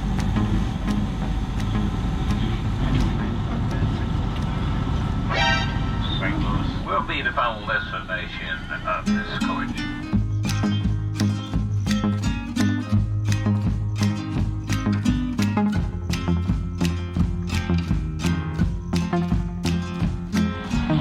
We're in Mount Vernon, Illinois. 27 hours in. The heat and the exhaustion is starting to add up. Can't get our bags right now to change, so we're still wearing the same stuff that we were wearing yesterday. So we'll see how we hold up. This man is on a mission to make himself feel terrible. A McFlurry and burger. I feel the best one, innit? 1, 2, 3, 4, 5, 6. Anyways. Explain to him what you did. Have you heard of a marathon? A 2.4 mile swim. 180-kilometer bike ride.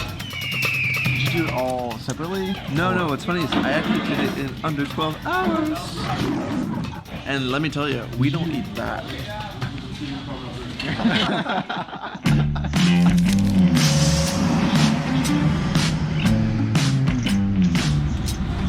We've arrived in St. Louis, Missouri. Our next bus is to Denver, Colorado. Excited to see what this evening's got in store for us. Yeah, yesterday was a party, but today's going to be a lot more relaxed. I feel it. Hopefully, yeah, that's not up to us.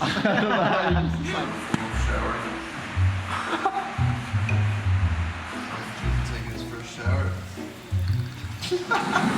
Longest bus yet. Off to Denver.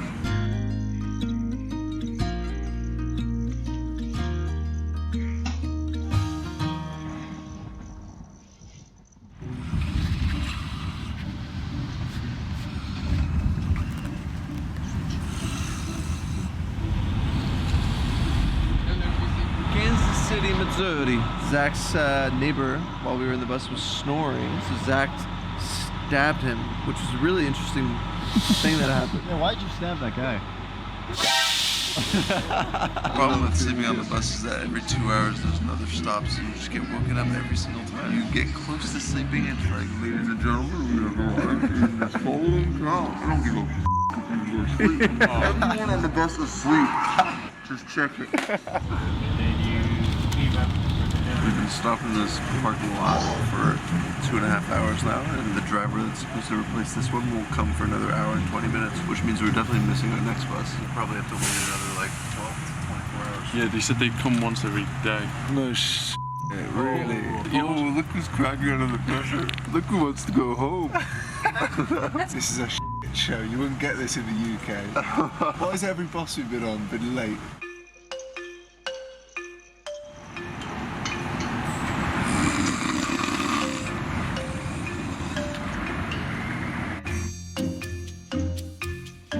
The scenery's not changed at all for the past 12 hours. It's just been this. How you feeling? I feel horrendous.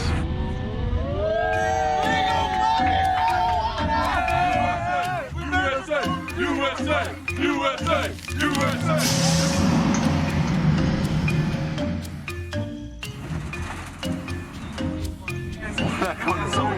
Are we now? Yes. No, are we? Yeah, I think so. Salt Lake City Road. Oh, have we got Salt Lake? Are we not going to miss the bus? The challenge is still on. This is Salt Lake?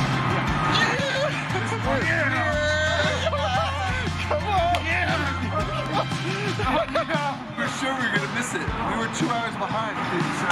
Come here. Everybody is so excited to get on another 44-hour bus. Is it because this is late too? Is everything just late? It feels insane that we're excited to be on a 10-hour bus ride. I'm feeling alright. I'm actually quite enjoying it. Really? But I don't know if that's because I'm not okay. Do you know what I mean? Yeah, I'm not okay. We really do not enjoy Greyhound buses, so stay positive. I'm feeling crazy. This is the book I brought for my journey, Mental Toughness. Unfortunately for you, Jamie, I am an Iron Man. 1, 2, 3, 4, 5, 6.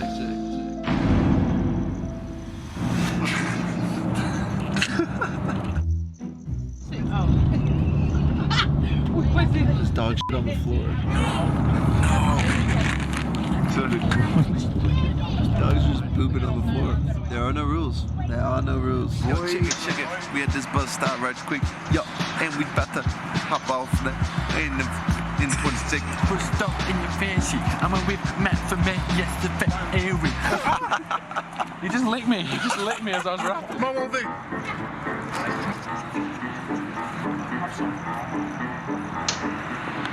It's gonna be one of the weirdest things I've ever seen.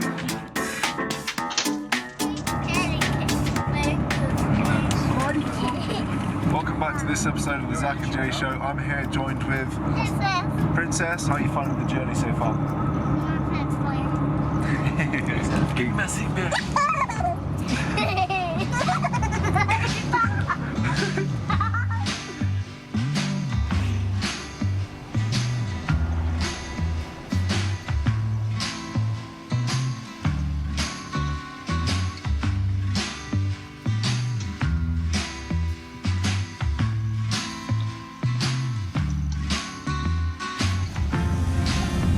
Ladies and gentlemen, we are on our last night together. Last official night. In less than 24 hours, we will be arriving in our final destination of Seattle, Washington. Get that camera right on my face. I have a new friend. What's your name again? Brad. Brad. What's your story, Brad? Where are you headed? Salt Lake City. What are you doing it for? Learn how to drive an 18-wheeler. Hell yeah. How long have you been on this bus? Too long.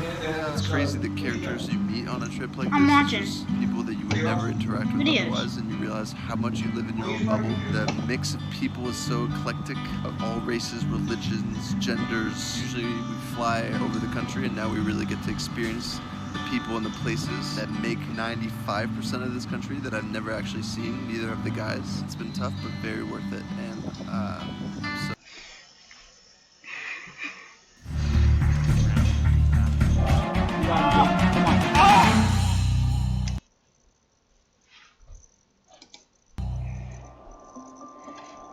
What's the scariest thing you've ever done? Standing on the edge of an airplane, seconds away from telling the person of your dreams you love them for the first time, or getting ready to give a speech in front of a packed room. A moment so visceral that everything around you disappears. Yet fear is completely relative. When I feel completely at home in the ocean, Amar can't stop worrying about drowning or the animals underneath him. And where Amar feels at peace overlooking the edge of a steep cliff, looking down from the edge of a building, even secured, gives me paralyzing vertigo. I can't stop fearing that I'll trip, that the gear protecting me could malfunction, or that something as small as a gush of wind could throw me off balance. And to some extent, those fears are very valid to have. Yet the reality is that fear is a mental muscle that needs regular attention. And if you don't actively seek to safely challenge it, it'll eventually take control over your life. So today, we're going to the mental gym. Ryan Robinson is currently one of the most badass highliners in the world. Simply put, highlining means strapping a line very high up in the air and walking the thin strap across to the other side. He holds the record for the longest highline set up between two bridges, co-holds the title for the longest highline in the US, and attended American Ninja Warrior 4 times. Overall, he's just a full-stack athlete. We got connected to him a few weeks ago and asked him if an idea that Amar's had for a while was possible. Could we set up some form of a hammock in between the edges of a steep and terrifying cliff and spend an entire night strapped above that drop? We got our friend and world traveler Max to agree to come with us, and with a yes from Ryan, we were ready to go. We're going to Utah. Look at who just snuck his way into that adventure. Yeah. Let's do this. You like heights. It's been getting like not better for me. Thomas is just a very survival-oriented man. He's a man that makes rational decisions and doesn't take risks when he doesn't need to. In all these different instances. All these different, wait, how many instances? This is safe? Yeah! I've never jumped in cold water. Why are we doing a cliff jump? I'm not that scared. I'm just hiding. We're going with one of the best highliners in the world. He is scared of heights, which is a very interesting perspective for him. Another adventure!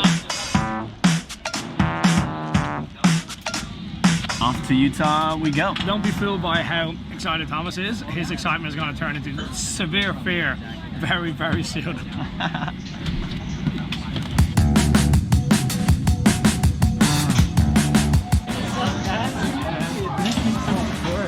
Nice to meet you. How you doing? I was packing last night and I was like, oh my god. The more bags, you know, like adventures are happening. Holy shit. All right. We good to go? Oh, this is so sick. Oh wow, this is gonna be interesting. This is what's gonna hold us above a freaking 400 or 500 foot drop. Are you kidding me? How are you feeling? I feel great. It's like so excited. This is like sturdy, right? Yeah. The more you think about all these things, the more you're gonna psych yourself up. Just have the trust that this stuff is tested. How many people set these up on cliffs rather than trees? For lawyer reasons, we tell people you can't hang it more than 48 inches off the ground. We had people fall out of the hammock. Wow. Okay, under the ground. Thanks a lot, Bill. Gotcha. Thanks. Bye-bye. Part of the equipment picked up. How do you feel, Ryan? Oh, I'm stoked out of my brain. How are you feeling? I'm not too sure yet. I'll be fine, guys.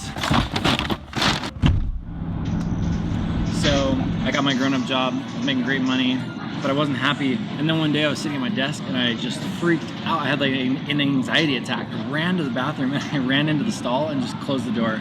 And I just sat there for like an hour crying. I saw myself sitting at that desk 20 years from that date. So that day I went into my boss's office and I quit. So after that I started highlining and I was living in a rental car that I couldn't pay for, couldn't even eat. Opened up my laptop and I just wrote emails for like the next 12 hours. All night I was writing emails. And by 10 a.m. the next day I had put together like $7,000 from sponsors, and 3 days later I was on an airplane to Hawaii.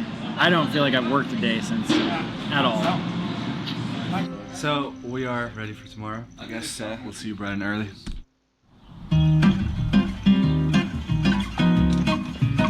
Oh, Max, top of the morning for you. Top of the morning? Top of the morning for you. Looks like we'll be matching today. Look how cute they look in there. Dark shorts, their little white ankle socks. That's right. Team Seek Discomfort. What are you, team nothing? Team top of the morning? I'm making the drive to Moab, about 4.5 hours.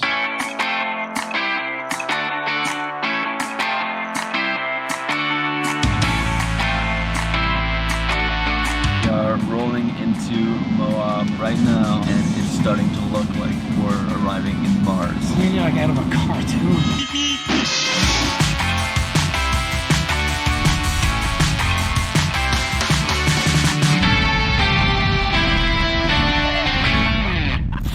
Hi everyone, just want to let you know that the new season for Seek Discomfort is currently live on seekdiscomfort.com. It's a collaboration with an incredible artist. His name is Writings from Michael, and it's a very unique collection. Link is in the description. Now back to the video. We are out there. What are we doing right now? Jake, nice to meet you. Thank you so much for helping today. Our life is in your hands. Oh yeah. Makes you feel any better. I've rigged here like more times than I can count. I don't even think we mentioned this yet, but I hit up a friend of ours, Eli, and I told him that we're coming out here. He's a heli pilot, and he didn't have his heli, so he hit up a friend, and they both flew all the way down here, and he just arrived.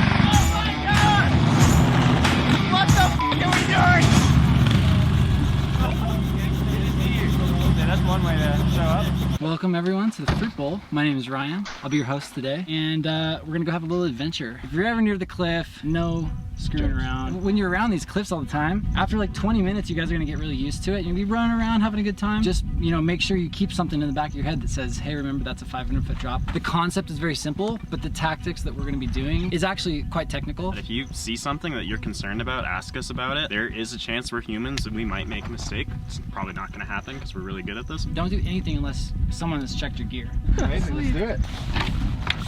To the fruit bowl we go. We are in the middle of nowhere right now. Anxiety is starting to rise a little bit. Spending the night strapped on that thin little freaking hammock. Blow you and it's gonna move. See what happens and trust Ryan, this man that we met yesterday with our lives. Oh my God. Holy.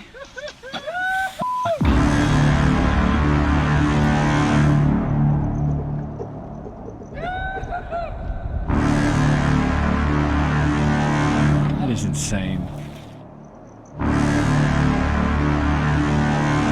Put your stuff down before you get close to the ledge, guys. All right, Dad. This is it's gonna be the best bed we have ever slept on. Dude, don't get that close. Come here. Dude, I'm not gonna go up there. Dude, we're not rigged. We are about to sleep in the middle of the thing. This is so Oh yeah.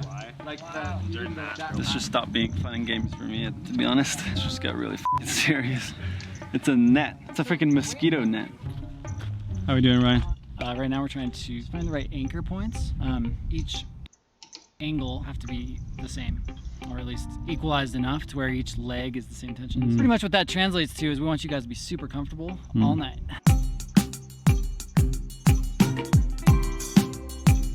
How's it looking? That'll give us a little more. How's that mesh? I'll make it longer. But is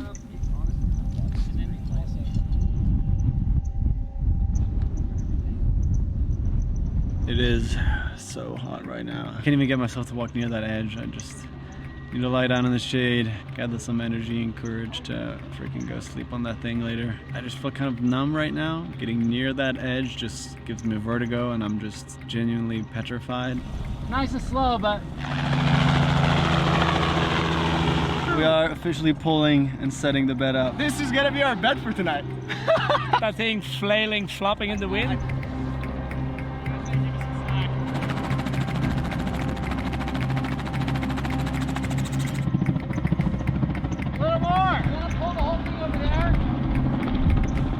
The wind just started to pick up as they tried to set up the bed and they're gonna have to start over. Everything got entangled in the air.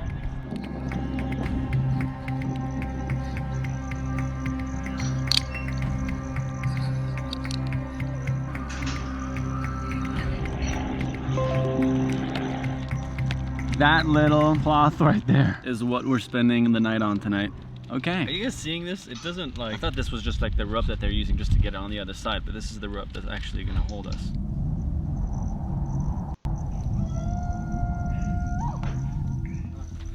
So the weather turned around a little bit. All of a sudden just the clouds start forming and probably gonna lose light faster than we expected.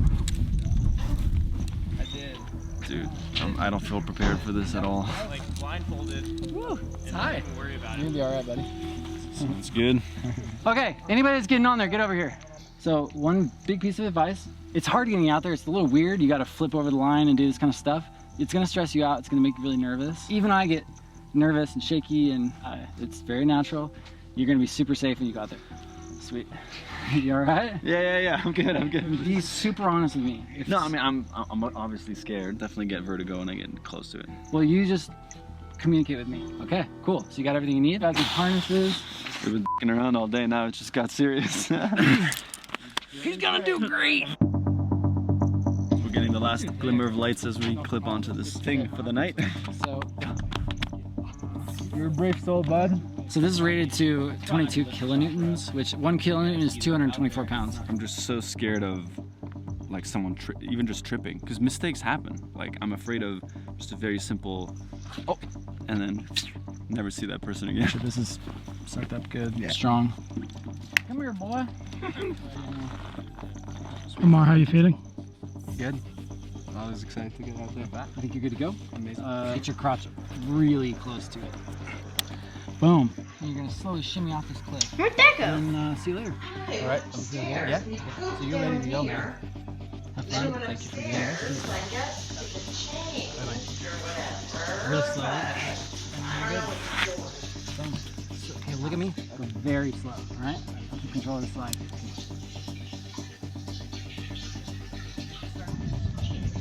Go around. There you go. Okay. So swing it down. Oh wow. You gotta get your legs up. Yeah, you gotta get your legs You up. have to do it now.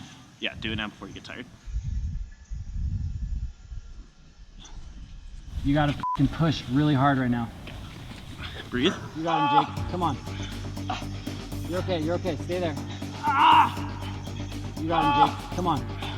Come on. Come on. Come on. Stay there.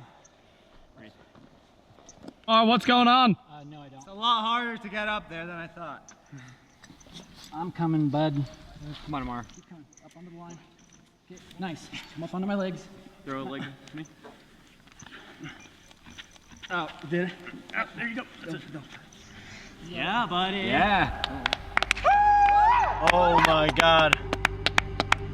Wow. This feels awesome. Yeah.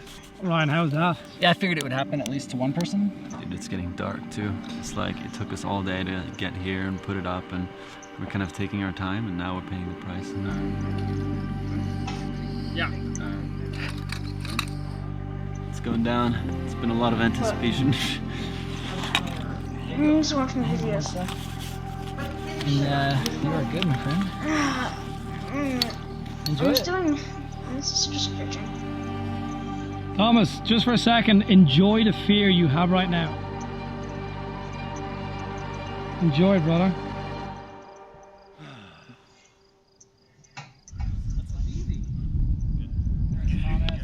Woo! Yeah, Thomas! Woo! Thomas, how you feeling over there? Pretty f***ing scared. Yo, guys, don't eat all the M&Ms before I get out there, yeah?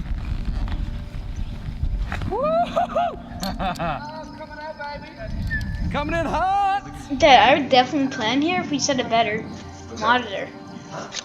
I would definitely plan this if we had a better monitor. All right, I'm ready for bed. It's just super slow. Holding on for my dear life on these cables. I'm gonna sleep It's just like slow. Do you feel safe? Do you feel comfortable? I'm pretty sure we're safe, but it's hard to feel safe when you're It's good. you know what's underneath you. It's 10:30 p.m. We decided to call it a night. We're gonna go to bed right now with our harnesses on, clipped on with the carabiners, the safety ropes. Good night, Amar. It gets something's all gunked up in there. Like a virus? Yeah, something like that. I feel like you gotta get a new one. Hmm? I think you gotta get a new one. The only problem is that it's not better than that, you know. It's not better than that? No. Yeah, but like, you probably want to use that, and you don't let anybody come near it. No. We could both use, you and me could both use that, because... And I can't do anything on this because it's different. I'm used So maybe to if I that. took, once Best Buy opens, I could take that in and be like, here, just fix this. Or, what can I get? How much? What do you mean? Like, see if you can return it. That wasn't even used very much. That was $1,000. That won't. Now it's maybe worth $10. $100 at most. That was really good. It was good for it was good for what you got out of it. Yeah. Yeah, I don't regret getting it. I'm not even sure that it's the computer's fault. What? I think it might be the Wi-Fi. No. No. No. I think the virus protection, it's loaded with. What? Nobody uses it. But files.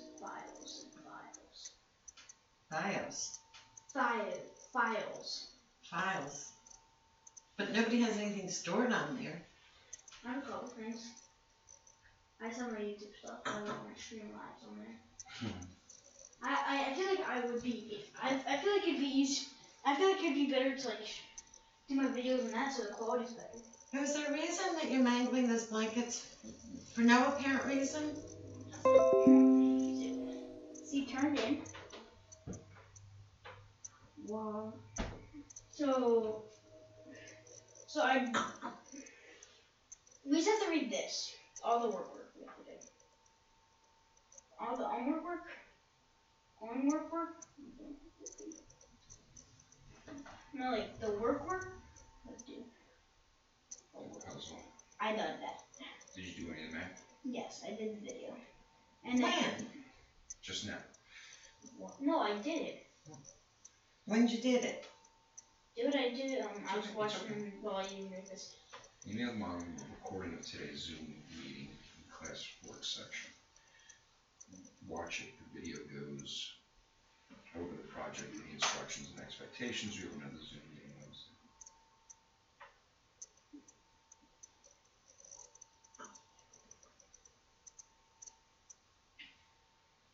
This is due Thursday. Friday. Friday? Do the slides. Do not submit until Friday. Walt Disney News ELA. What's an ELA article? An ELA. Newsella.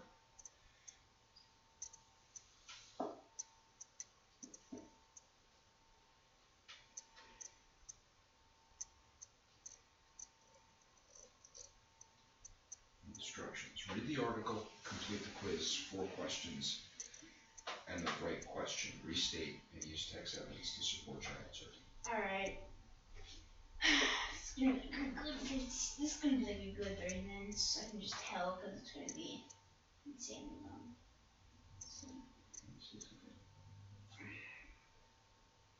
Pretend it's a video game.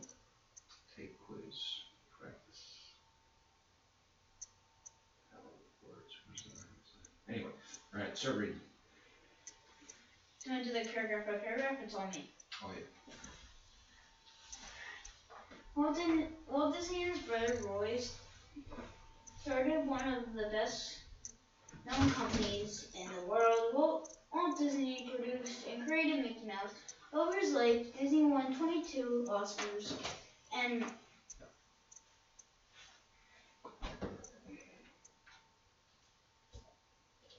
Send it out. damn.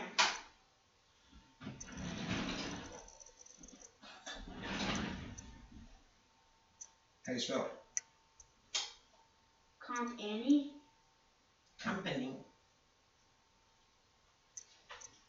That's a tricky one because it does look like company.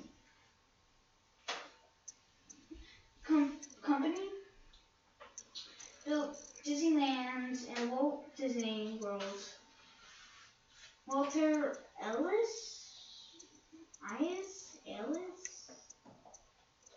Elias. That's his middle name. No.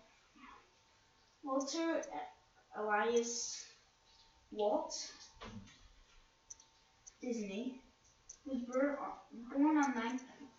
born in 1901 in Chicago, Illinois. He grew up in Missouri. As a kid, he drew paintings and sold pictures in neighborhoods and friends. To neighbors and friends.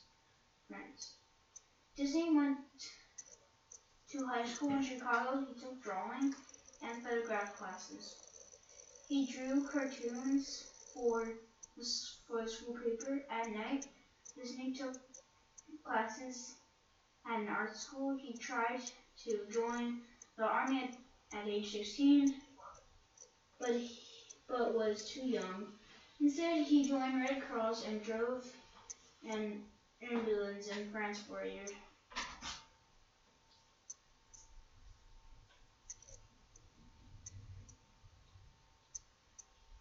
Can't scroll. Nope, it's just the closest to go. Hollywood success. In 1990, he returned to the United States. He worked in Kansas City, Missouri. He made animals ads, and animated cartoons, drawings, and photographs. Then he put in order to look like they were moving. Disney started his own company. He created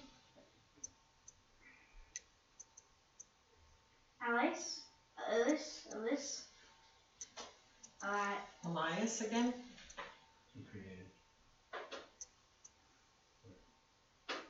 Right after he created.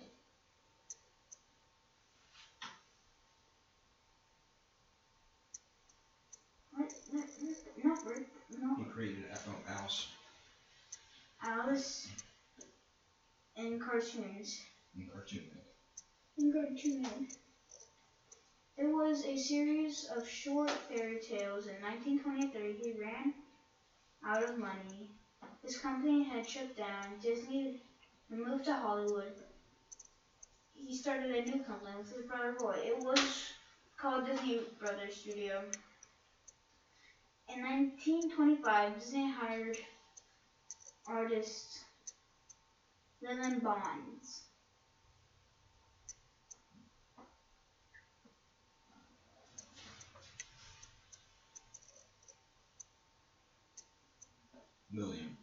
Lillian Bonds. They dated and married. Next, Disney made cartoons with new characters. Mickey Mouse at first, they were slight cartoons that were not successful. Disney decided to add sounds and music to Mickey Mouse cartoons. Then the Mickey Mouse became a huge hit. For a while, Disney was the voice of Mickey Mouse.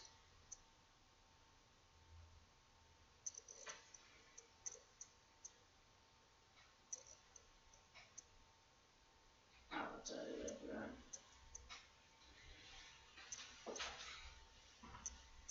Favorite cartoon. In 1929, Disney made movies with new characters: Minnie Mouse, Donald Duck, Goofy, and Pluto. They won an Oscar award in 1933. Disney and the Three Little Pigs and its song "Who" after of the Big Bad Wolf became popular. In 1937, Snow White and the Seven Dwarfs was a big hit and won 8 Oscars between 1940 and 1942. Walt Disney Studios made Pinocchio, Fantastical,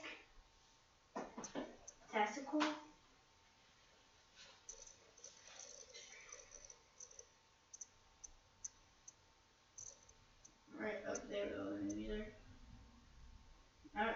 Right after Pinocchio, it's right there.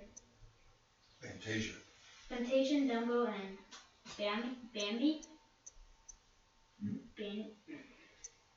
Between 1950 and 1961, Disney released many more movies. They included Cinderella, Alice in Wonderland, Peter Pan, Sleeping Beauty, and 100 Dalmatians. Disney was also on television. Zora and Davy Crockett. Really? Davy Crockett. Were popular. People also loved Mickey Mouse Club, and Walt Disney's Wonder World of Colors. The last blockbuster Disney produced. He was Mary Poppins. Produced himself was Mary Poppins in 1964. Eddie Haskell. I knew. I just saw it. Damn. What? Keep going. You're doing great. In 1919, he returned to the United States and worked in Kansas City, Missouri. He made animated ads and animations, cartoons, drawings, and photographs.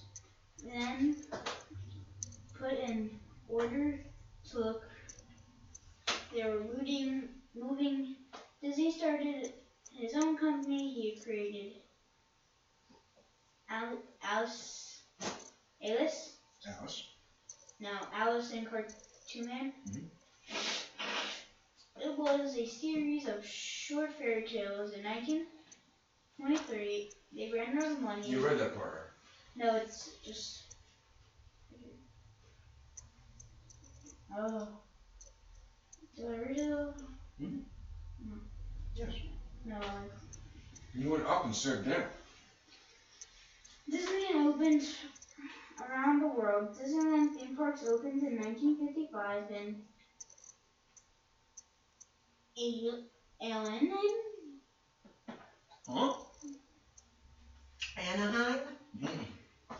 Anaheim? Yes. Anaheim, California. Many people went. California was first? Hmm? California one was first? Who knew? A long shot. Yeah. And they made a lot of money. Disneyland grew over time and opened parks all over the world. Disney made plans for a new theme park in Florida.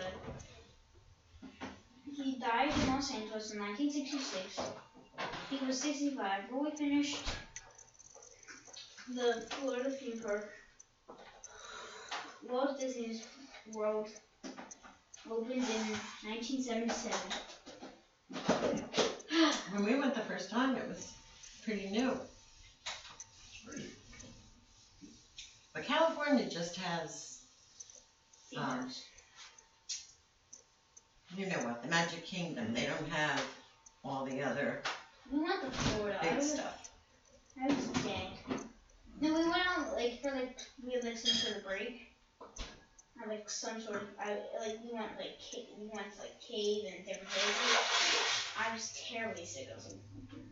You were sick?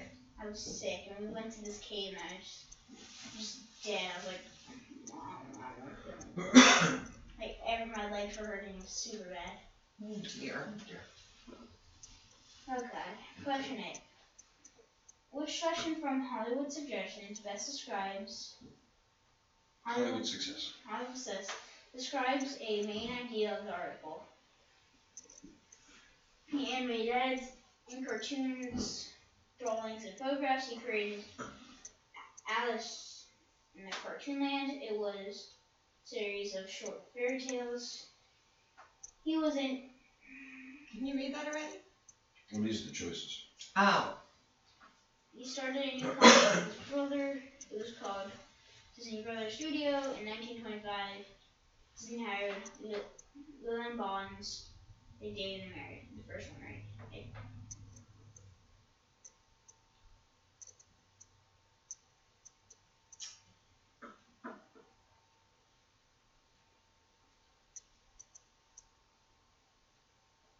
What's the question? Which selection from Hollywood Success describes a main idea of the article? Hey. Going up.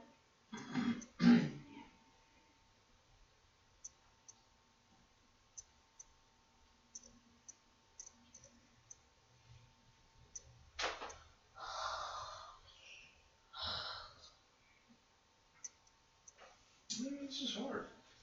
Well, the main idea is Walt Disney's life. But it's just of this second. What was the first answer? Hey. He made animation ads. Animated ads. And animation cartoons. Yeah. Well, he did a lot more than that. Well, just that's not the main Go idea. Go What's the next one? This is the main idea of that paragraph. Oh. That paragraph? Was that all one paragraph you read? Yeah.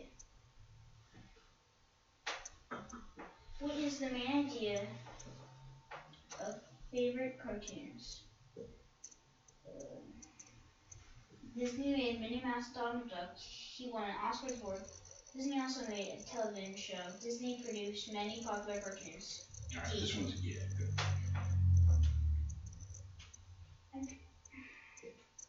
Read the following sentence. As a kid, he drew paintings and sold pictures. He drew, painted, and sold pictures to neighbors and friends. Which phrase could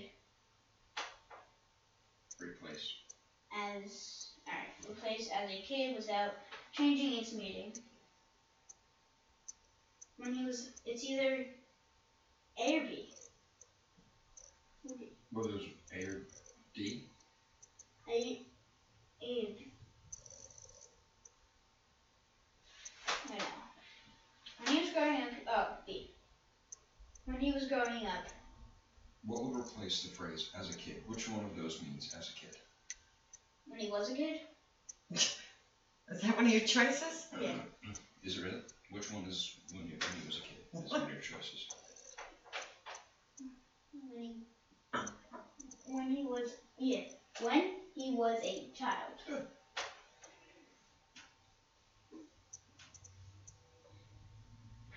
I'll read this selection from favorite cartoons. The last blockbuster Disney produced himself was Mary Poppins. Which of the following? Read the rest of the sentence. Which of the following? No. The last blockbuster Disney produced himself was Mary Poppins. Mary Poppins in 1964. Which of the following words would best replace produce in the following sentence? Created? Mm-hmm.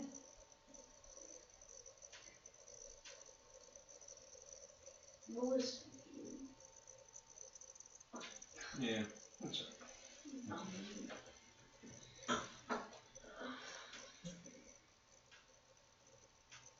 Now I just gotta do. I feel like I don't know what to do. Should I do it? Right. So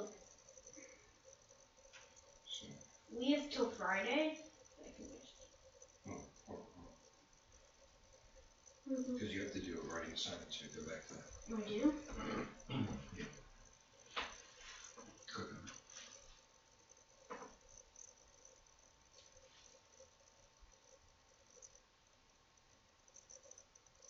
Big practice word. Practice Star Wars.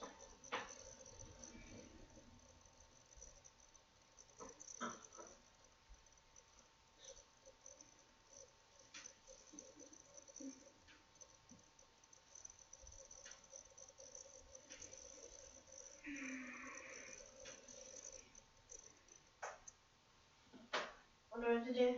Read.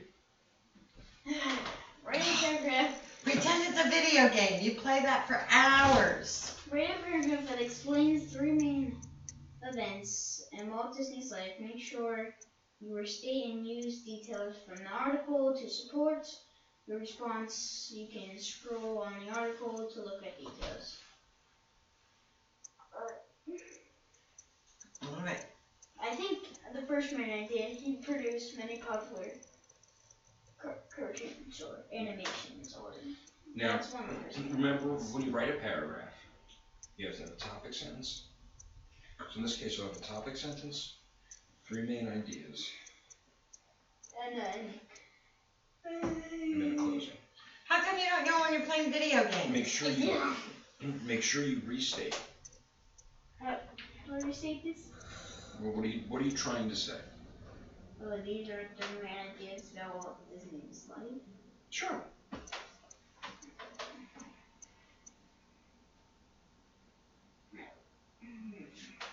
Intro. Go ahead, write that. Oh. These. Also, Should I say this? I don't ever like to do that. Alright. So you're writing about Walt Disney's life. Mm. From what you read, Yep. pick one word that would describe Walt Disney's life. There's a cartooner. Yeah, one word that describes it.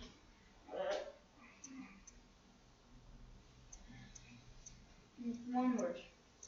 Yeah, pick one. It describes his whole life. Sure. Successful.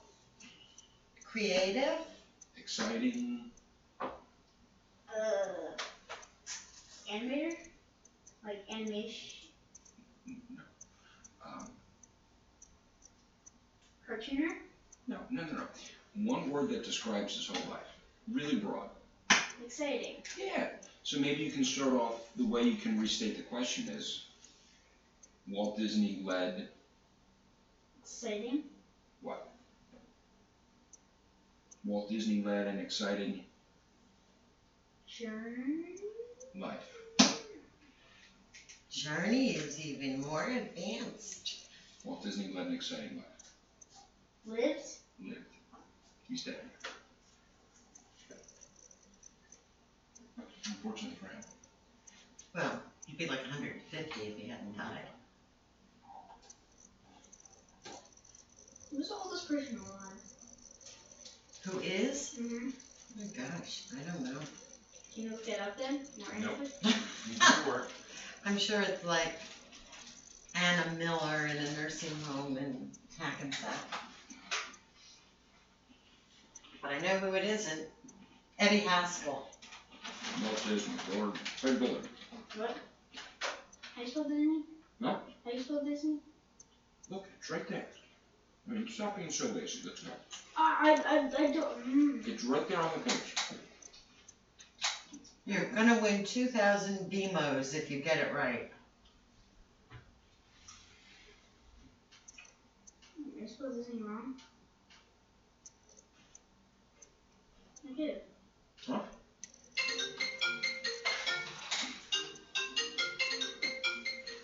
Was exciting. Walt Disney's Disney life was exciting because No, Walt Disney's life was exciting, here.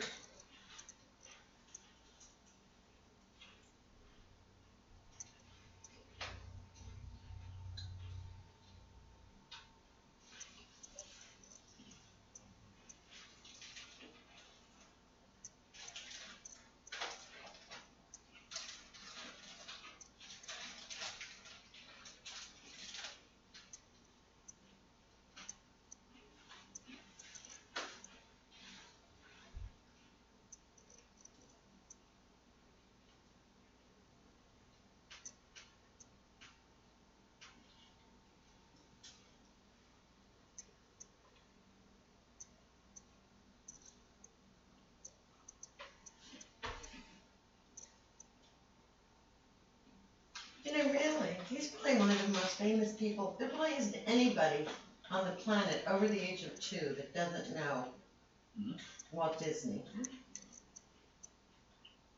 probably Yeah, I mean, think about it. There's probably some things, I'll never forget this. Does this say spell exciting? EX. Mm-hmm. CITING. Some things just relate. We were one night on Halloween. Some dude comes out dressed as Indiana Jones. He says, "Dan, I'll give you 2 pieces of candy if you know who I am." And he's like, "Indiana Jones." I don't know that you've ever seen it. Just somehow people just know Indiana Jones. But not the whole world, like Walt Disney. No. Babies know, old people know, and everybody in between. Yeah. Many other things that I thought was really fascinating that happened one time. We don't ever watch golf. No. But somehow, I know. when Tiger Woods was winning on a Sunday at the Masters, you just knew you had to watch that. When he was little? No, this was like last year. Yeah, 2 years ago. Yeah, I mean, I can't even explain. And now he's not just terrible. I think he is one. All right. Is he terrible now? So now you gotta write 3 pads. He was.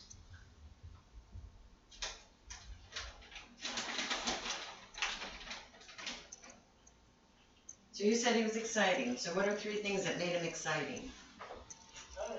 He was very popular cartoons. Like it said like one of the things. Scroll the text. Yeah, that was one.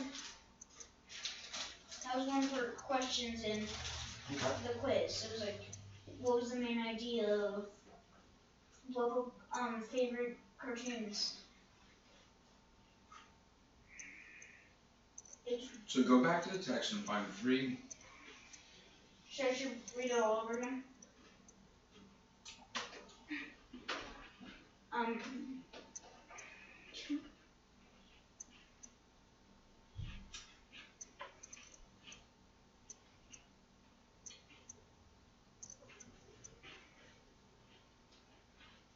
Like, what was the main idea?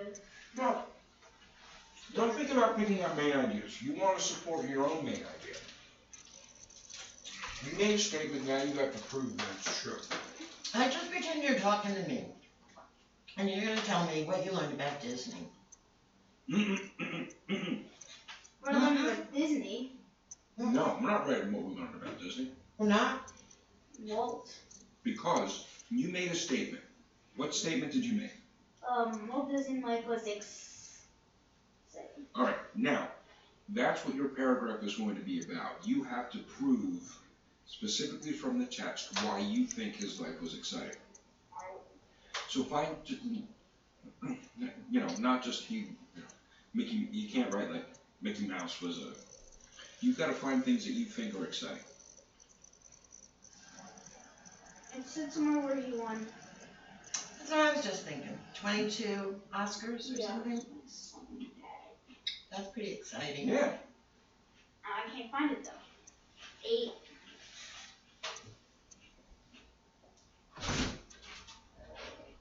He won an Oscar award in 1933 for Three Pigs and its song "Who Afraid of the Big Bad Wolf" became popular. In 1937, Snow White and the Seven Dwarfs was a big hit, and it won 8 Oscars. Between 1940 and 1942, Walt Disney Studios made Pinocchio, Fantastica, Fantasia, Dumbo, and Bambi. Between 1950 and 1961, Disney released many more movies. They included Cinderella, Alice in Wonderland, Peter Pan, Sleeping Beauty, and 101 Dalmatians. Disney was also on television Zorro, and David Davy Crockett, King of the Wild Frontier. People also loved the Mickey Mouse Club and Walt Disney Wonder of Colors. M-I-C-K-E-Y-M-O-U-S-E. The last blockbuster Disney produced himself was Mary Poppins. 1964, Disneyland opened all around the world. I can't find this where he said where he won all his Oscars. I remember hearing you say it. Yeah. 22 Oscars. It was like something like that. It was somewhere in here. It's probably like a summary at the end. With the total of his achievements. Was it a Hollywood success, maybe?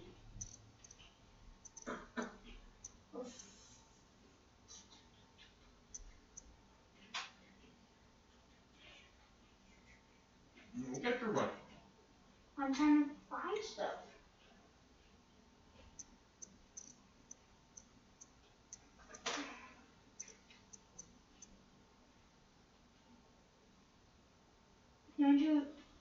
Yeah, he won 22 Oscars.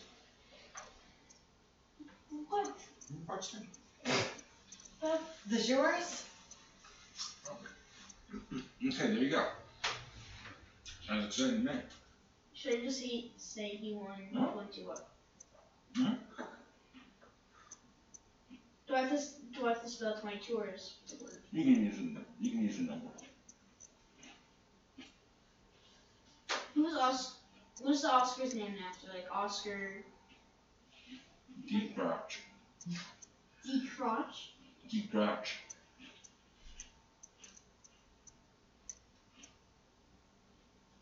I think it stands for something, the Academy or something.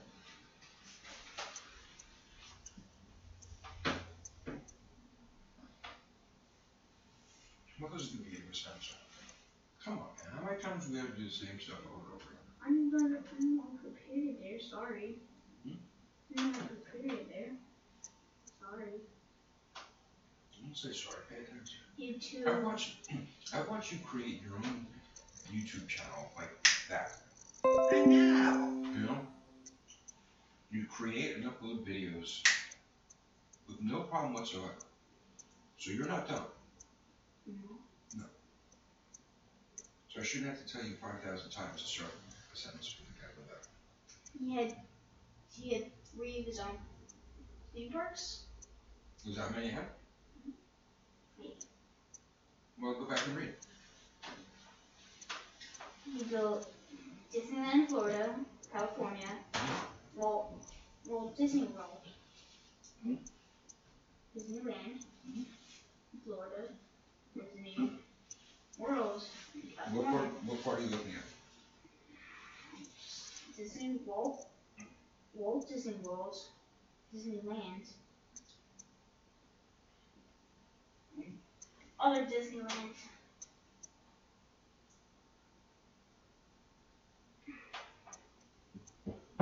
So maybe.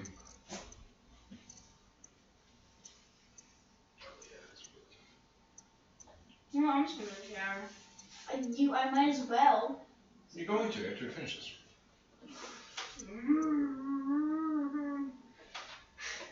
So.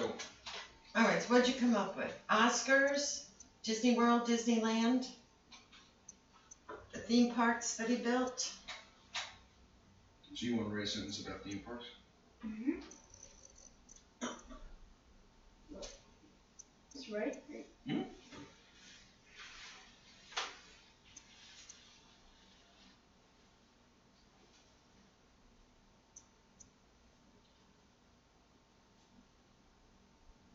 A dream is a wish your heart makes. Maybe Sunday night, Walt Disney came on TV, the Walt Disney Show.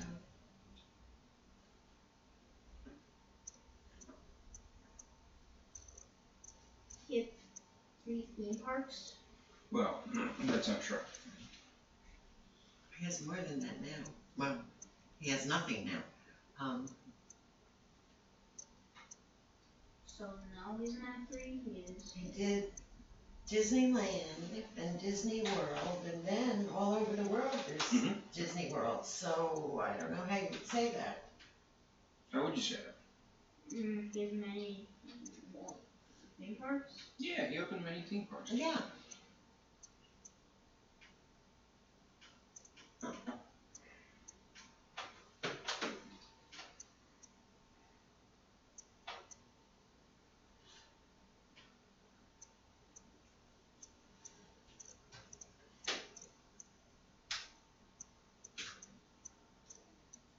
I spelled parks wrong.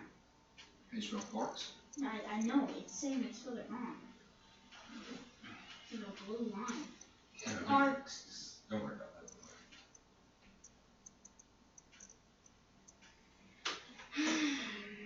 Daniel, what did I just talk to you about? About a second ago. What goes at the beginning of the sentence? A period. A period goes at the beginning of the sentence. No. One goes at the end. A capital letter goes at the beginning of the sentence. Do you understand why this is frustrating? That I have to tell you over and over and over and over and over. Why aren't you just doing it yourself? Forget sometimes. No, you forget every time. Forget is not doing it once in a while.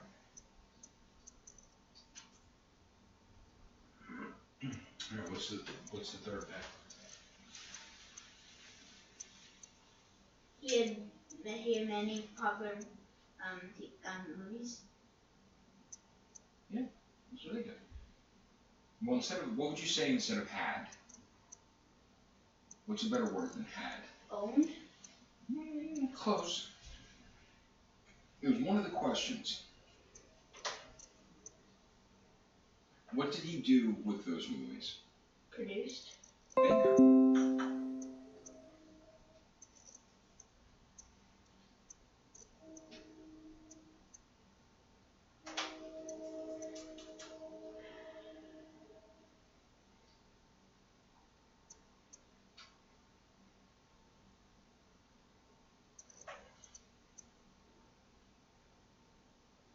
Is that your 3 things?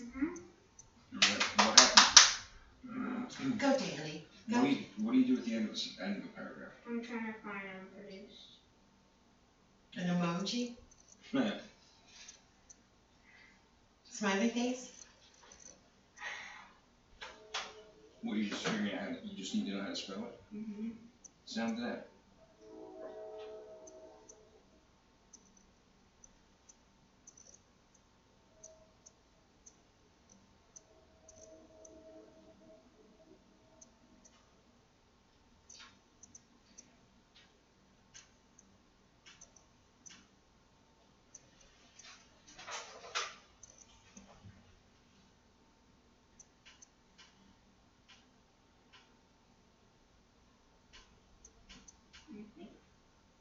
I got it right. How'd you spell? P-O-D-U-S-E.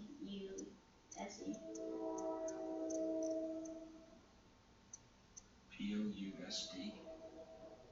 No, S-E. Produce. D? P-R-O-D-U-C-E.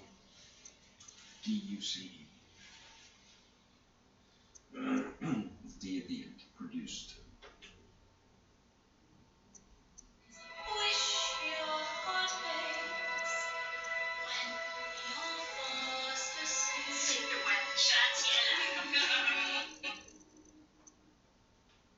Is this like in movies? Many movies. Is what you said the first time.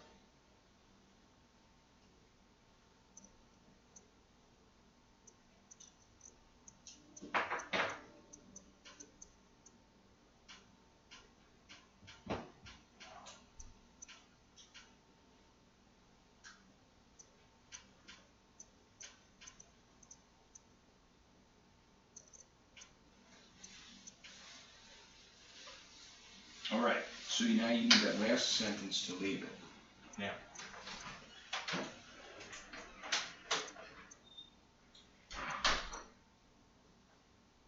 read that last sentence again. He produced many movies. Read that sentence again. He produced many movies. Do you see the word he in the middle? Mm-hmm. Yeah. What? He produced many movies? He produced. Now, because we're a little bit choppy, we maybe want to put a little bit more detail. So when we talk about movies, pick a word that would describe all of his movies.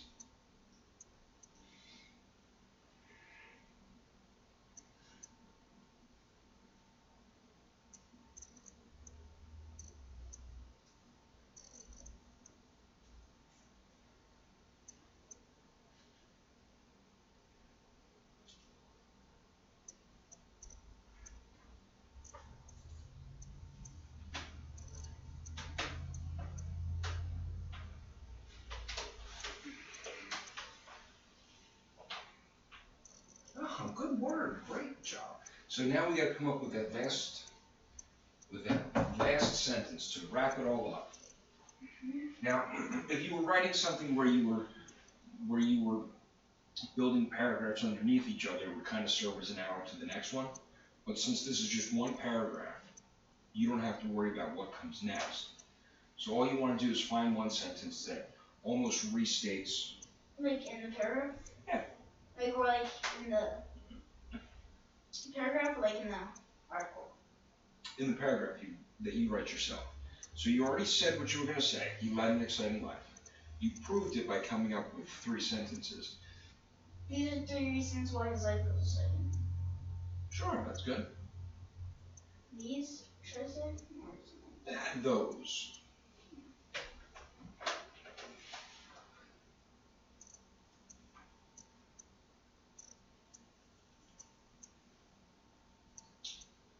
Those are exciting things he did in his life. Sure. Actually, that's even better. Good. Really good.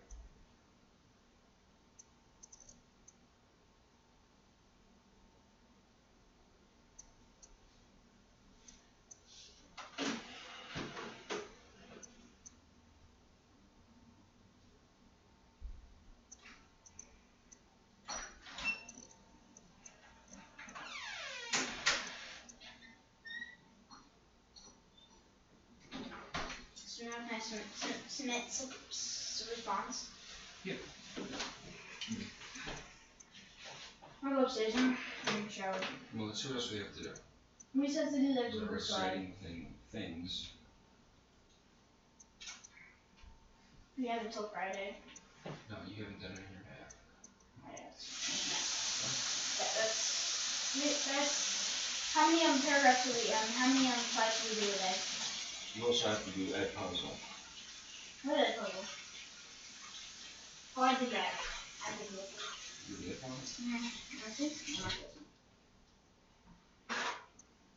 That's all about Walt Disney's life.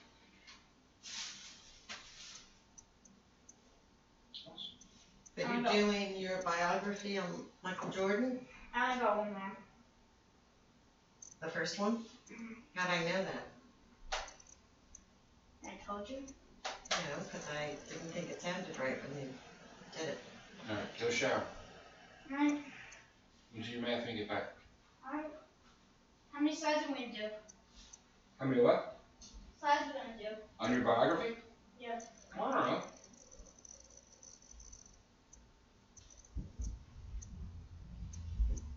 Maybe you just do like, we don't have to do like all today. We don't have to do any today. Should we though? Yes, you should. Get started. Do a little bit every day. So you don't have to do it all at once. I don't feel like a good amount of slides. Good enough isn't good enough. Well, I'm just going to polish off my strawberry wood bar. And Dad, here's the good thing about this. We just watched the whole documentary on Jordan. Yup.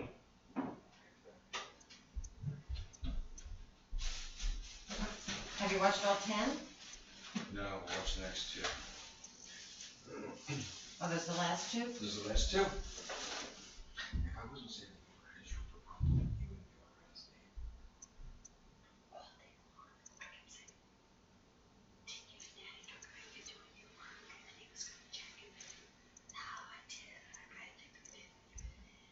I can't fall.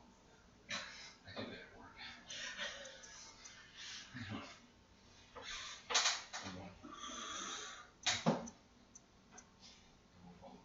He's very focused and very on the money with his video games. He's very smart. He's very quick. He's very knowledgeable. Why doesn't it translate? Because it's boring.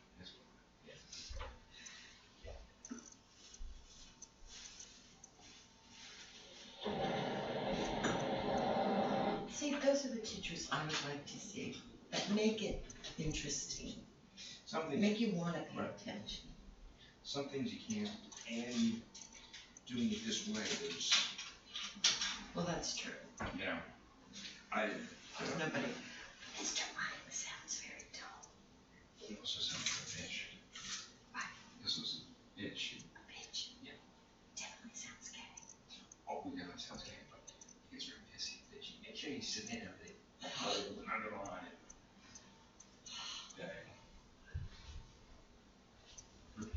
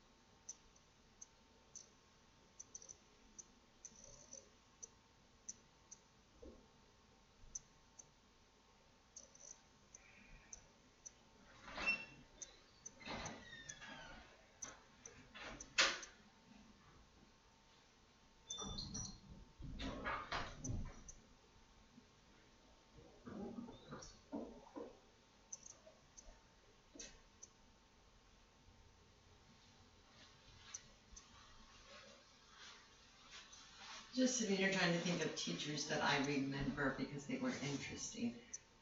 And the first one that popped into my head, do you remember stories of the notorious Gary Penta? Of course. He's famous. And he was a Long Branch, Goomba kind of guy. He wasn't, like you picture him being like the gym teacher. But he taught history. And I don't know, 5th or 6th grade, he was my history teacher. To this day, I remember he would be telling us about something that happened. History was my least favorite subject, always. And he'd start talking, and he'd really get into it. Always, it would be, okay, but, and this is the but, now get this. And then he'd tell you this secret fact, like, this is what the history books say, but, and this is the but, now get this. And then he'd tell you that, and you'd go, oh. Always something. Yeah,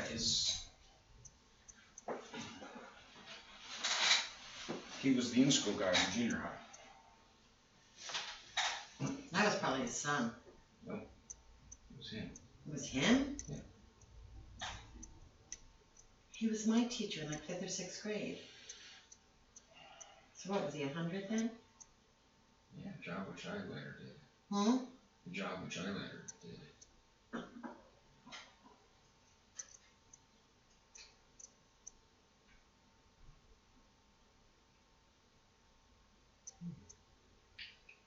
Well, the agenda has posted Whose agenda?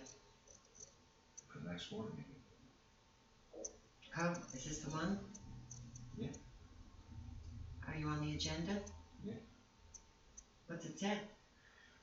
Recommended the Board of Ed approve the appointment of Scott Larkin as Chief School Administrator Principal for the period of July 1st, 2020 through June 30th, 2023.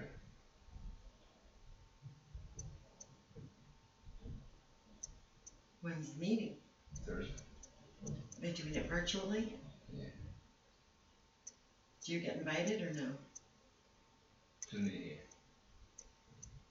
So if they say bad stuff about you, you hear it? yeah, they won't tell.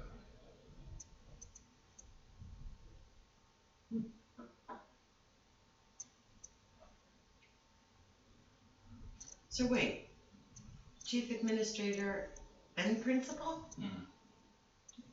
What happened to Principal guy? They didn't want.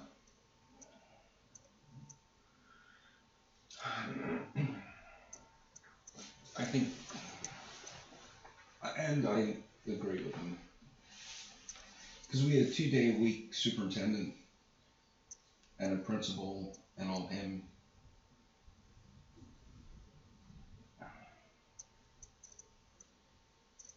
So I think it just looks better if I didn't take over a 2-day-a-week job. Made it a 5-day-a-week job. Right. I took those 2 days and kind of absorbed it in what I'm already doing. For the extra money. And is it a big deal for you to do both? No. The guy that's there now doesn't do anything at all. So you'll basically be doing the same thing? I will basically be doing the same thing. I'll format a couple of my responsibilities, but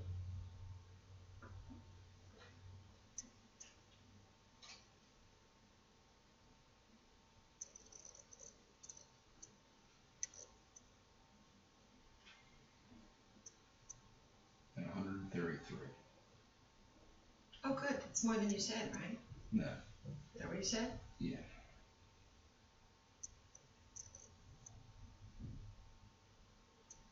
But no more summers off. No more summers. Yay. Well, when do they really ever have a summer off? No more driving a cab or bouncing the bar. Right.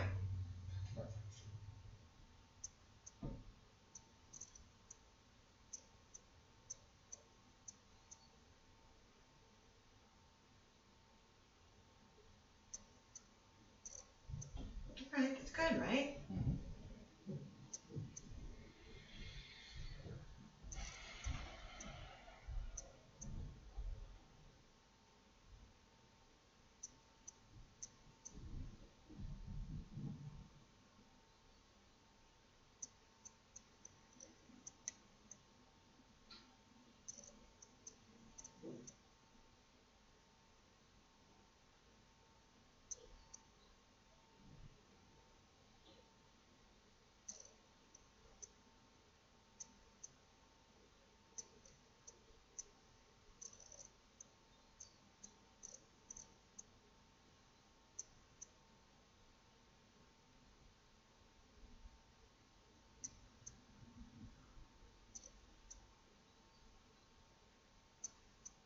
Well, once again, we have nothing for dinner.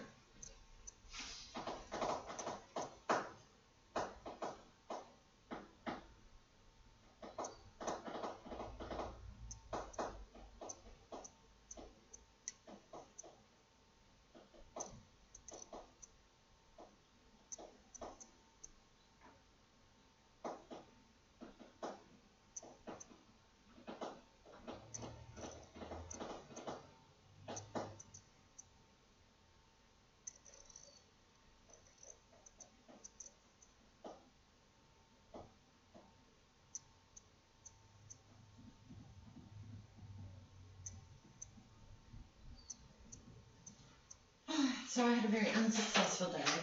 I rescheduled my eye doctor appointment because they canceled me for May 21st, and they couldn't give me an appointment until August 10th.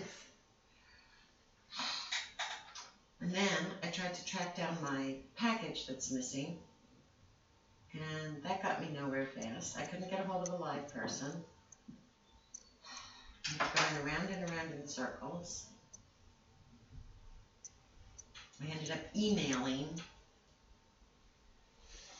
I don't know if I'll ever get a response.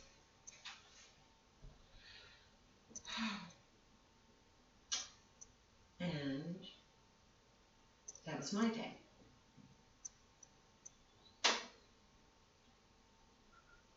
What? Ryan Seacrest did not have a stroke? What? I thought he did. Did not have any kind of stroke during American Idol finale.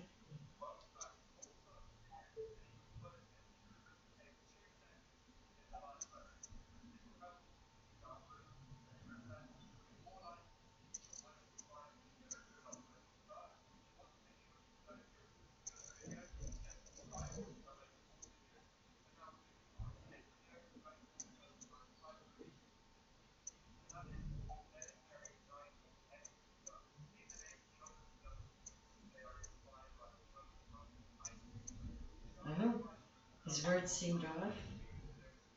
Slightly slurred, right eye appeared larger than his left.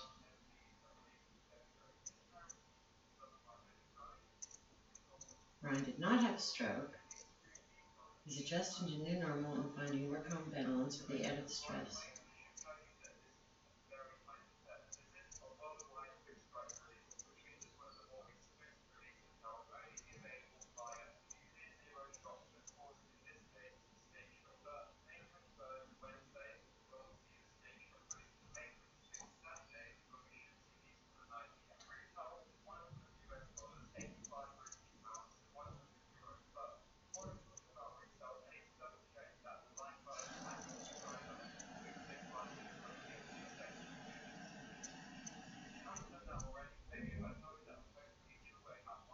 What are you listening to?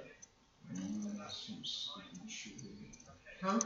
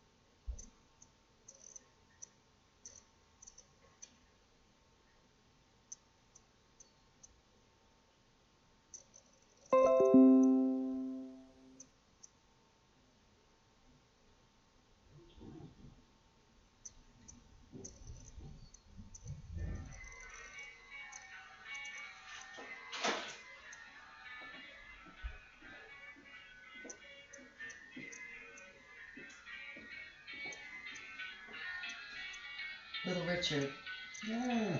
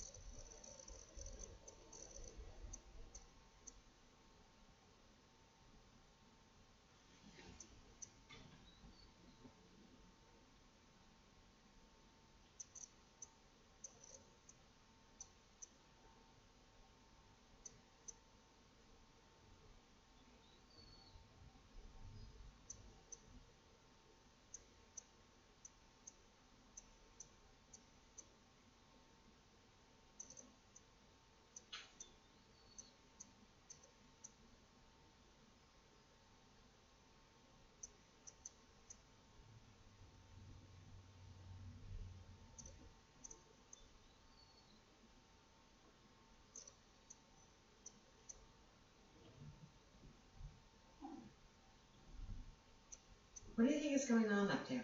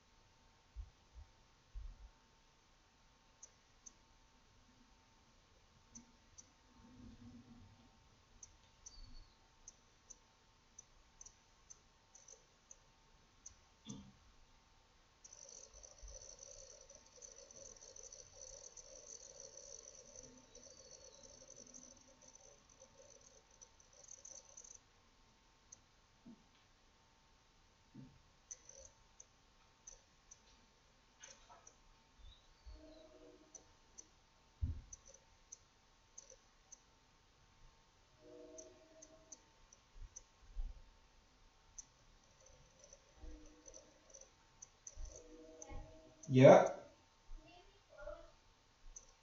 Yeah, they're on top of the firehouse there, pal. In the hallway. Got it?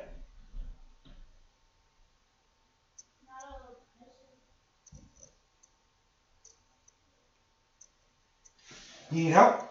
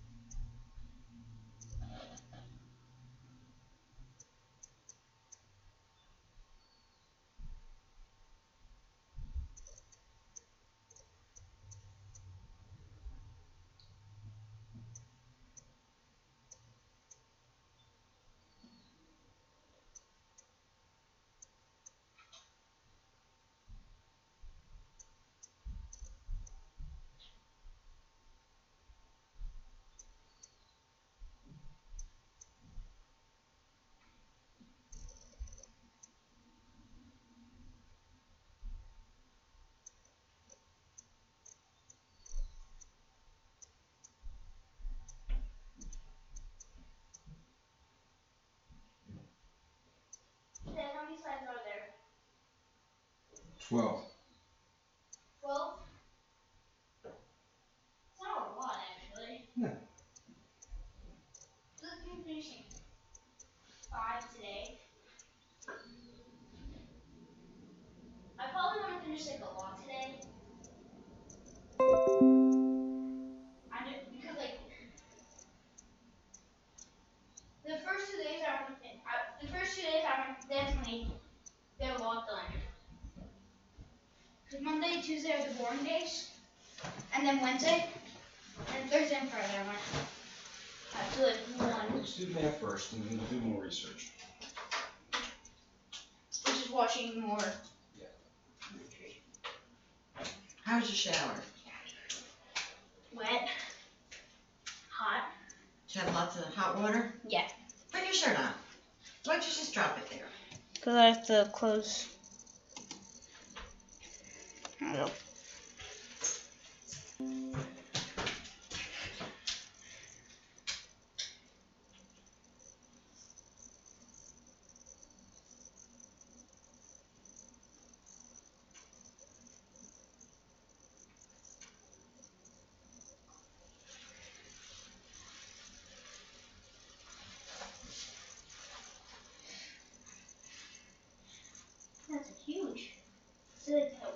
instructions, right? Your turn. Elapsed. Time by the hour. Elapsed time is the time and difference between the beginning between a beginning time and the end time. Find elapsed times, an important skill in everyday life. Determining elapsed time requires understanding how to read a clock. Units of time. 1 minute, 60 seconds, 1 hour, 60 minutes. Now and later. Elapsed time. So I can find the beginning, Which is now. What time is that? That is 7 o'clock. What time is later? 8. So like So how much time passed? an hour. So 60 minutes. You're right, 1 hour. Space. Hour. Space. What do I say? That's good. 1 hour.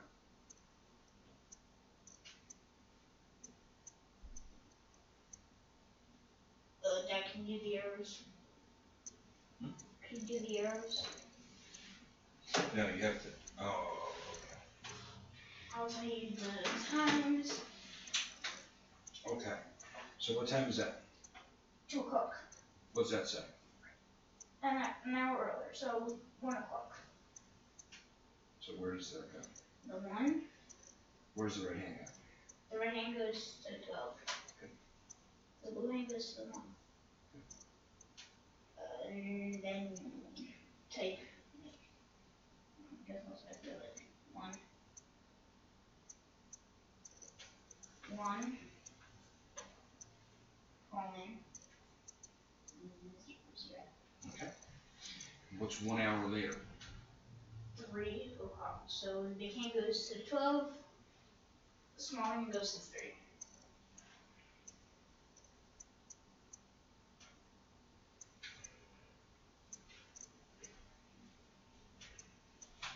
Why do you have to do it? Is there something special? It's done. Type it.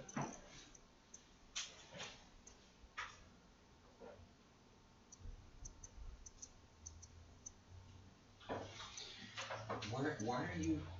You're only going to have to come back. I know. So I can sit down. I'll sit down. Don't sit down.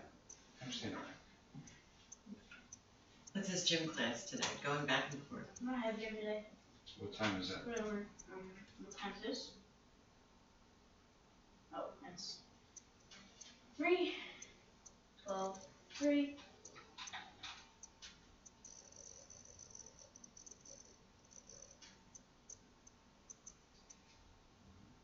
It's 1 hour later. 5. And now put the big hand 12. Small hand 5.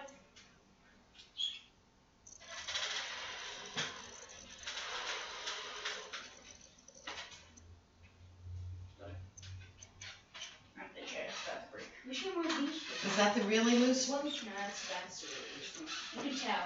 Yeah, that one's really ready to go. You can.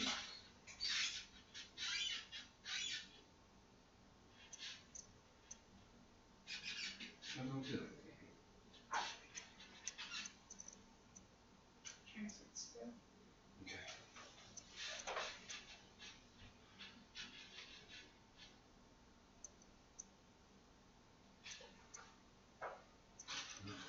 Let's see.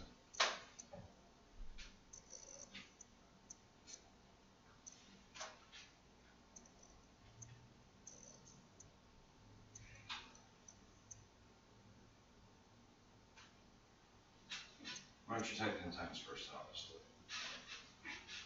Because I know this.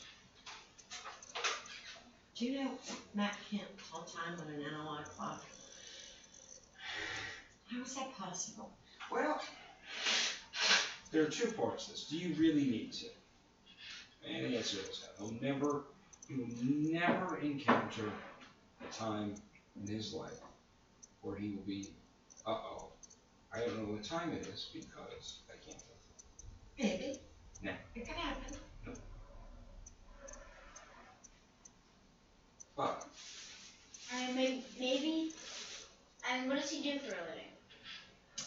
Works for an insurance company. Oh, so Lewis has some sort of phone computer on it. he always has his own phone. But, like, do you want to be that Momo? That if somebody says, hey, what time is it? You go, oh, I can't tell. I gotta look at the digital clock. Right, or just pull out your phone. You know, yeah. There is learning for learning's sake and thinking. And you should be able to almost decipher the code of how to tell time. It's like riding a bike. If you don't want to ride a bike, it's not that big of a deal. It really is. We should know how to. But do you really want to be the person that does that?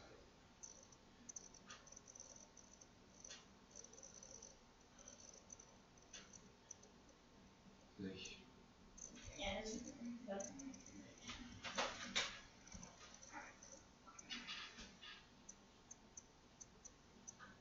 alright. This looks so. What time is on clock A? What time is on clock B? How much time has elapsed between clock A and clock B? So I have to say both of them? Like that. So I put both their elapsed times? And that's my book. Or do I add them? Alright, what time is on clock at? 1:45. No, 1:40.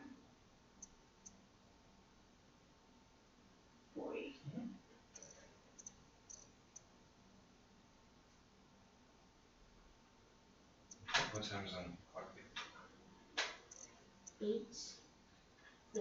Okay.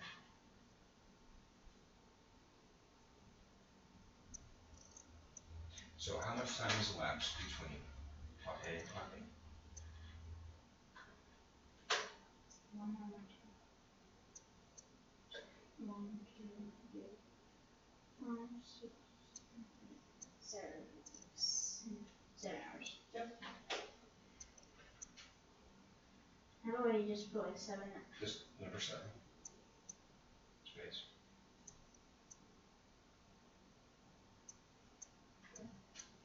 Now just keep going.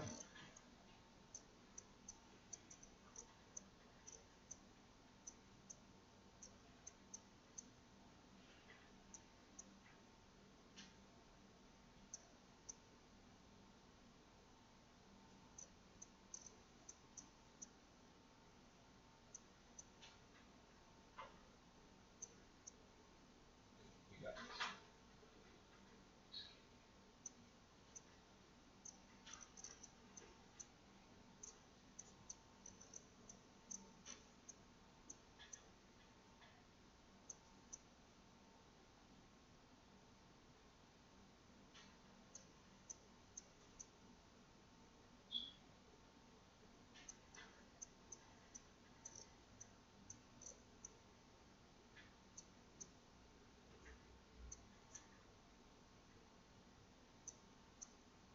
Total delta. Check that off the life skills box. 8. Here. And why you would put that?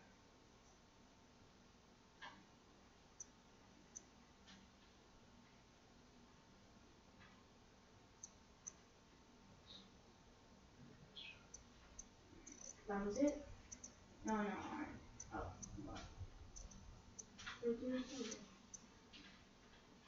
When biking with your friends at 1 p.m.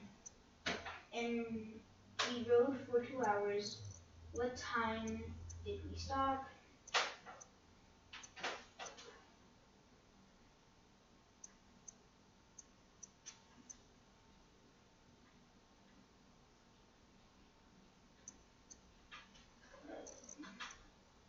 Uh, 20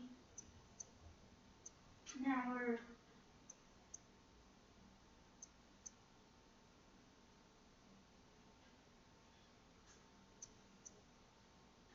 What even is that? Semicolon.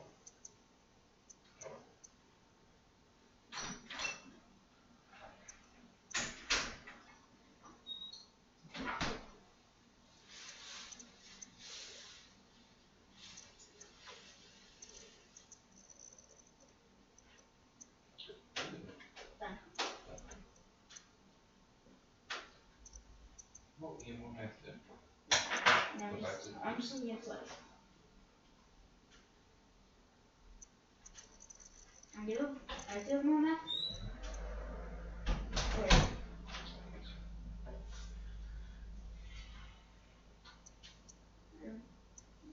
Yes. No and yes. Google Science, interactive clock, how actually You can't turn it in. let's just make sure.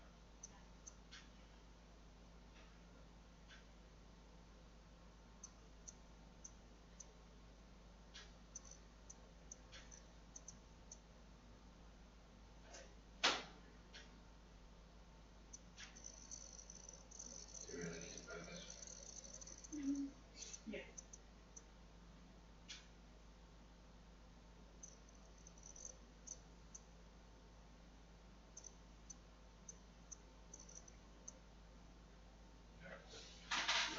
I'll set up our research. Wasn't I born like around like 10 a.m.? Huh? Wasn't I born like around like 10:15? Wasn't what? Wasn't I born at like 10:15? I don't remember. I never remember what time you or your sister were on. It was 10 something. Could be.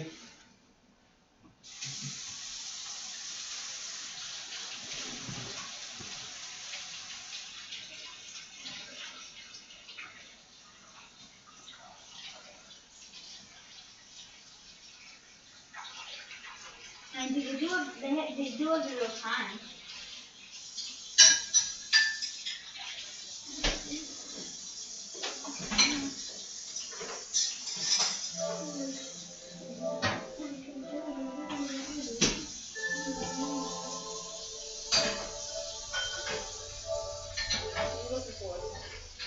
Oh, is it the controller? Mm-hmm. Sometimes it just takes a second. Once it clears up, it's fine.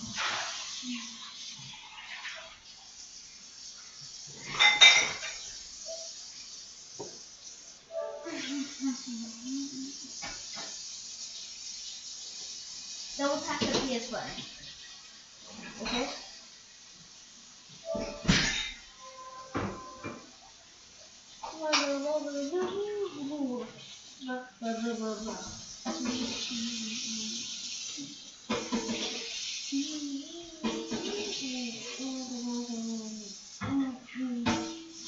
Nothing. F1, F2, F3. No. Oh, yes. Thank God. No, go down. That's the mail. 5, 6, F7, F8, 9. Wait, they didn't release F10? Hmm? Episode.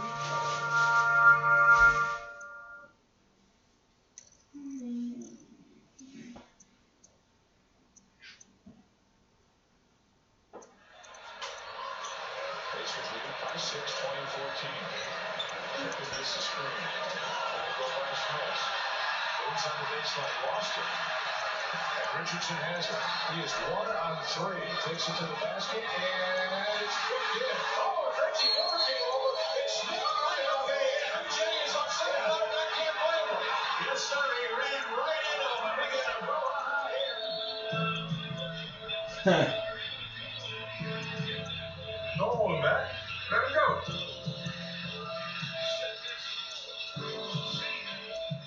He and I had somewhat of a unique relationship.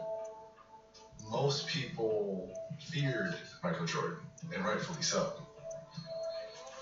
But I didn't fear him like the rest of the league did. And we had to lock horns quite a bit. Pacers lead by 10.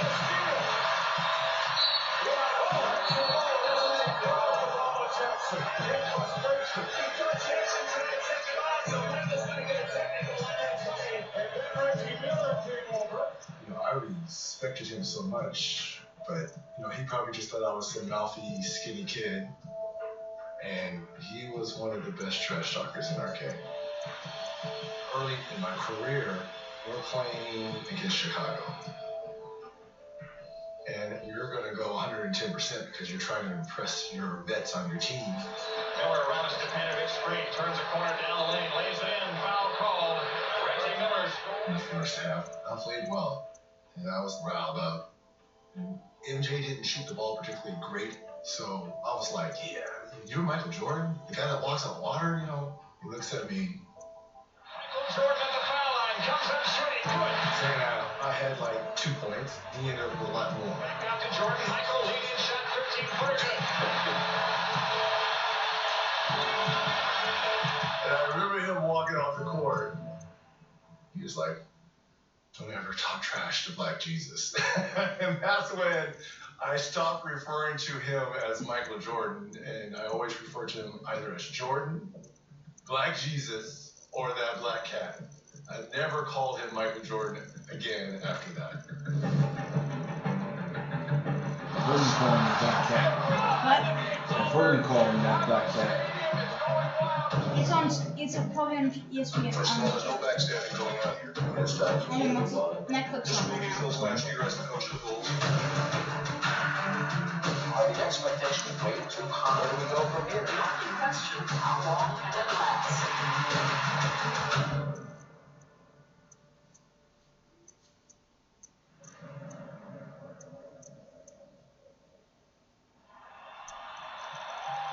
Good afternoon, everyone, and welcome to the Eastern Conference Finals, the Bulls and the Indiana Pacers. First time these two clubs have faced each other in the playoff. It's hit to Indiana. 98. That was my first year coaching, and it was our best opportunity, I thought, to win a championship. We were confident that we can dethrone the Bulls. We felt like we were just as versatile. We had Rick Smith, the Duncan Dutchman, Mark Jackson, one of the greatest assist guys the league has seen. We have the Davis brothers, Chris Mullin, one of the sweet shooting players of all time, and Reggie Miller, our Hall of Famer. We got a squad. That series with Indiana was the hardest playoff series we had. They were big, they were strong, they were physical. But I had to pick a team that gave us the toughest time in the East. You know, Indiana was probably the toughest outside of Detroit. They were tough. Every time I go in that fucking game, come out, I got a new scratch. It became personal with me.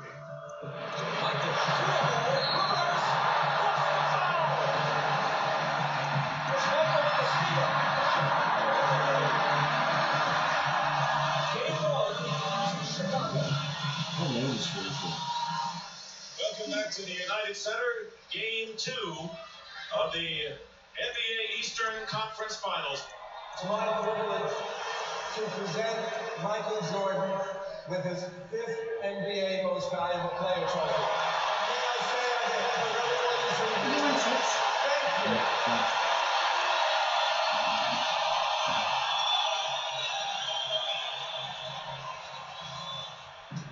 Here's Longley going straight to the basket. Longley was trying to play again, and in this time, somehow, somewhere around here, Steve Kerr gets a big basket, but it didn't go. Here in the fourth quarter, Jordan, Michael Jordan, with a full away. Oh, what a shot from Michael Jordan! And that may be the explanation point for the Chicago Bulls. The Bulls are winners 104 to 98. Bulls lead the series 2-0. Jordan, 41 points. It's back to the drawing board. You know, this is, you play for this time of year, and we've come too far to let something like this slip away. Yeah, that's going to be good. It's going to be bad, I know. I know. I knew that coming in. Okay.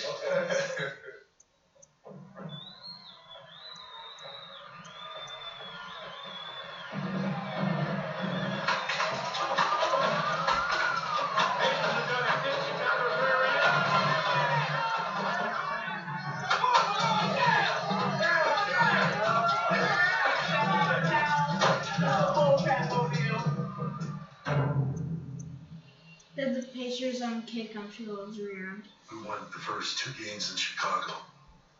But next game that we had, it was on the road. And the arena was really like a tough place to win.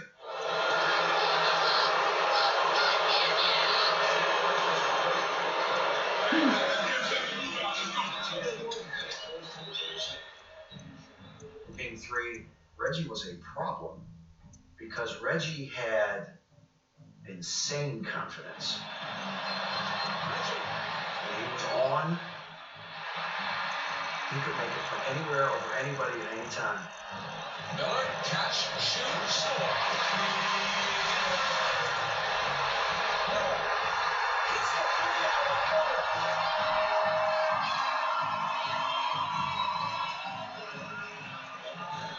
Miller for 3. Got nailed, finish the holds.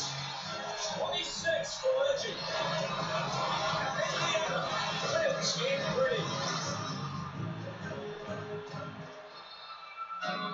Now we give ourselves a shot on Monday to try and tie this thing up. So, Chicago's never going to go away. As long as that Black Cat's out there, anything is possible.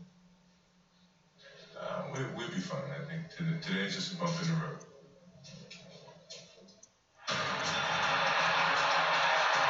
The Bulls didn't seem terribly impressed by the Pacers' Game 3 victory. Michael Jordan called it a bump in the road. Phil Jackson said, look, they had to play very well at home to beat us, and even then, they barely beat us. It was a hard-fought series, and the most memorable game was Game 4. That's what the mom does. They just throws it in there. Reggie out of the corner. Tough shot, air. Pippen dishes to Michael. Jordan shot, gets shoved back in his face. What kind of shit is he doing? Is that his style? I don't know who bowled. After a slow start, Jordan? it's a 1-point game with 6.4 It didn't on the clock. Gotta have everybody come in and rebound. Mike, this kid's got a hot hand right now. Indiana has a timeout. They elect not to use it. McKee looking. Gets it in for Miller. Right away. Pippen, they have to foul him. I was so upset that I felt, is this going to be it? Are they going to go up 3-1? Because you go down 3-1, it's going back to Chicago. It's a death sentence, really. You can't go out like this. Scottie Pippen has had a great game, but he's only 2 of 5 from the foul line. A miss.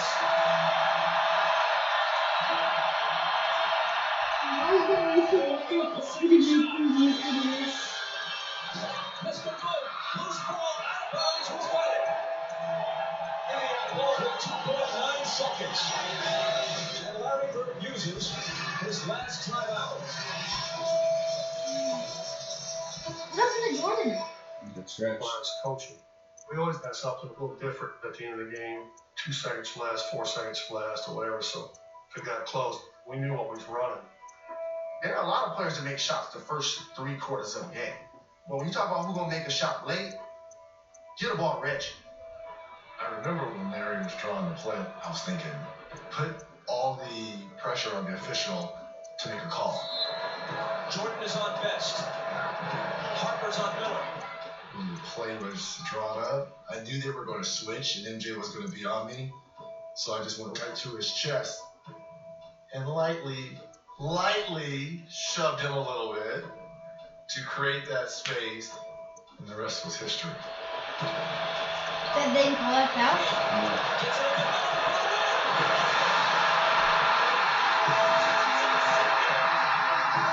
Was that a foul? Yes. Fine. Nobody's going to call that.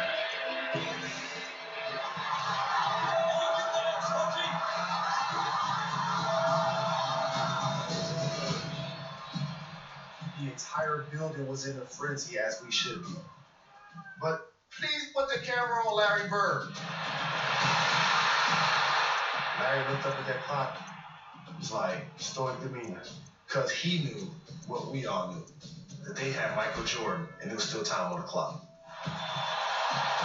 We knew where the ball was going to go. Everyone in the building knew where the ball was going to go.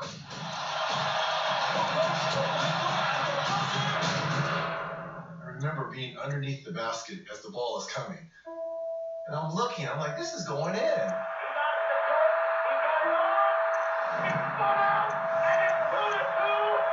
Do you remember that? Mm-hmm. Did you watch that? I mean, millimeters in and out. And we made him double clutch on that shot. And he still almost made it.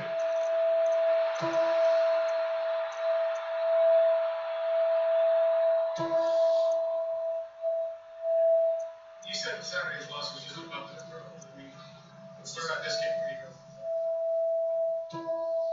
You still got to come to Chicago. Utah, Indiana, they still got to come to Chicago. I don't care what happens today. I don't care what happened in other series. You still got to come to Chicago.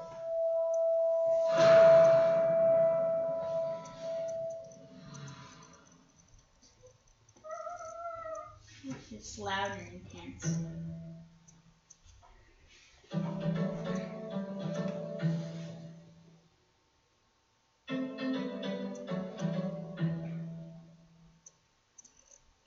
We had our hands full out west for my entire career. Quite great teams. We were so close so many times, just couldn't kind of get over the top. And then we win in kind of a last-second fashion.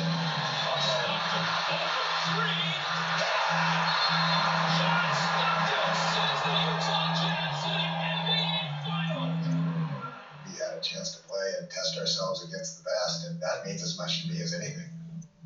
What's the biggest motivating factor going into that series for you? Karl Malone get MVP.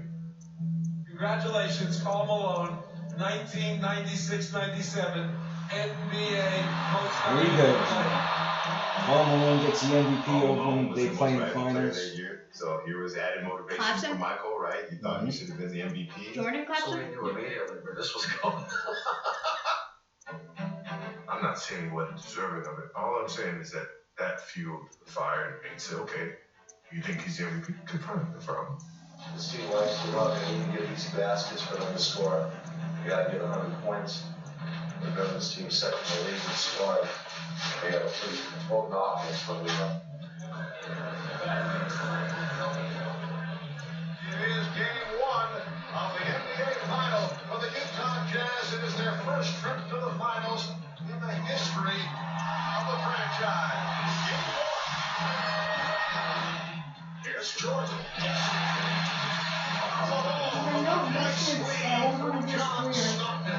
Had a mullet. Very aggressive offensively. Jazz are good, man. Freaking Karl Malone, he's a bad matchup for us. Yes. John Stockton's a bad matchup. So that first game in Chicago was close. The game is tied at 82. Down to 7 o'clock, 10 seconds remaining. They got Brian Russell on Michael Jordan. We had probably 3 guys that were typically assigned to match up with Michael, and Brian Russell would have been first and foremost. Brian Russell made our team in the first place through incredible effort defensively, so he earned the right to take on some of the tougher assignments, and it doesn't get any tougher than Michael. Yeah, Brian Russell. When I was playing baseball, Utah was in town to play the Bulls.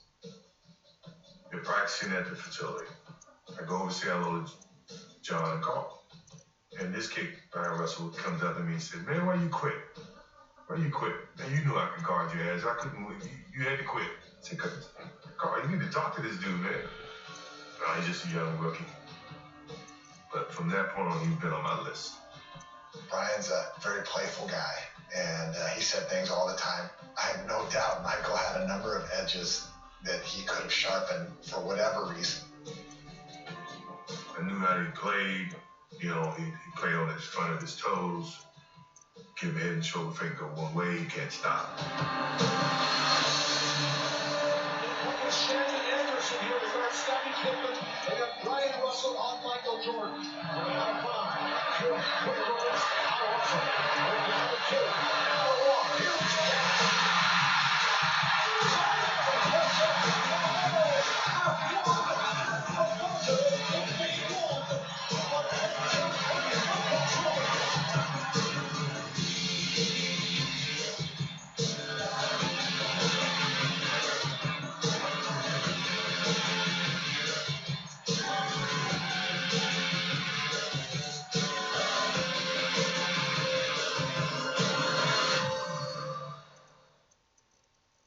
Good night, bud.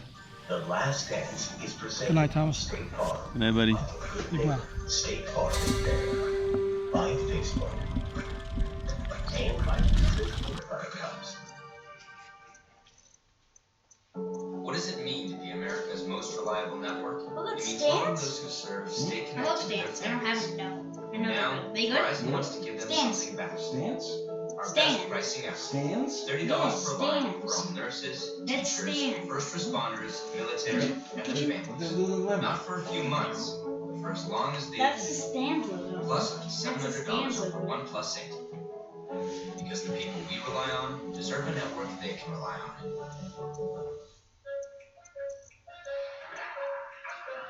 Big thing I No, recently that learned was- as a parent, baby skin is absorbent. Her skin can actually soak up wetness if her diaper doesn't. That's gross. Guys, what are That's we gonna why do I about use dinner? Pampers. Pampers absorbs quickly to trap and Any lock wetness thoughts? away, keeping your baby's I skin guess we'll have to drier order and again. healthier.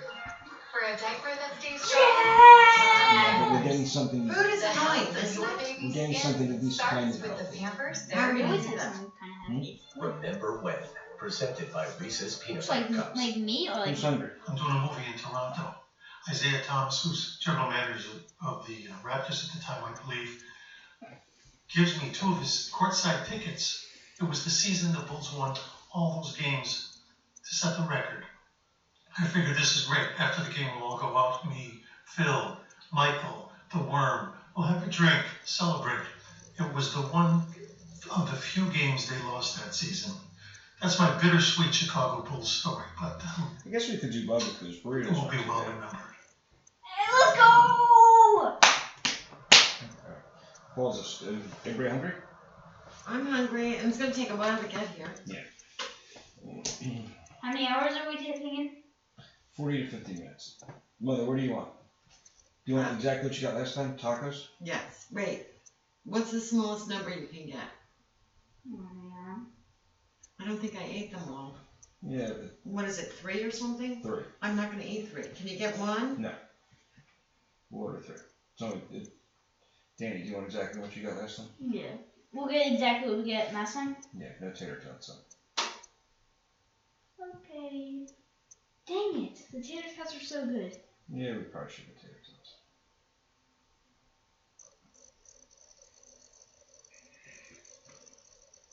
And you like them.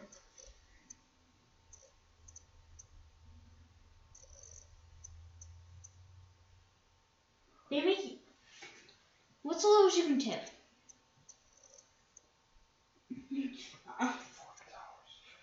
What? $40. That's a $5. It's my own fault for not going food shopping. You spent 45. You spent 50 last time, so it's $10 difference.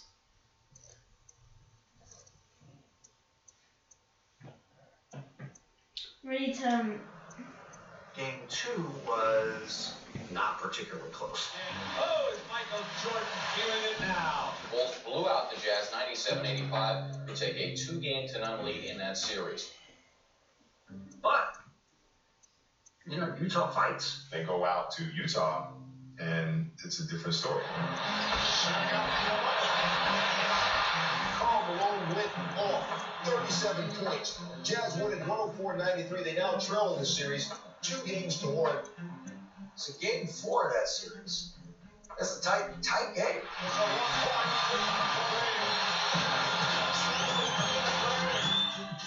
Stockton throws the single best pass I've ever seen a point guard throw.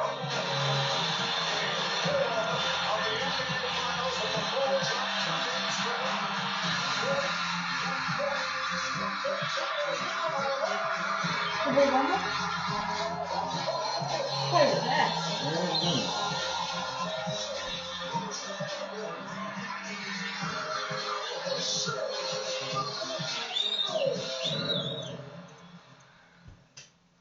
I would never play in Utah even if I got $2 million. For game 5 in Utah. That's June I'm 10th. very happy. And there's snow. So it was George, myself, Tim, and I think a couple of security guys. The night before the game, we were all in Michael's room, hanging out. But it's like 10:30 at night. I'm hungry. No room service. Michael gets hungry. So, all right, so we're calling all these different places. George and I are looking around. We find one pizza place open. One. So we ordered a pizza. And when the pizza came, there was 4 or 5 guys outside the door. 5 guys delivering one pizza. You know, it's very rare that you get 5 delivery guys from, you know, the pizza place to bring you your pizza. They're all trying to look in and, you know, everybody knew it was mine. So I take the pizza, I pay them, and I put this pizza down, and I said, I got a bad feeling about this. I eat the pizza. All by myself. Nobody else eats. Eat the pizza. I wake up about 2:30, throwing up left and right. 3 o'clock in the morning, I get a call. My roommate, man, come to your room right now. I get into him. He's literally curled up in a ball, shaking.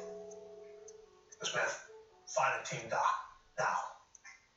So it really wasn't the flu game. It was food poisoning. Oh my heavens. I was in the room in Utah. And I went over and he says, oh, I'm so sick. Nothing. I said, how are you going to play today? Mom, I have to play. And I'm thinking, you should not play. But when we went to the stadium, there he was. The big story here tonight, Michael Jordan's physical condition. I stayed in bed all day. Couldn't eat anything, couldn't hold nothing down. He had an IV hooked up to him, and he was chalky white. Didn't look good. And I was like, oh boy, we're in trouble.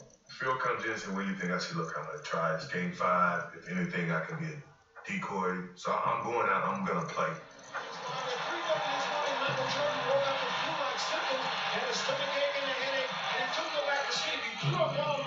As reported earlier, he missed the shoot around, and he was in bed all day and continued to play.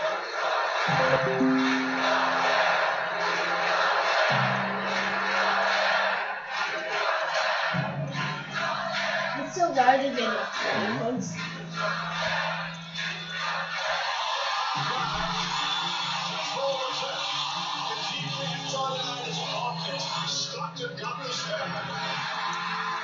Utah's got the quick start they need to keep the crowd into it.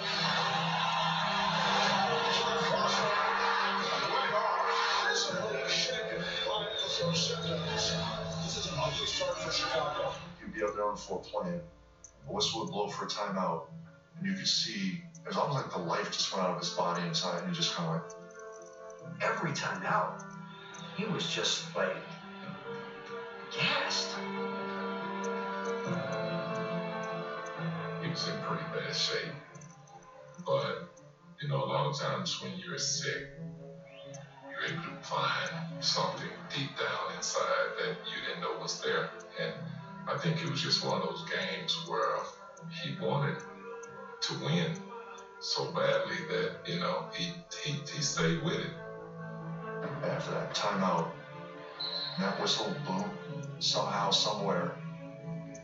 Got him playing. Michael Jordan is back putting them over Chris Morris. From Sports, I want to say, that's the best spurt of the night.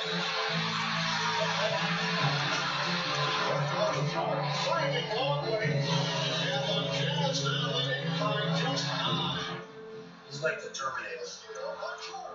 I mean, he went somewhere and he found a switch.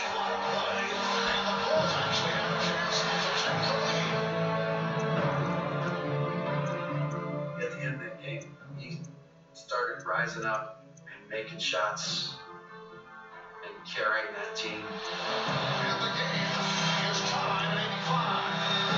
The Bulls have been here year after year. Confidence, poise, determination.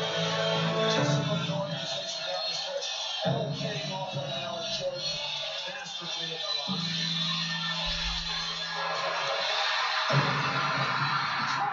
Scoop up the loose ball for the possession with 40 seconds remaining. The game tied at 85.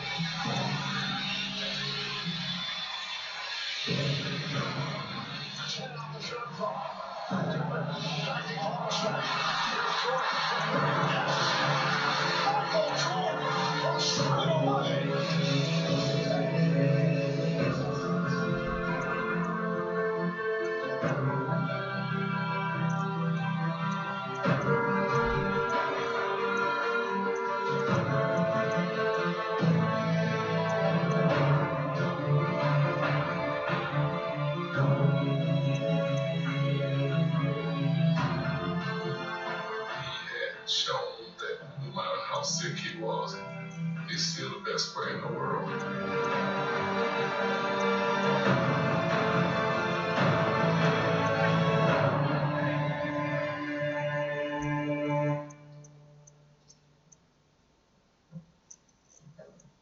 Coach, how much did you know about Jordan's condition going into the game? What did he look like early, and describe the effort that he put forth with the illness that he had? First of all, I didn't know he was sick. And I thought he played a great game.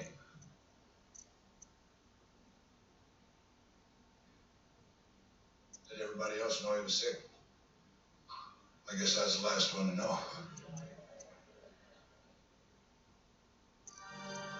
The Last Dance is presented by State Farm.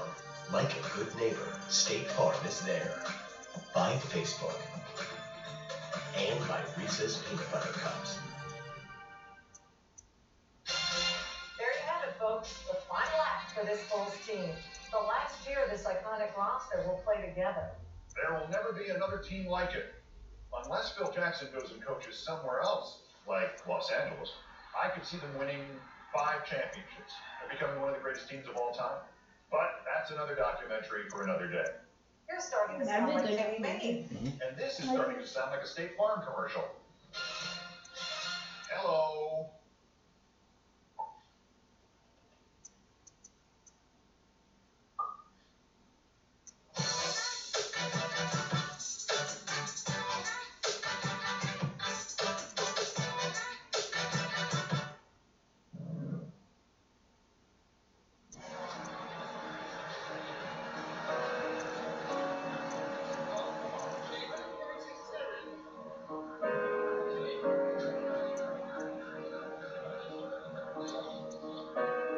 My innate personality is to win at all costs. If I have to do it myself, I'm gonna do it.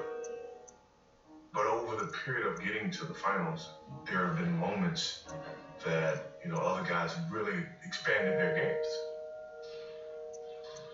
I think Michael recognized that there were guys who were sort of overachievers, guys who maybe don't have the star power, but came in and did what we could, which I'm sure he looked at me as an overachiever. Coming into the NBA, I was not a high draft pick or highly touted player.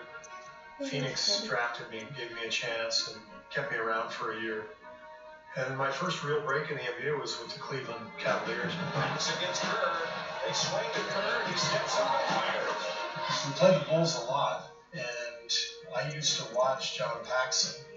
I used to guard him when we played the Bulls, and then I'd watch him on TV when we would prepare for him.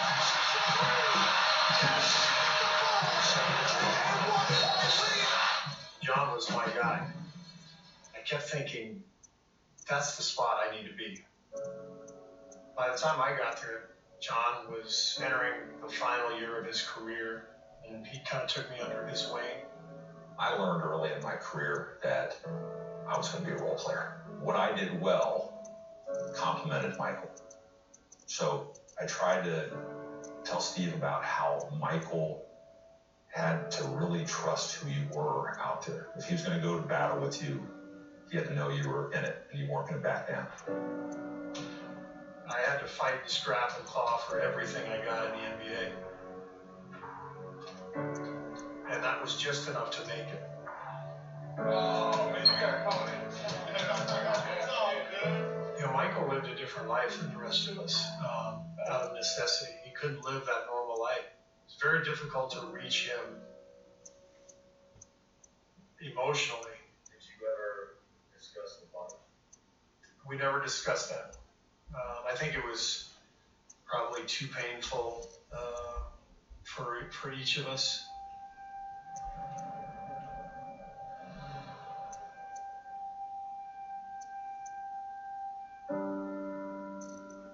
My dad supported me when I was a kid. He saw how much I loved sports. He loved basketball. He loved watching me play. We played together all the time out in the driveway. His competitiveness was honed by playing basketball in the driveway with his father and his older brother. That's where the family action was. Malcolm, John, and Steve playing basketball. Naturally, they would sometimes win, And that hurt him. Oh, it was terrible. My dad was a professor of Middle East history and politics at UCLA. My mom was a full-time mom, but she became a professor later on in life. So very academically minded family.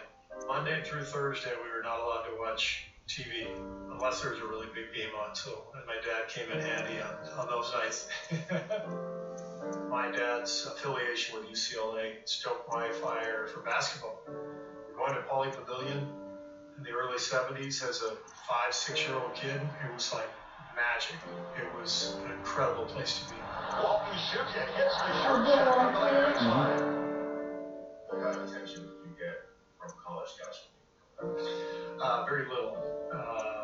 About the same attention that I was getting from girls in high school. So not many girls, not many college recruiters. So I finished my senior year of high school without a scholarship, but Arizona offered me a scholarship kind of at the last second, and I took it without ever having visited the school. I was just thrilled to have a place to go. And then when I went off to college, my mom and my younger brother went and joined my dad in Beirut. My dad left UCLA before I graduated high school and became the president of the American University in Beirut. In the chapel of American University of Beirut, the 117 school year officially began. With the summer of fighting in Beirut, it almost didn't occur. AUB's acting president was kidnapped from the campus 3 months ago and is still missing. AUB's new president believes Dodge is still alive. I was looking forward to working with him as vice president. If I'd gotten here on time on the 1st of July, it might have been me instead of him who was kidnapped. He was a really good scholar of the Middle East. He was trying to produce students that were tolerant, globally minded, humanitarian citizens. So it was the realization of a dream, but didn't last very long. The International Peacekeeping Force left the Beirut area last year, and life in the Lebanese capital has become increasingly dangerous. It's bad for almost everyone who lives there, but it is especially bad for Americans. Malcolm was visible American. He was representing a government that stood for values that were contrary to the sectarian militia. What do you remember about that day in 1984? Well, it was raining. I just taught my class. I got a call from the guard at the gate to go to the president's office, and I went there, and I was told that Malcolm had been shot on the phone, and I thought maybe just a leg or an arm. The president of the American University in Beirut was shot in the head by 2 gunmen posing as students. Malcolm Kerr had just gotten off an elevator, was about to go into a meeting on campus when he was killed. So I received a phone call in the middle of the night from a family friend. My phone rang in my dorm at 3 o'clock in the morning, so I knew something was up. And he just said, Steve, I have terrible news. So, yeah. The murdered academic had long been popular with his colleagues in Beirut, though as an American, his roots within the Arab world were just as strong. Basketball was the one thing that I could do to take my mind off what happened, you know. So I went to practice like the next day, you know. I didn't know what else to do. We all react differently to these things. Steve reacted by throwing himself even more deeply into playing basketball. I used to think about it all the time when I was playing. During the national anthem, I would always think about my dad and think, he would love this right now. You know, he wouldn't even believe it. He would love this.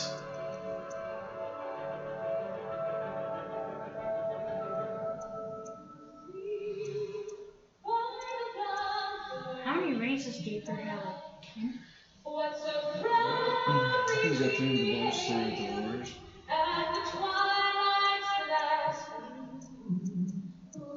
Stripes and bright stars. Michael Jordan's physical condition. Jordan feeling much better. Siege with the flu. I sense that Michael Jordan is almost out of gas and will make a concerted effort to end it So this is first person or avoid a first person? 7-game showdown. Chicago starting slowly, and Utah is taking advantage of that. They have to do this championship. Look out, Chicago. It's not going to I be think easy. on True Sensing sounds better than Quick.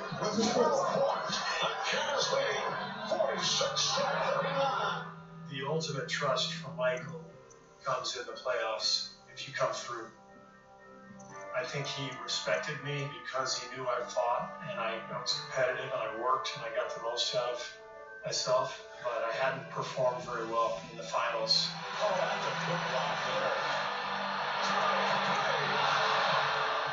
I was struggling and I was so hard on myself. As a role player, I'd get 5 shots a game, and so every shot took on way too much importance.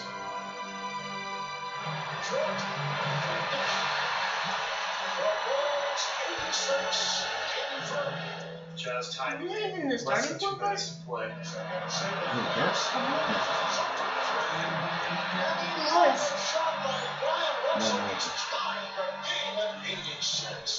Phil calls timeout, and Michael knew what was coming earlier in the series. In a very similar situation late in the game, John Stockton had come over and doubled him and stolen the ball, which helped seal the win for Utah. He mumbled something like, Steve, be ready. He knew the camera was always on him, and I'm like oblivious. And then I'm like yelling back, like, I'll be ready.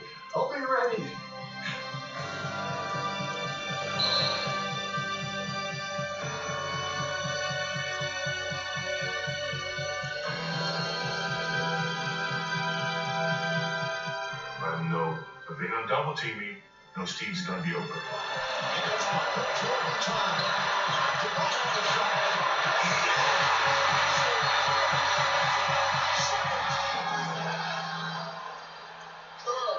Hits the big shot, cranked up the John Paxson 93 comparison. One last chance now for Utah. 5 seconds.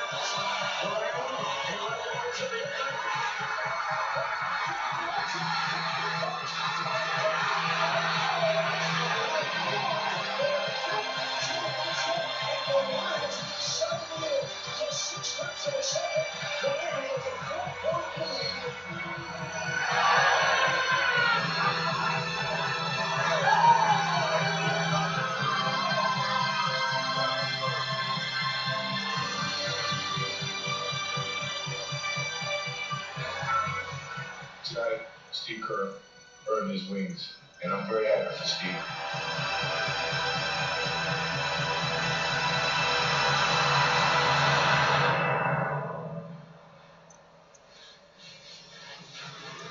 Was this last year? The one? And this was 97. Oh, the 192. Yeah.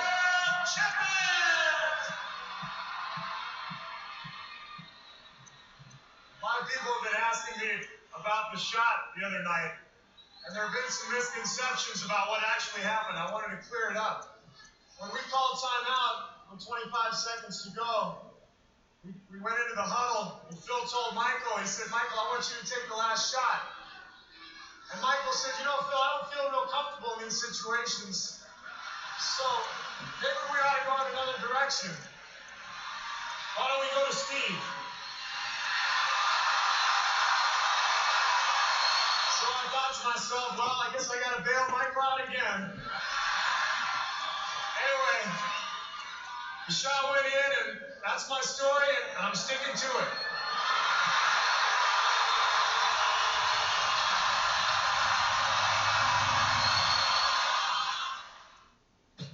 I guess the guy in the hat was Dennis. Brought to you by Facebook. That guy, I guess, in the hat was Dennis. Yeah.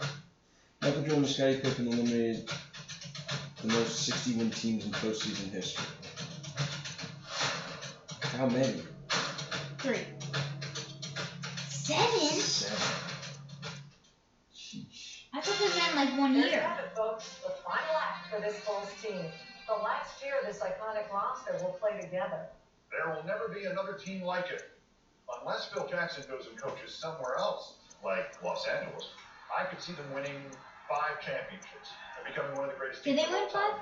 But that's another documentary for another day. Phil Jackson? You're starting to sound like Kenny Mayne. And this is starting to sound like a State Farm commercial. Hello. These are the Benjamin Moore independent retailers that have been serving their communities for How many such generations. commercials? They want you to know that many of them are open and are offering delivery or curbside pickup. Yeah. If you have a need, And these small yeah, we'll businesses probably will knock out continue one to be today. there for you, safely. 5. Because we can do them late at night. Or just my finish. The Vault, presented by State Farm. It is Game 7 in Chicago, and the first time Michael Jordan has played in a 7th game since 1992. Could be another awe-inspiring exhibition. Could be the end of an era. Bonnie Bernstein's in Chicago. Bonnie? Jordan talked about losing and said, certainly it's a thought, and I don't want to go out that way.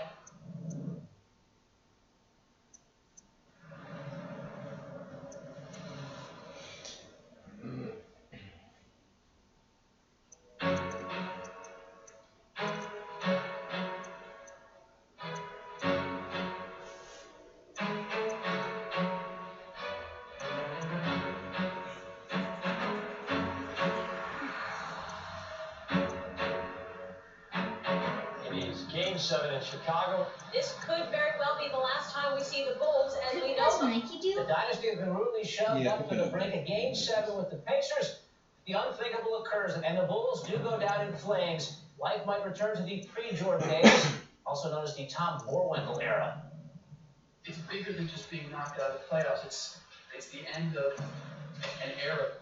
I told them today that you can lose. You have to face the possibility you can lose a game like this. Everybody thought that if the Bulls were to be broken up, if the dynasty was to be ended, it would be ended, by somebody in a suit someplace. There would be more closure and there would be more justice if it happened on the floor. Mr. Jordan is taking a page from Joe Namath's book. We all remember when he predicted the Jets would win Super Bowl III. We're going to win Game 7. We will win Game 7.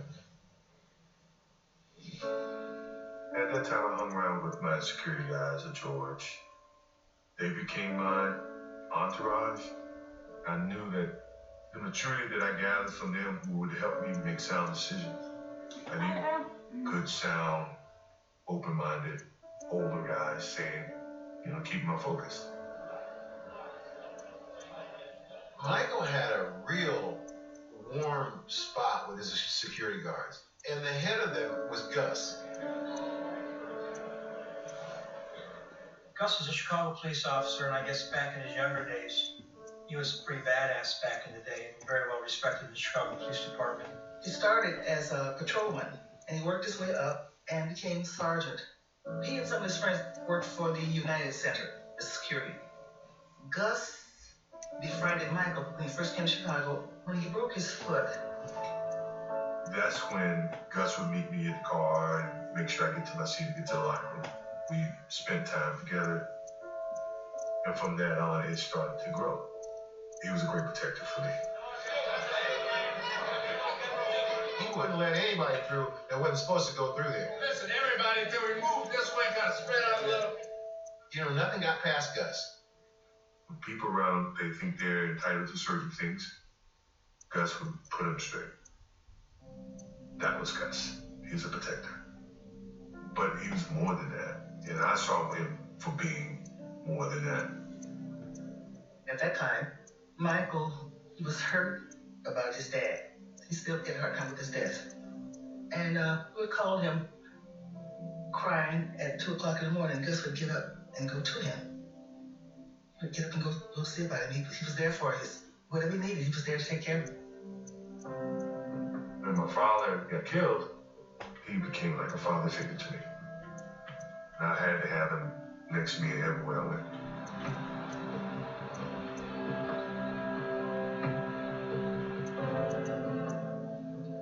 Gus, I threw a couple questions at you when you relaxed in there. Yeah, that Kima can't hear real well, so you got it. Questions at you? Sure.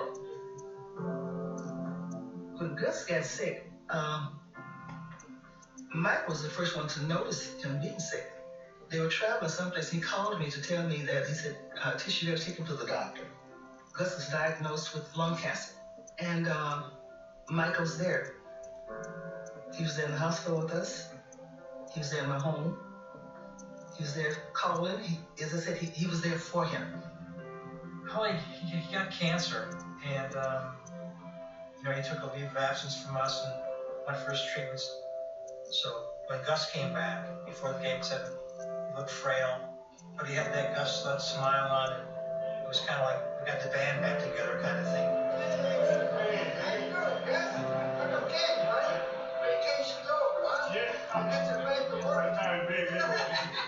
Is Gus still alive? He was inspirational for me. I wanted to win this game for Gus.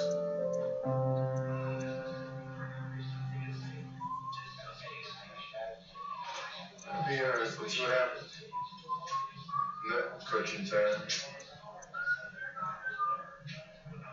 So player, Sam Kelly. And look like the man. Some can, some can't. Can, some can't. That's just the way it is. You stay away from Scott Burrell. You're not instructed to talk to Scott Burrell. You scared the shit out of him. Or was that when he had to release the game and join? Yeah. Scott Burrell, yeah. No one that was going to a game 7 that had wasn't an Scott opportunity Burrell. to not play. I don't know. Let's Out of see. the playoffs was pretty special for that group. We hadn't been tested like that in a long time. We were all mentally exhausted, physically exhausted.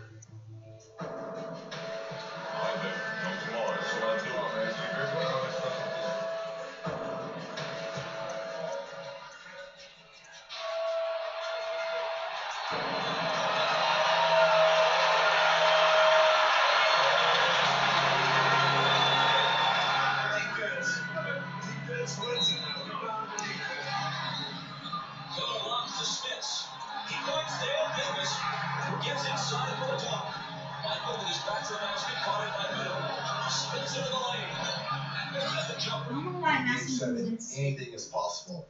You rip up game plans because in the game 7 it doesn't matter. It's all whoever wants it more.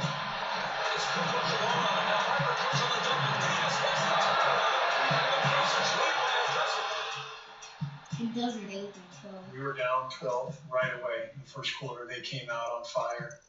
We had to claw our way back in.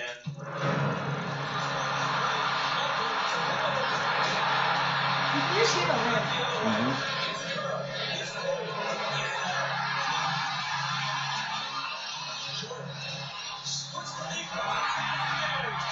Jordan is now the all-time leading postseason scorer.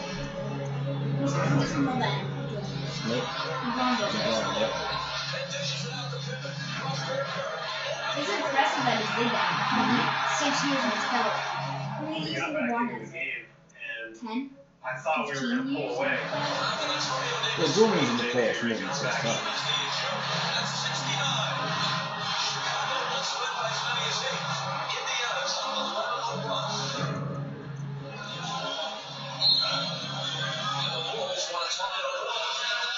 When they call timeout, I just remember just jumping, giving high fives, chest bumping, like, we got this. Hell yeah. You guys switch on this. I'm taking. I'm not looking. I got my back. Move the ball ahead of the foul. Look, 6 minutes left in game 7. I thought Indy was going to win. Fourth quarter, we're down. Thought ran through my mind. Man, this could be it.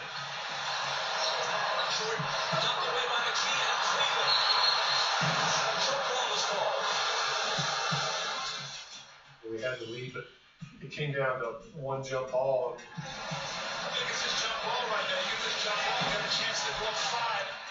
If we win that jump ball and go down and score and go up 5, this could be it for them.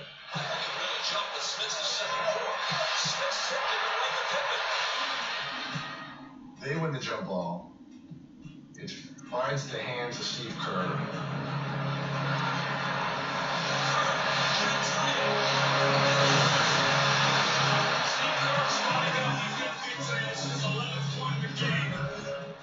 Steve Kerr hit the biggest shot of that series. And to me, I think that's where everything went downhill for us. It changed everything. All of a sudden, a bolt of electricity went through the building.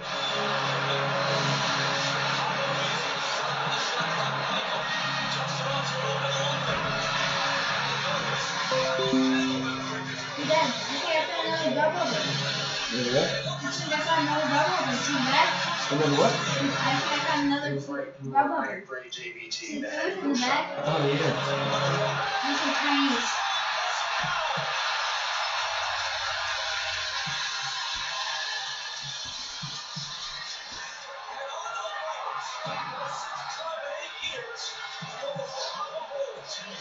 Oh, so who's going to play with Yeah. What? We had the better team. It's I like really 6 do times believe in that. 8 years. But championship DNA and championship experience really rose to the forefront in Game 7 for Chicago.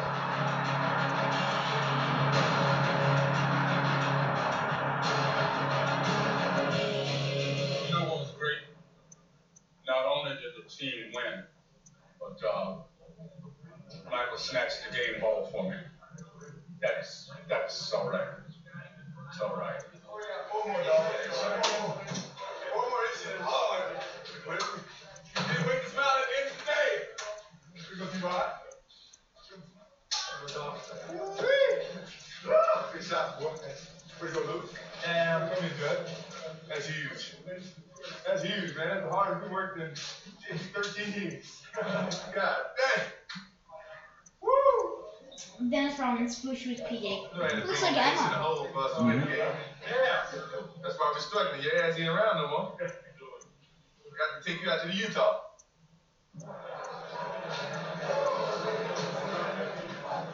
Enjoy yourself, dog. You kids, fuck you. Gotta give us the run for our money. Yeah. All right, take care. Thank you. Work on that golf game of yours. It was air, his license. It was Michael Redekov too. Next episode, if we do some more. We don't have to do overtime. We can do something tomorrow. We can just get research all in today. Let's do that. Let's just get all research in today. It's some Simpsons. Go down. And this down. No, this is the last episode. I think they should make like a movie. I mean, a documentary like a movie, but. The NBA title up for grabs beginning Wednesday night in Salt Lake City. Part 2 between the defending champs and the Mailman's crew. Super Mike and the gang looking human, working on just 2 days rest in the thin air of Salt Lake City. After they lost the year before, Utah came back. They were better the next year. The atmosphere in Utah was, this is it. We can finally vanquish them. Utah was waiting for us. Even though it's negative We 3 all the basically time. flying Salt Lake the next day. I was there in the summer. And It's it nice. just seemed like we were kind of running on fumes. Most people struggle to be present. People go and sit in ashrams for 20 years in India, trying to be present. Do yoga, meditate, trying to get here now. Good thing you have your right on your right and your left on your left. Why not? No, you have your left on your right and your Get it left. out of boy. Brand new. Not even out yet. She's a friend now, you know her. Most people live in fear because we project the past into the future. Michael's a mystic. He was never anywhere else. I sense you know you're going to win this first game. Yeah. I sense that. Whatever. You know you're going to win the first game. Maybe. Coming into the final series, what's your mental preparation like on game day? Yes, no, maybe. His gift was not that he could jump high, run fast, shoot a basketball. Yes. Can I walk in peace? Go ahead. Yeah, go. I love you guys.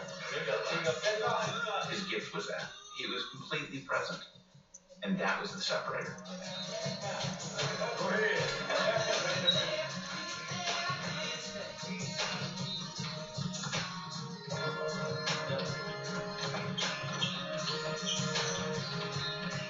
Katie listens to plays shoot around music. I got up. You ready? Step up a beer.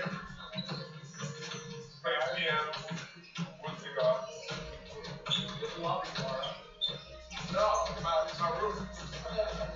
I got a piano in my room, man. I was in there.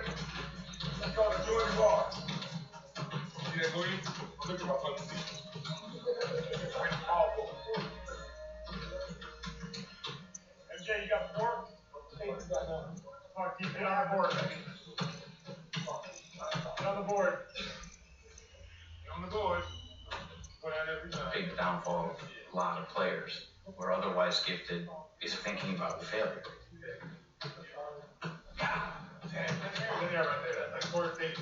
Michael didn't allow what he couldn't control to get inside his head.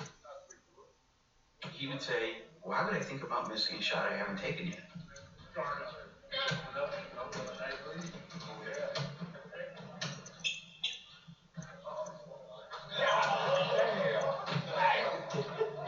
Look away, MJ. I just told you. Nice. Hold it. Hold it.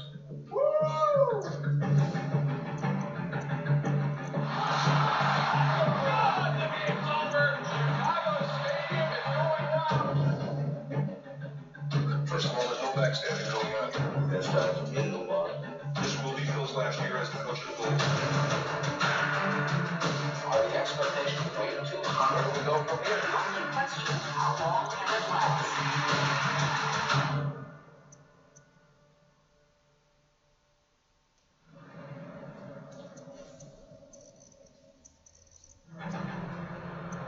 This year's finals has a familiar feel to it. Same time, same team, same places, same high stakes. And Utah is hoping for a different end result this year. Remember what we talked about? You breathe in, you center in, you keep yourself closest to the court. You guys know that you gotta support yourselves and your teammates. Here in this building, it's like sheep to the wolves.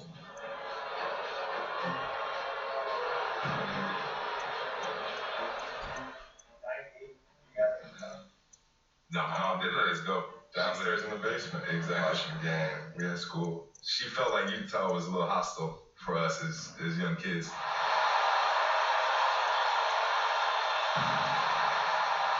I don't remember much of like the games, like I'm actually seeing him play, but I remember the fans and so loud. I mean, the screaming was just nonstop. It was brutal. We didn't like the Jazz at all. Like, as a family, and we would just get down there and just talk so much trash. Those games would get crazy. Any of their sons or daughters do anything in sports? I know Jeffrey and Marcus tried basketball and moved to UFC. Yeah, they played in college, but that was it.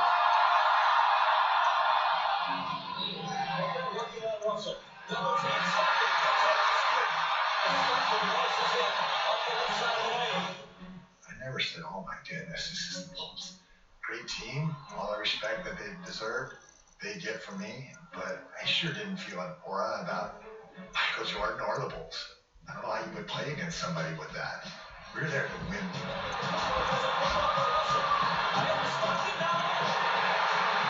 Doing research. Watching the show. This is a scary fucking situation. This game should be dead fucking meat. I've gotten down and get yourself serious on this.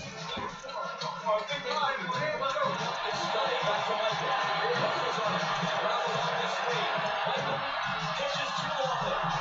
Up on the shot to tie the game. And it's overtime in game one. Well, let's go. 21 for the line.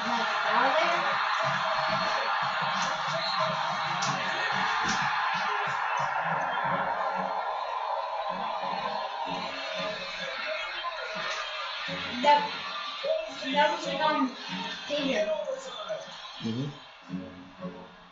Philly was a little bit quieter because they Knowing that lost. this is the last dance, trying to muster up the energy to finish this off.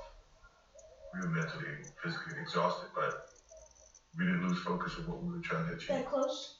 You should be more than that.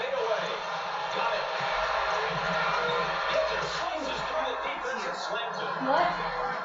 Who's here? Gets off the baseline. What? Is that the thing you can't ring the doorbell anymore? What the heck? They can't ring the doorbell? What is it just right here? No, that's it.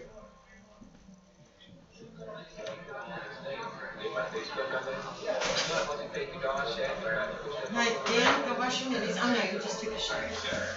I take it back. Is it impossible to ring the doorbell now? I don't know what's up with that. Like, is that part of the policies you may not ring the doorbell? That's against your policy. Maybe. That's just dumb. Maybe they think there's germs on the doorbell. They have freaking doors now.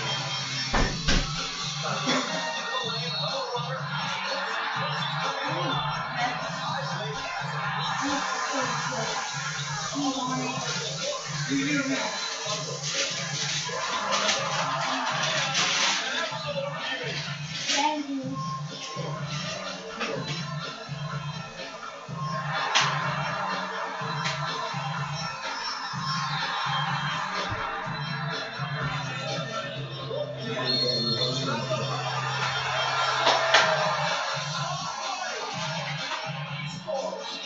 Maybe the cheese on it. Utah Jazz of Malone and Stockton. The Jazz who managed to get to the finals 2 years in a row were held to 54 points. The lowest point total since the advent of the shot clock in any game. Not just a playoff game. Ridiculous.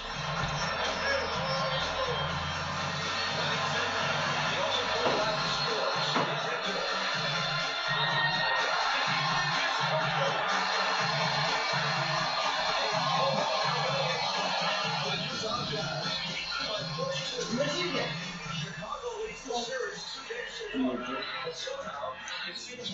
Yes. This is actually the score. That's a bowl? Yeah, it's a bowl. So it's basically a burrito Is this the final? Without the shell? without the good stuff on it.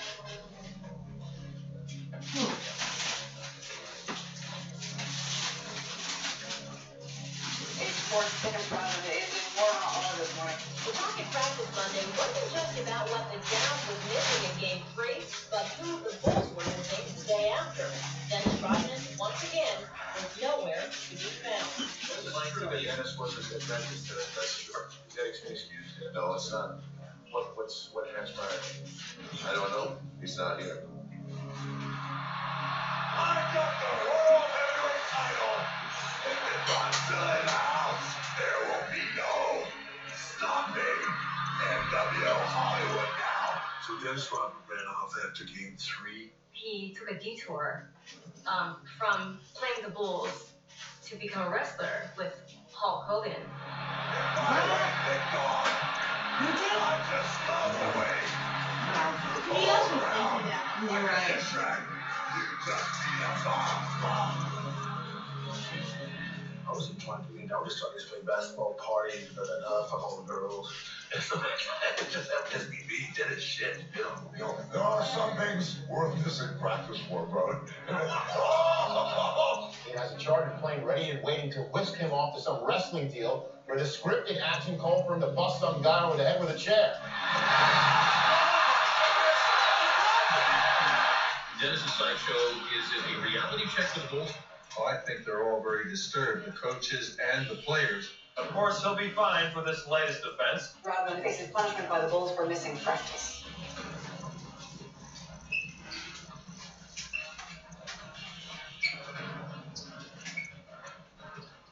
If you weren't here to start with, trying to beat up Dennis with some vodka, you got to miss out on that chick.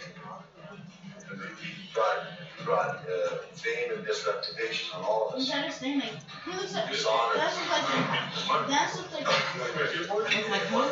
Emma. Emma. Is this down there, big guys. He's all wearing PJ. He's always wearing PJ things. The bad boy reputation that, frankly, Dennis carefully cultivated overshadowed his contributions as a player. But Phil knew that he was a singular defensive player who contributed mightily to the success of that team. He comes back after a little bit. No, he's only taking your focus away from the finals, not ours. I just think that Phil realized that I need to always do me, just go do what I do. You know, like say, like it's gonna play up here, I want to go wrestle. If I do this, I go over here. If I do that, I can't go do this. You know, they don't get the 100% when I'm on the court.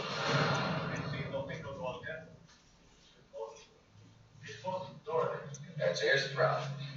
You got 300 freaking media out there. Dennis blew up practice and he got fined and he's got nothing to say to nobody. As he would say, in his words. So we gotta try to sneak him out gate 3.5 while 300 media are in the main hallway in front of the locker room. I don't know if we're gonna get that done.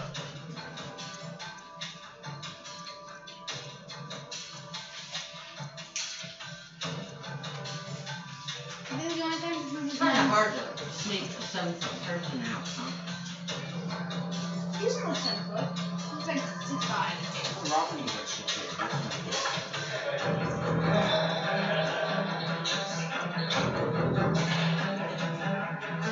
It's like a horror movie. It's a horror movie. People chasing after Robin. It's a horror movie.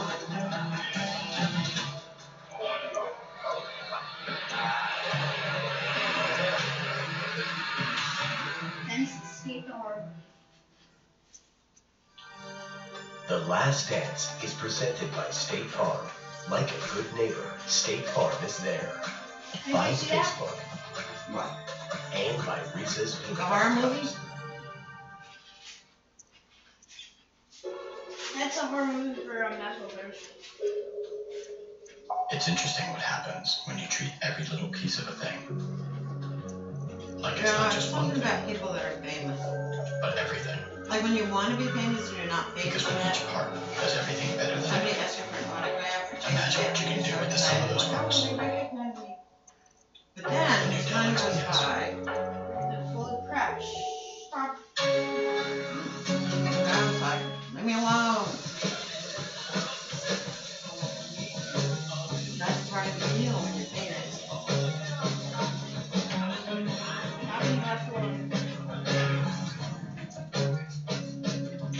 Anything you do is As the Benny Rodman sighting, we're still wrestling with Hulk Hogan tonight. Guys, trying to get rid of it. Time for Rodman. It's a 2-point game. And it's stayed there for the distance. So Rodman chases it down. And there. Scotty for 3. And there. And Anderson fouled it. Now, the Worm is a poor free throw shooter. Certainly not the guy you want on the line in this situation if you're Phil Jackson. He rolls the dice and makes a play. He needs practice. Off the court, his tired freak show continues. But on the court, with tremendous energy and heart. And Chicago wins it by 4. They're poised to finish Utah off on Friday night. that was not going to tonight. What do you think? It might not only be your last game of the Bulls, Find a way to your last get game ever. You know, you've sitting on a pedestal here, and obviously it's a thing that the world wants to know. Well, I mean, the world. I'm not gonna It's not chill the way later, to like see what 11. happens. I mean, 11:30. the job is not done, so let's not celebrate yet.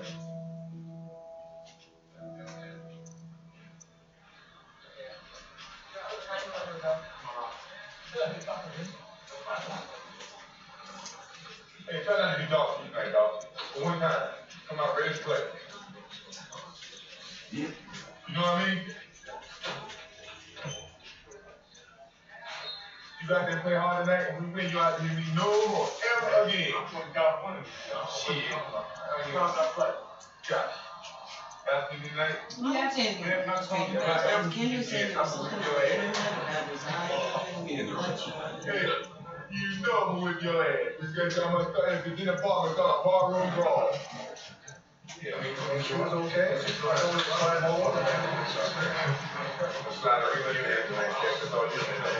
Hey, rub his eyes.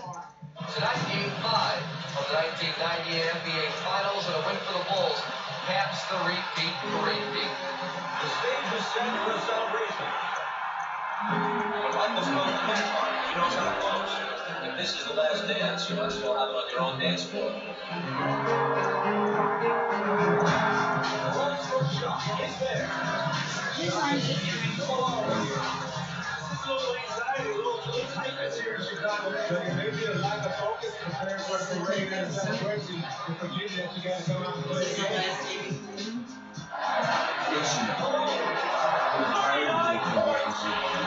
Personally, back toward Utah. 10.4 seconds remaining. It's a 1-point game.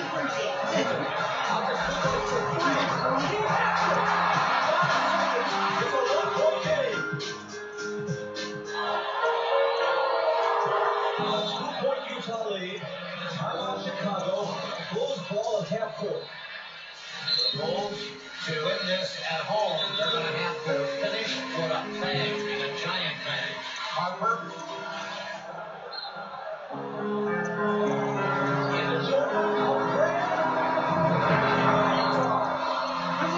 Let's off the headlines.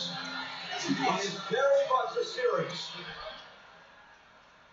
Well, I mean, I would have loved to won it here at home, but it didn't happen. Everyone thought I could make the shot, and that's the beauty of the game. For 1.1 second, I mean, everybody was holding their breath, which is kind of cute.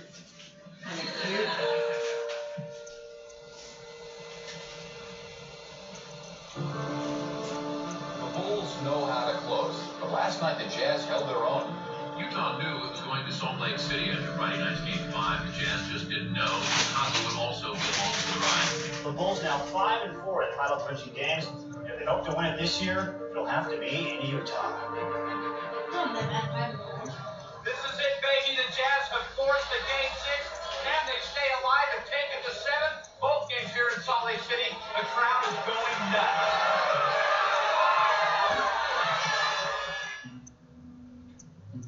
You get picked on if you were born through, right? That was the same if I were born. You said I should have worn a Call me from the storm. Not a lot of joking today, huh? Not like in those movies I see the lion just sitting in the shade, just staring.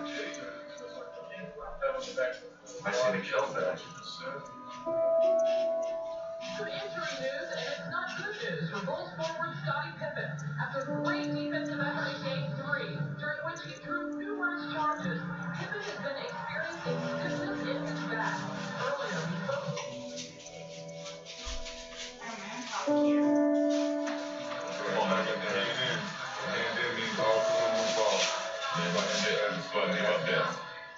What time is it? And we welcome you back to Salt Lake City for Game 6. And should the Jazz win tonight and force a Game 7, then it would be worth noting that very few teams have ever won a 7th game on the road in the finals. Utah would have a slight edge, it would seem, in that scenario. So, if the Bulls want to bring the hammer down, Game 6 is the time to do it. Let's take one, let's give it the extra roast. That might be.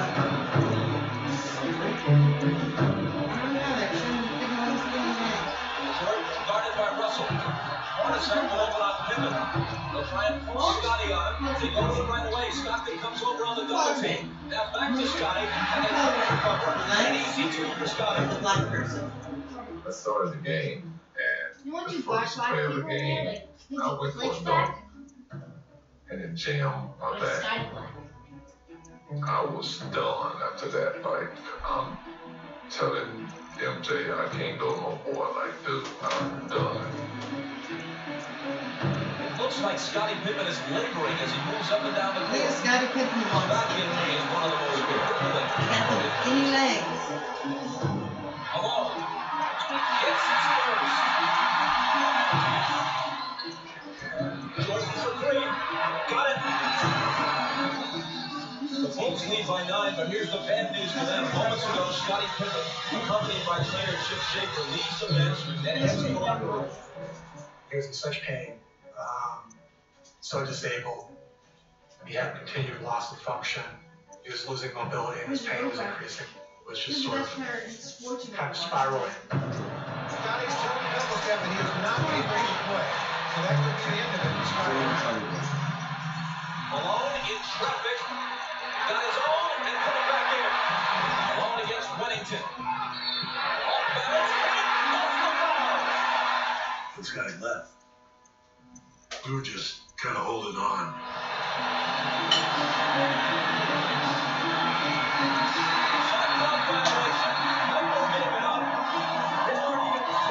I remember watching this one. It's Malone. They're going to beat 7.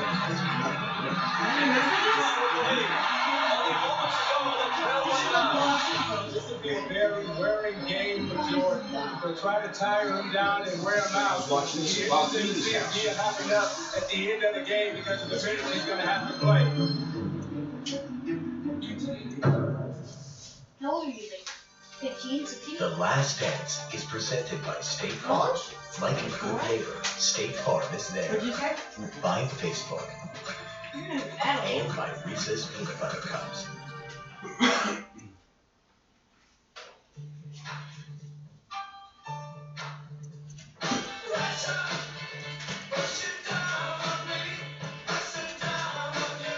I just like this one. I don't know why. You know that?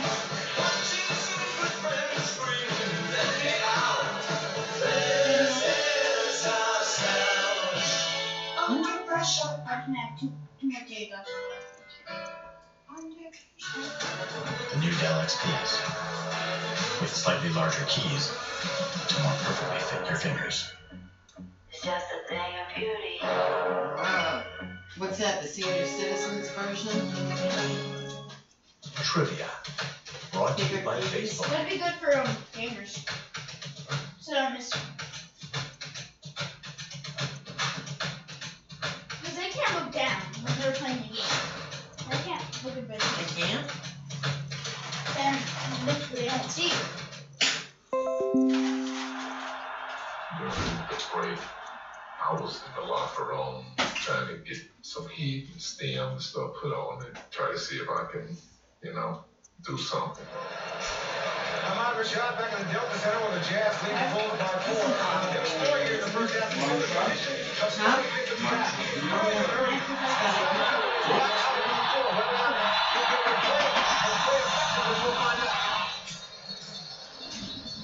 Start? Really? Utah in possession as we start the third quarter. Malone right to work. Rodman battling like crazy, but can't quite hold on to it. And Rodman just tricks the ball up. They've got to call a play for here. They've got to call a play for here. Numbers 2, Rodman doing everything. What I'm seeing, the battle between these two guys. They're right, giving it everything they got. Rodman drills a 20-footer and gives it that close finger gesture. This is Scotty out high, immediately returns it to Harper. A little jump hook is good. Is Pippen anything more than 6 point now on offense for Chicago? Rodman. Is he insane? Is he just insane? Michael said, just stay out here. I didn't think to talk about it. I used to try to get on my spoon. I cut it myself through that game. False advertisement. Giving it his best, and that time it was good enough. Pippen's barely getting up and down the floor. So I'm taking all the shots. I'm bringing all the energy. And I got very little left in the tank. As we start the fourth quarter, Michael Jordan has scored 29 points. He's played 34 of the 36 minutes so far, after playing 45 on Friday night. You have to believe fatigue is an important factor now. Out to MJ for three. It's short. Michael. No! This is game 7. When fatigue is a factor. There's Pippen heading back to the locker room again to try to stretch out that ailing back. Yeah, our massage therapist working with him, using medication and doing everything we could. to try to relieve his pain and his symptoms. Treat him for 5 minutes, so he can get maybe 5 minutes of pain relief and play for 5 minutes. They had to go back, they were putting ice on his back, and they left him in stipulation with pain relief, and they were trying to buy the time. Until the 10-minute mark, they bring him back out and see if he can play the last 10 minutes of the game. As you can see, he's back, he's on the floor, he just has to stay on the floor.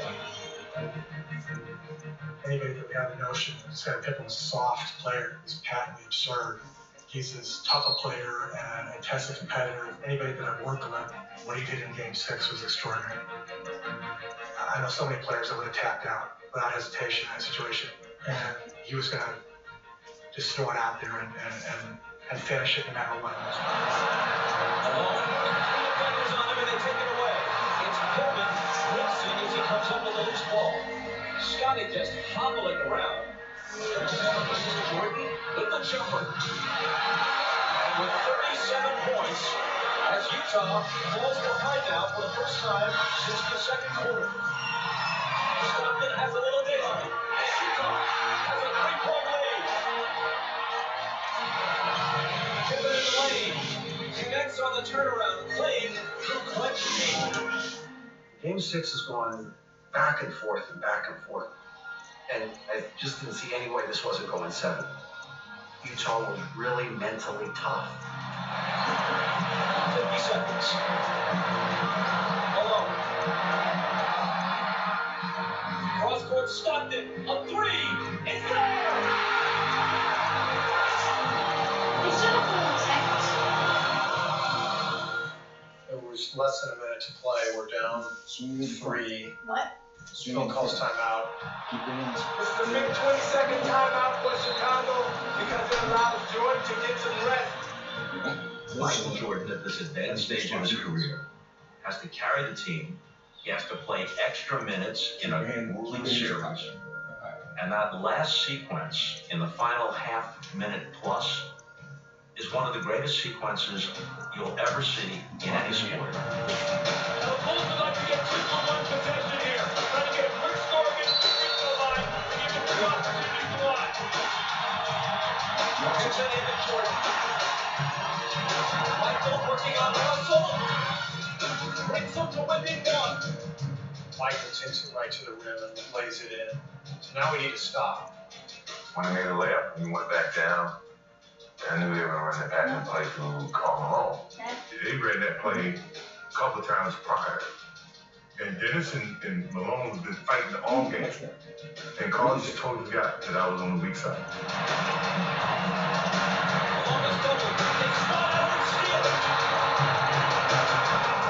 Michael never cleared, so Malone doesn't see him. He comes from the blind side and strips him. Now I got the ball, and I could see Phil, basically out of the corner of my eye. He wasn't going to call a timeout.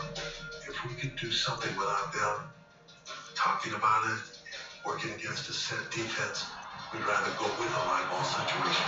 17 seconds. Game 7. World Championship number 6. What's going through your head when you're coming back on the court? Get the hell out the way. Get the hell out the way, only thing I was thinking. I didn't have to do shit. All I did was plant myself right down there. I knew I said, he's gonna shoot this fucker. He is not gonna pass this fucking ball. John Paxson or fucking, Steve Kerr. Hell, this is his turn. When I scoped over the floor, I felt like I can get a jump shot off, or I can get all the way to the basket. So it's just a matter of me picking the right time when to attack. Broken! Chicago with the lead! Timeout, Utah. 5.2 seconds left. Michael Jordan running on fumes with 45 points. At the end of the game, you gotta get it out of his hand. He's a killer. Nothing. Watch Jordan's left hand here as he gives Russell the foot. Referee can't see that. Jordan frees himself up for a clean look. Everybody say I pushed off. Bullshit. The man his energy was going that way. I didn't have to push it that way. Russell was already stumbling away. That hand on his backside is the equivalent of a maitre d' showing someone to their table. That was just his When he took that shot, you could just hear the energy just get sucked right out of the building. That may have been the last shot Michael Jordan will ever take in the NBA. If that's the last image. Now, Mother, I know you're not a huge fan, but you gotta watch this. And then you have to. It's devastated.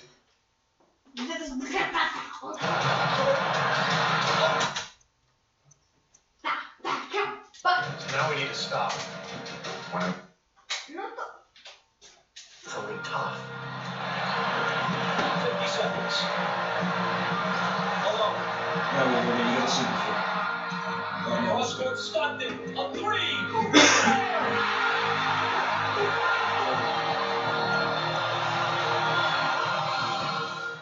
There was less than a minute to play. We're down 3.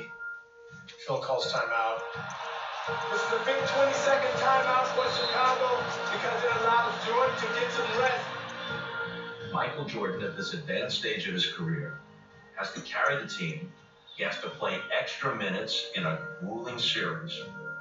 And that last sequence in the final half minute plus is one of the greatest sequences you'll ever see in any sport. The Bulls would like to get 2-for-1 possession here. Trying to get a quick score against the free throw line to give them 2 opportunities to watch. Pippen into Jordan. Michael working on Russell. Brings him to within 1. Michael takes it right to the rim and lays it in. So now we need to stop. When I made a layup and we went back down, I knew they were going to run the pattern play through Karl Malone. They ran that play a couple of times prior. And Malone has been fighting all game. And Karl just totally forgot that I was on the weak side. Malone is doubled. They spot out and steal it. Michael never cleared. So Malone doesn't see him. He comes from the blind side and strips him. Now I got the ball, and I could see Phil, basically out of the corner of my eye. He wasn't going to call a timeout. If we could do something without them talking about it, working against a set defense, we'd rather go with a line ball situation. 17 seconds. Game 7. World Championship number 6. What's going through your head when you're coming back on the floor? Get the hell out the way. Look at this. Get the hell out the way, only thing I was thinking. I didn't have to do shit. All I did was plant myself right down there. I knew I said, he's gonna shoot this fucker. He is not gonna pass this fucking ball. Whatever fucking John Paxson or fucking, Steve Kerr. Hell no. This is his turn. When I scoped over the floor, I felt like they can get a jump shot off, or I can get all the way to the basket. So it's just a matter of me picking the right time when to attack.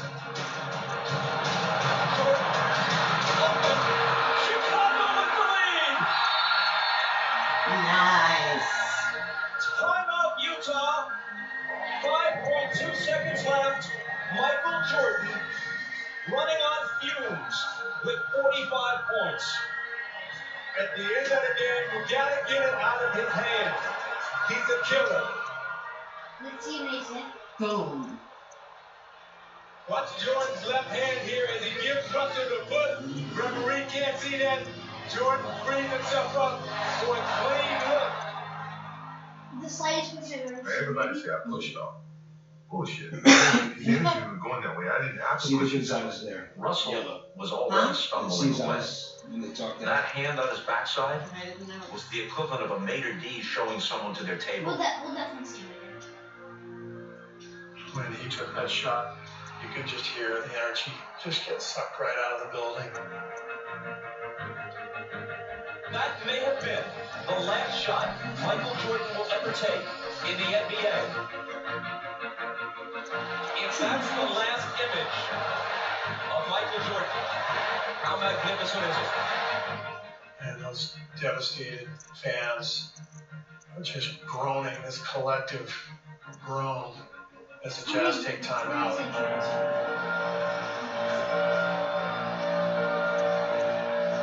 Tired as hell. I'm exhausted. nice. But I have one more stop.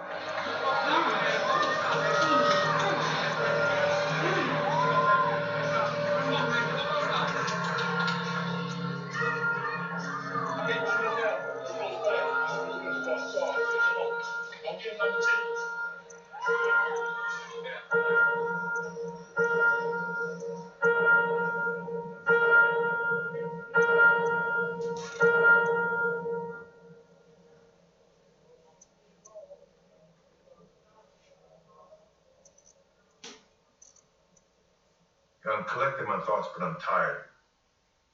I'm trying to muster up the energy to finish this off. If they score, there's a game set. If they don't, for the second straight year, they go out in 6. Stockton. Harper's on it. Behind the screen. Harper got a piece of it.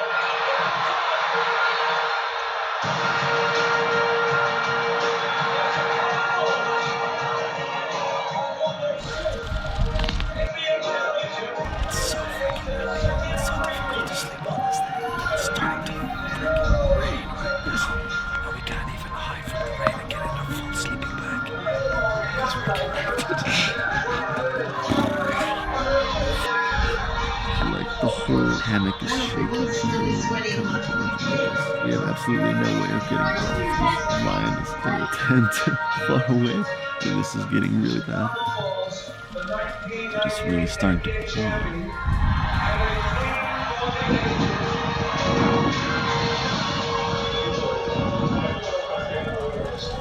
It's like hitting the thing.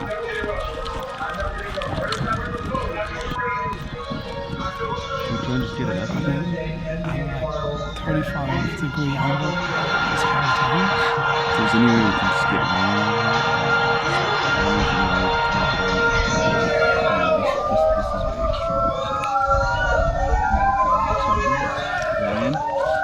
Ryan? Bryce? Logan? We just need Ryan to come check the lines because we're slanted now. So we've become pretty slanted. I don't know if I'm gonna be able to make it all night. I'm sorry guys, I'm just like been trying like really hard to keep it together, but I'm just not feeling very well. My palms have been like sweating and I feel very weak. It's coming over, guys. Thanks, bud.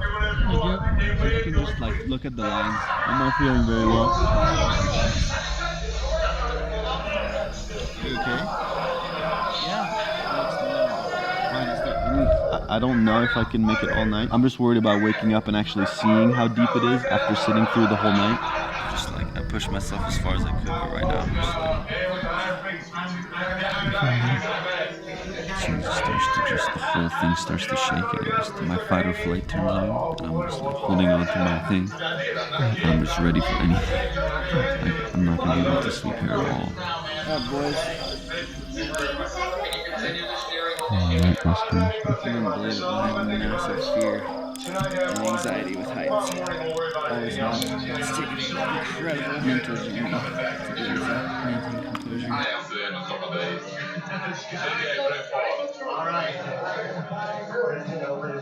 So, you just gotta respect it. If you don't respect it, where's our final?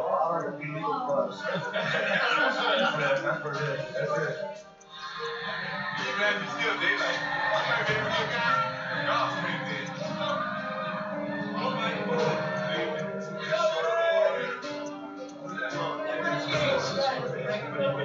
Geez, very impressive first of the players.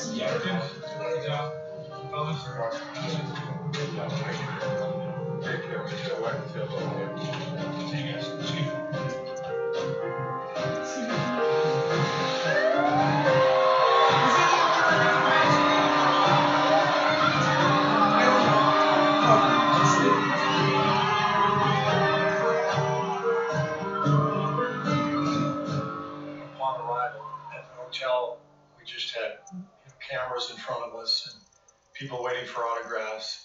That was so amazing, just being with the group and feeling that that rush of adrenaline because of people's adoration for Michael mainly.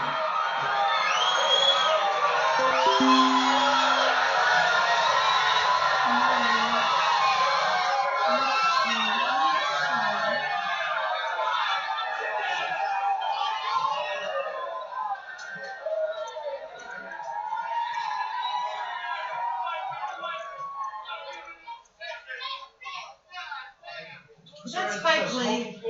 No, it's a security guy.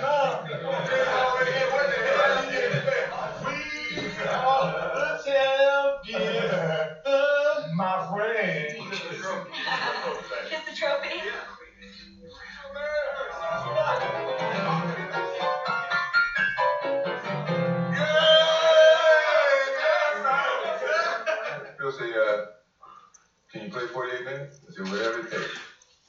It didn't help much when Scotty went down. I wasn't expecting him to go down. That scared the shit out of me. Man, how good did that jumper feel? I see you gave the look though. Oh, I had to. Everything was short. I was breaking my wrist. Everything was short. I ain't breaking up.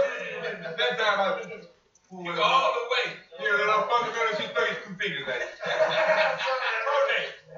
Got nothing in you. Celebrate for the moment, man. It's a moment. It's a moment. That Zen Buddhism shit. Y'all get in the moment and stay here. A lot of championships go when just stay in the moment. In the moment. Till next October, then we know what the hell we are. Remember When, presented by Reese's Peanut Butter Cups. There was nothing like coming up as a Chicago Bulls fan with the GOAT, Michael Jordan, leading us to 6 championships. That's 2, 3 repeats, 6 rings, you dig? Gave us all the bragging rights, man. I'm trying to tell you, from LA to New York, we had it. We owned the 90s. And I want to say thank you to MJ for all the memories, bringing the city together, bringing us those rings, and leaving that legacy.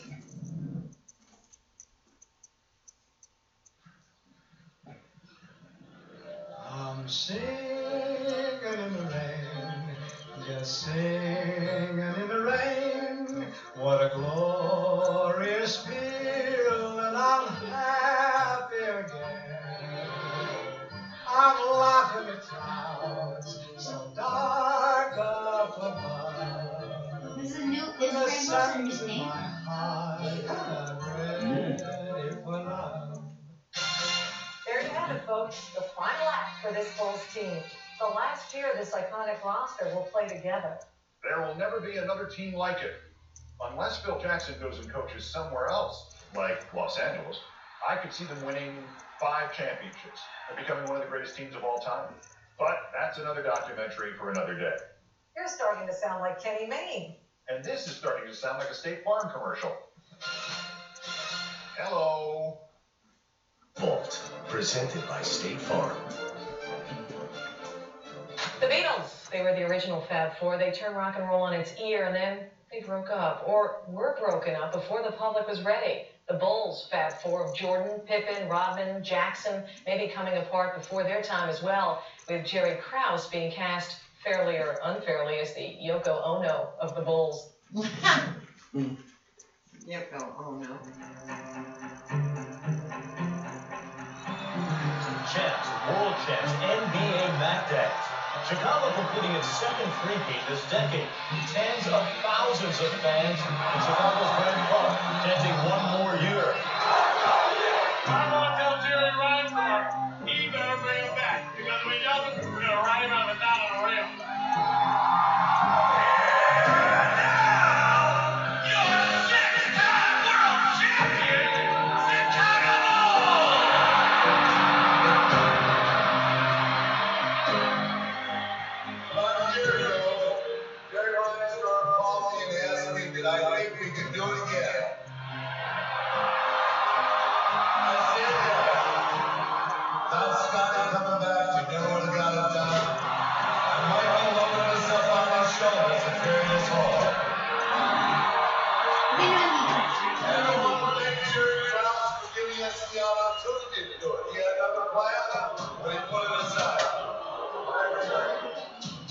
We can't knock him. We got to give him credit, and he deserves the credit because he was the general manager of those teams. I've had a lot of great people in my life, and that's why my success happened. I played with Phil Jackson, the greatest coach in the game, Michael Jordan, the greatest player in the game, Jerry Krause, obviously the greatest general manager in the game. I want to thank all my teammates, the organization. It's been a great run. Thank you for our last dance. I know a lot of people didn't think we ended up back in Grand Park this year. Nobody knows that we're going to be in Grand Park next year. But the one thing I do know is my heart, my soul, my love has always gone to the city of Chicago. I know what you're going to do. Yep, sure. That's the way that what you do. Life it all comes down to knowing yourself. This is a community of supporting each other and understanding that we all. You have to almost appreciate his celebrity even more, because he didn't have the those platforms to be known worldwide. There was no ability to promote yourself through social media, to post videos, no tweets, nothing like that. He was known for his play and for having this larger-than-life persona.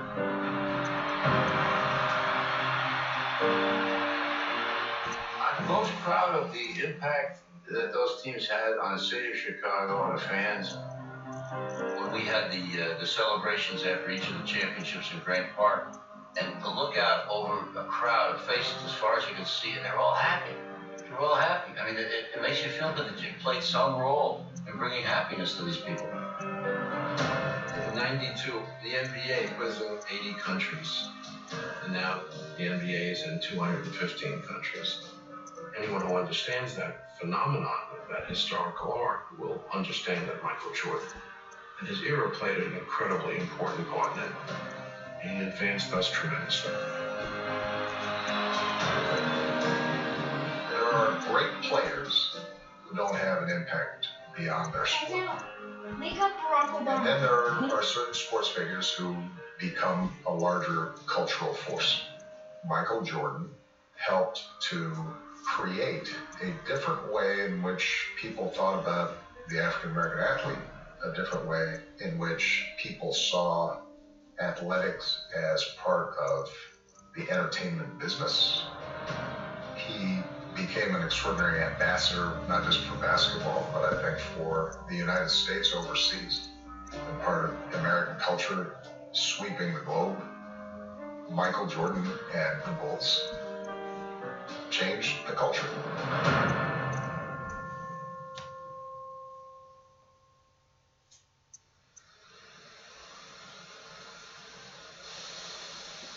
That night, Jerry Reinsdorf called me up and asked me to come back. After the sixth championship, I offered him the opportunity to come back. Give him the chance, the opportunity to come back, regardless of what was said before now. I said, well, I think I should just take a break. I said, I don't think it's fair to Jerry, and I know it'd be difficult for him to accept that. Let me play you. This is Jerry Reinsdorf saying why he had to break. Reinsdorf? I can't wait to hear this. I've never understood. We've never had any dialogue about why. I made my own assumptions why.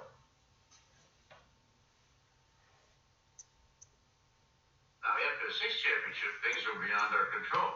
Because it would have been suicidal at that point in their careers to bring back Pippen, Steve Kerr, Rodman, Ron Harper. Their market value individually was going to be too high. They weren't going to be worth the money they were going to get in the market.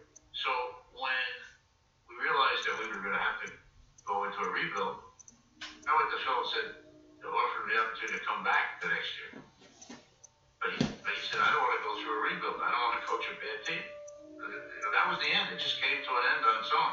Had Michael been healthy and wanted to come back, I don't doubt that Krause could have rebuilt another championship team in a couple of years. But it wasn't going to happen instantly.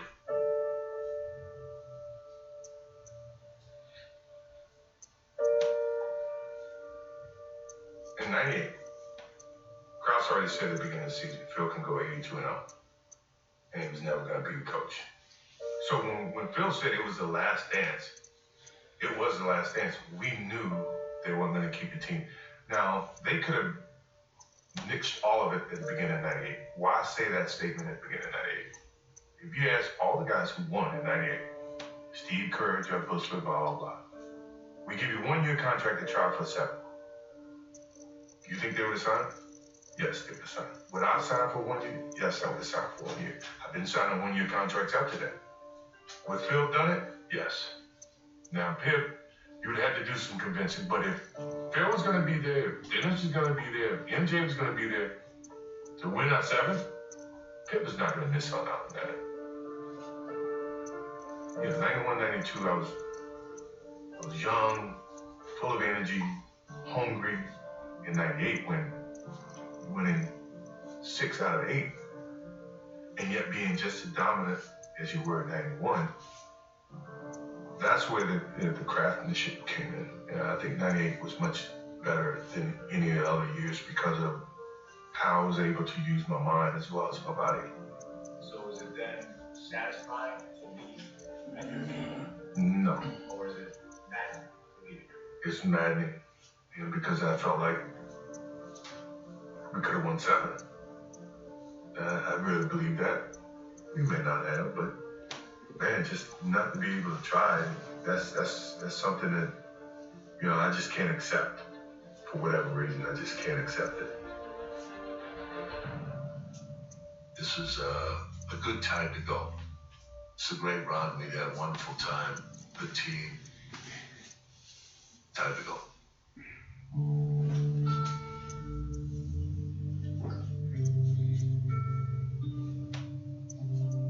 I remember there was this team meeting with Phil, and it was like, this is it. My wife had gotten her master's in social work, and she was part of a group that went in to help people who were grieving. One of the things they did was a ritual in which they kind of put things to rest. He says, this is it. This is the last dance. Last time we're ever going to be together. He's asked everybody to bring in anything you want to write about what the team means to you. Write what being on this team has meant to you during this year, and read it, and we'll burn it in a coffee can. And every guy had emotional words to say. And I remember Michael actually wrote a poem. It was a depth of emotion that you never thought he had. You can spend your time alone. Phil had this knack, no matter how big you are or how big you think you are, to always draw you in to be a part of the process. I'm not a poet. I just spoke what I felt at the time. We always gonna be bonded. You say thanks for the past, enjoy the moment, let's make sure we end it right. We saw him as this bully sometimes. But that day showed his compassion, his empathy for all of us. And then everybody put the paper in the can, and at the end of the session, Phil turned out the lights and he lit the paper in the can. One of the most powerful things I've ever seen.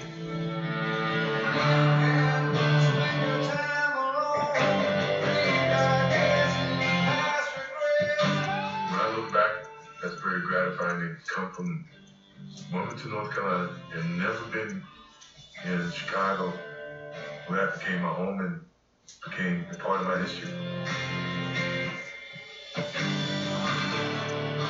My passion on the basketball court should have been infectious, because that's how I tried to play. I played for them. Started with hope.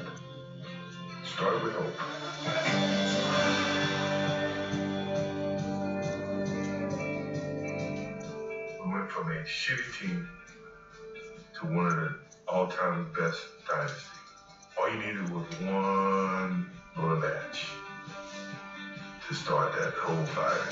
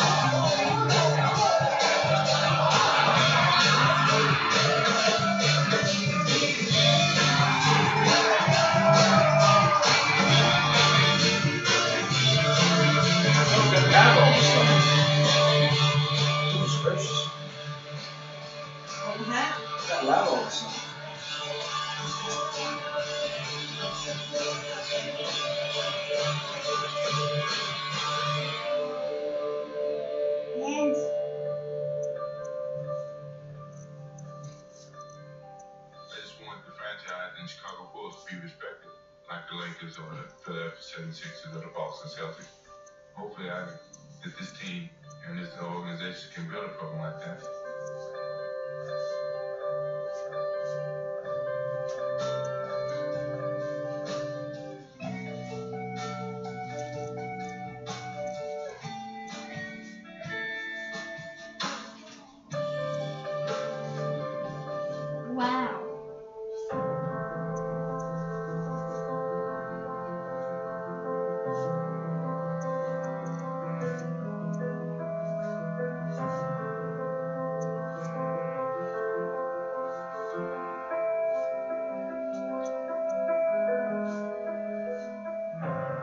Oh my god, it's so much.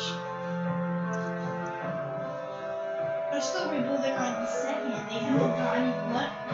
Still are. You go upstairs and brush your teeth. Scrub them like you haven't scrubbed them in the last 3 or 4 days, which you haven't. Alright.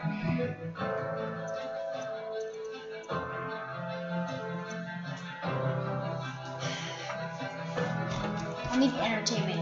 Not when you're brushing your teeth. Just go brush your teeth and come back upstairs.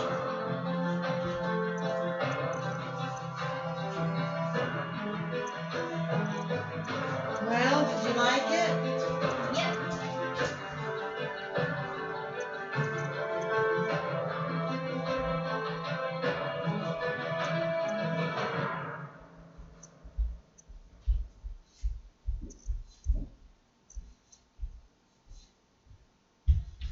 What's Michael doing these days? He owns the Charlotte Hornets.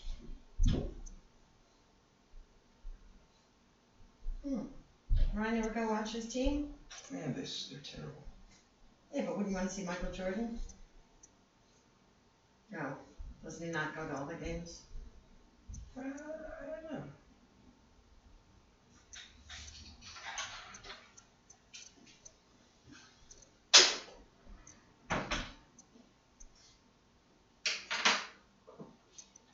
Have our limitations. Don't go home feeling like this is some sort of failure at all. So let's get you off it. Let's do it. Peace, man. You did great. You did great. I just don't know how I'm gonna get all the way up there. I know you can do this. Here. I got you, man. To be facing front forward, the only thing to hold on to is one single thin line. No. You have a sheer drop underneath. Way more intense than I thought it would be. I need a sip of water. I can't breathe. Yeah.